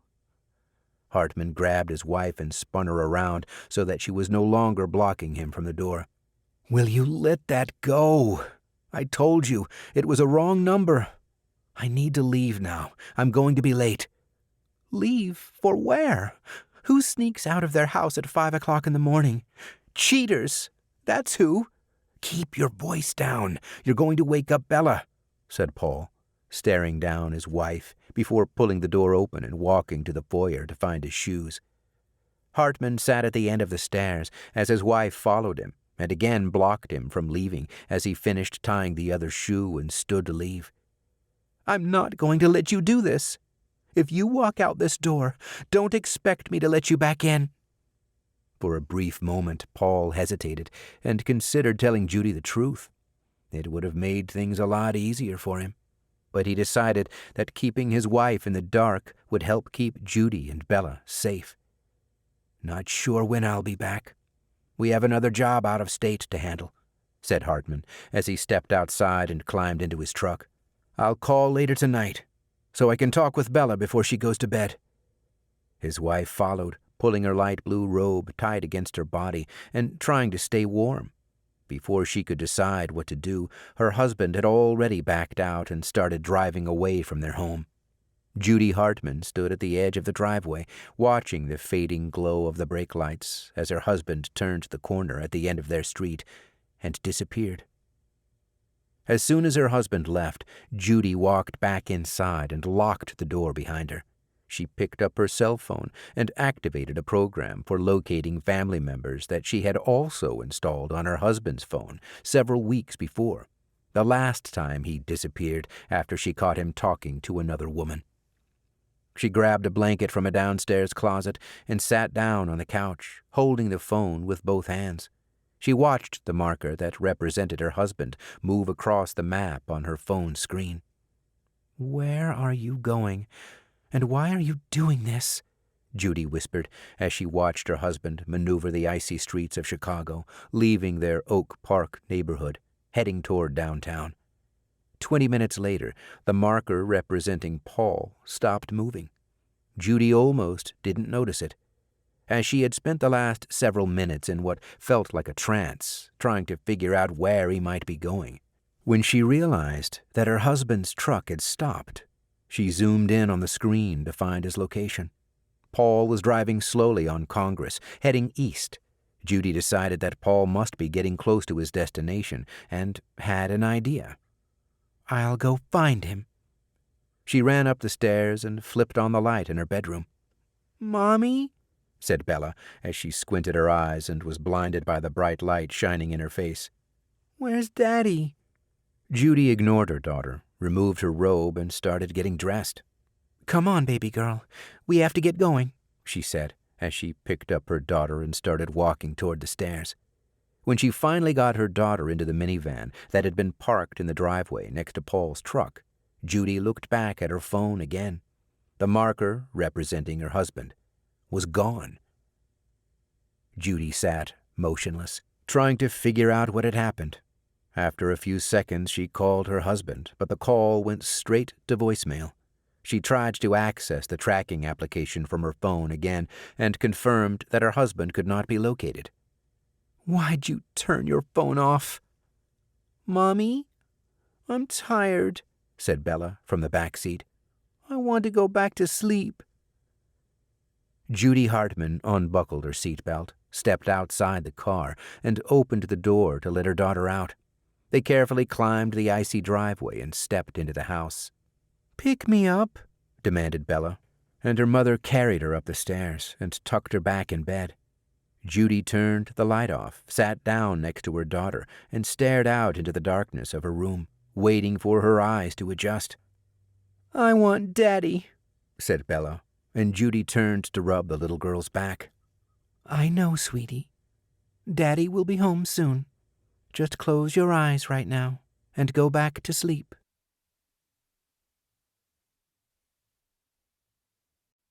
This has been a production of The Senator, Blake Jordan, Book 1. Written by Ken Fite. Read for you by John Pirhalla. Copyright 2016 by Ken Fite. Production copyright by Ken Fite.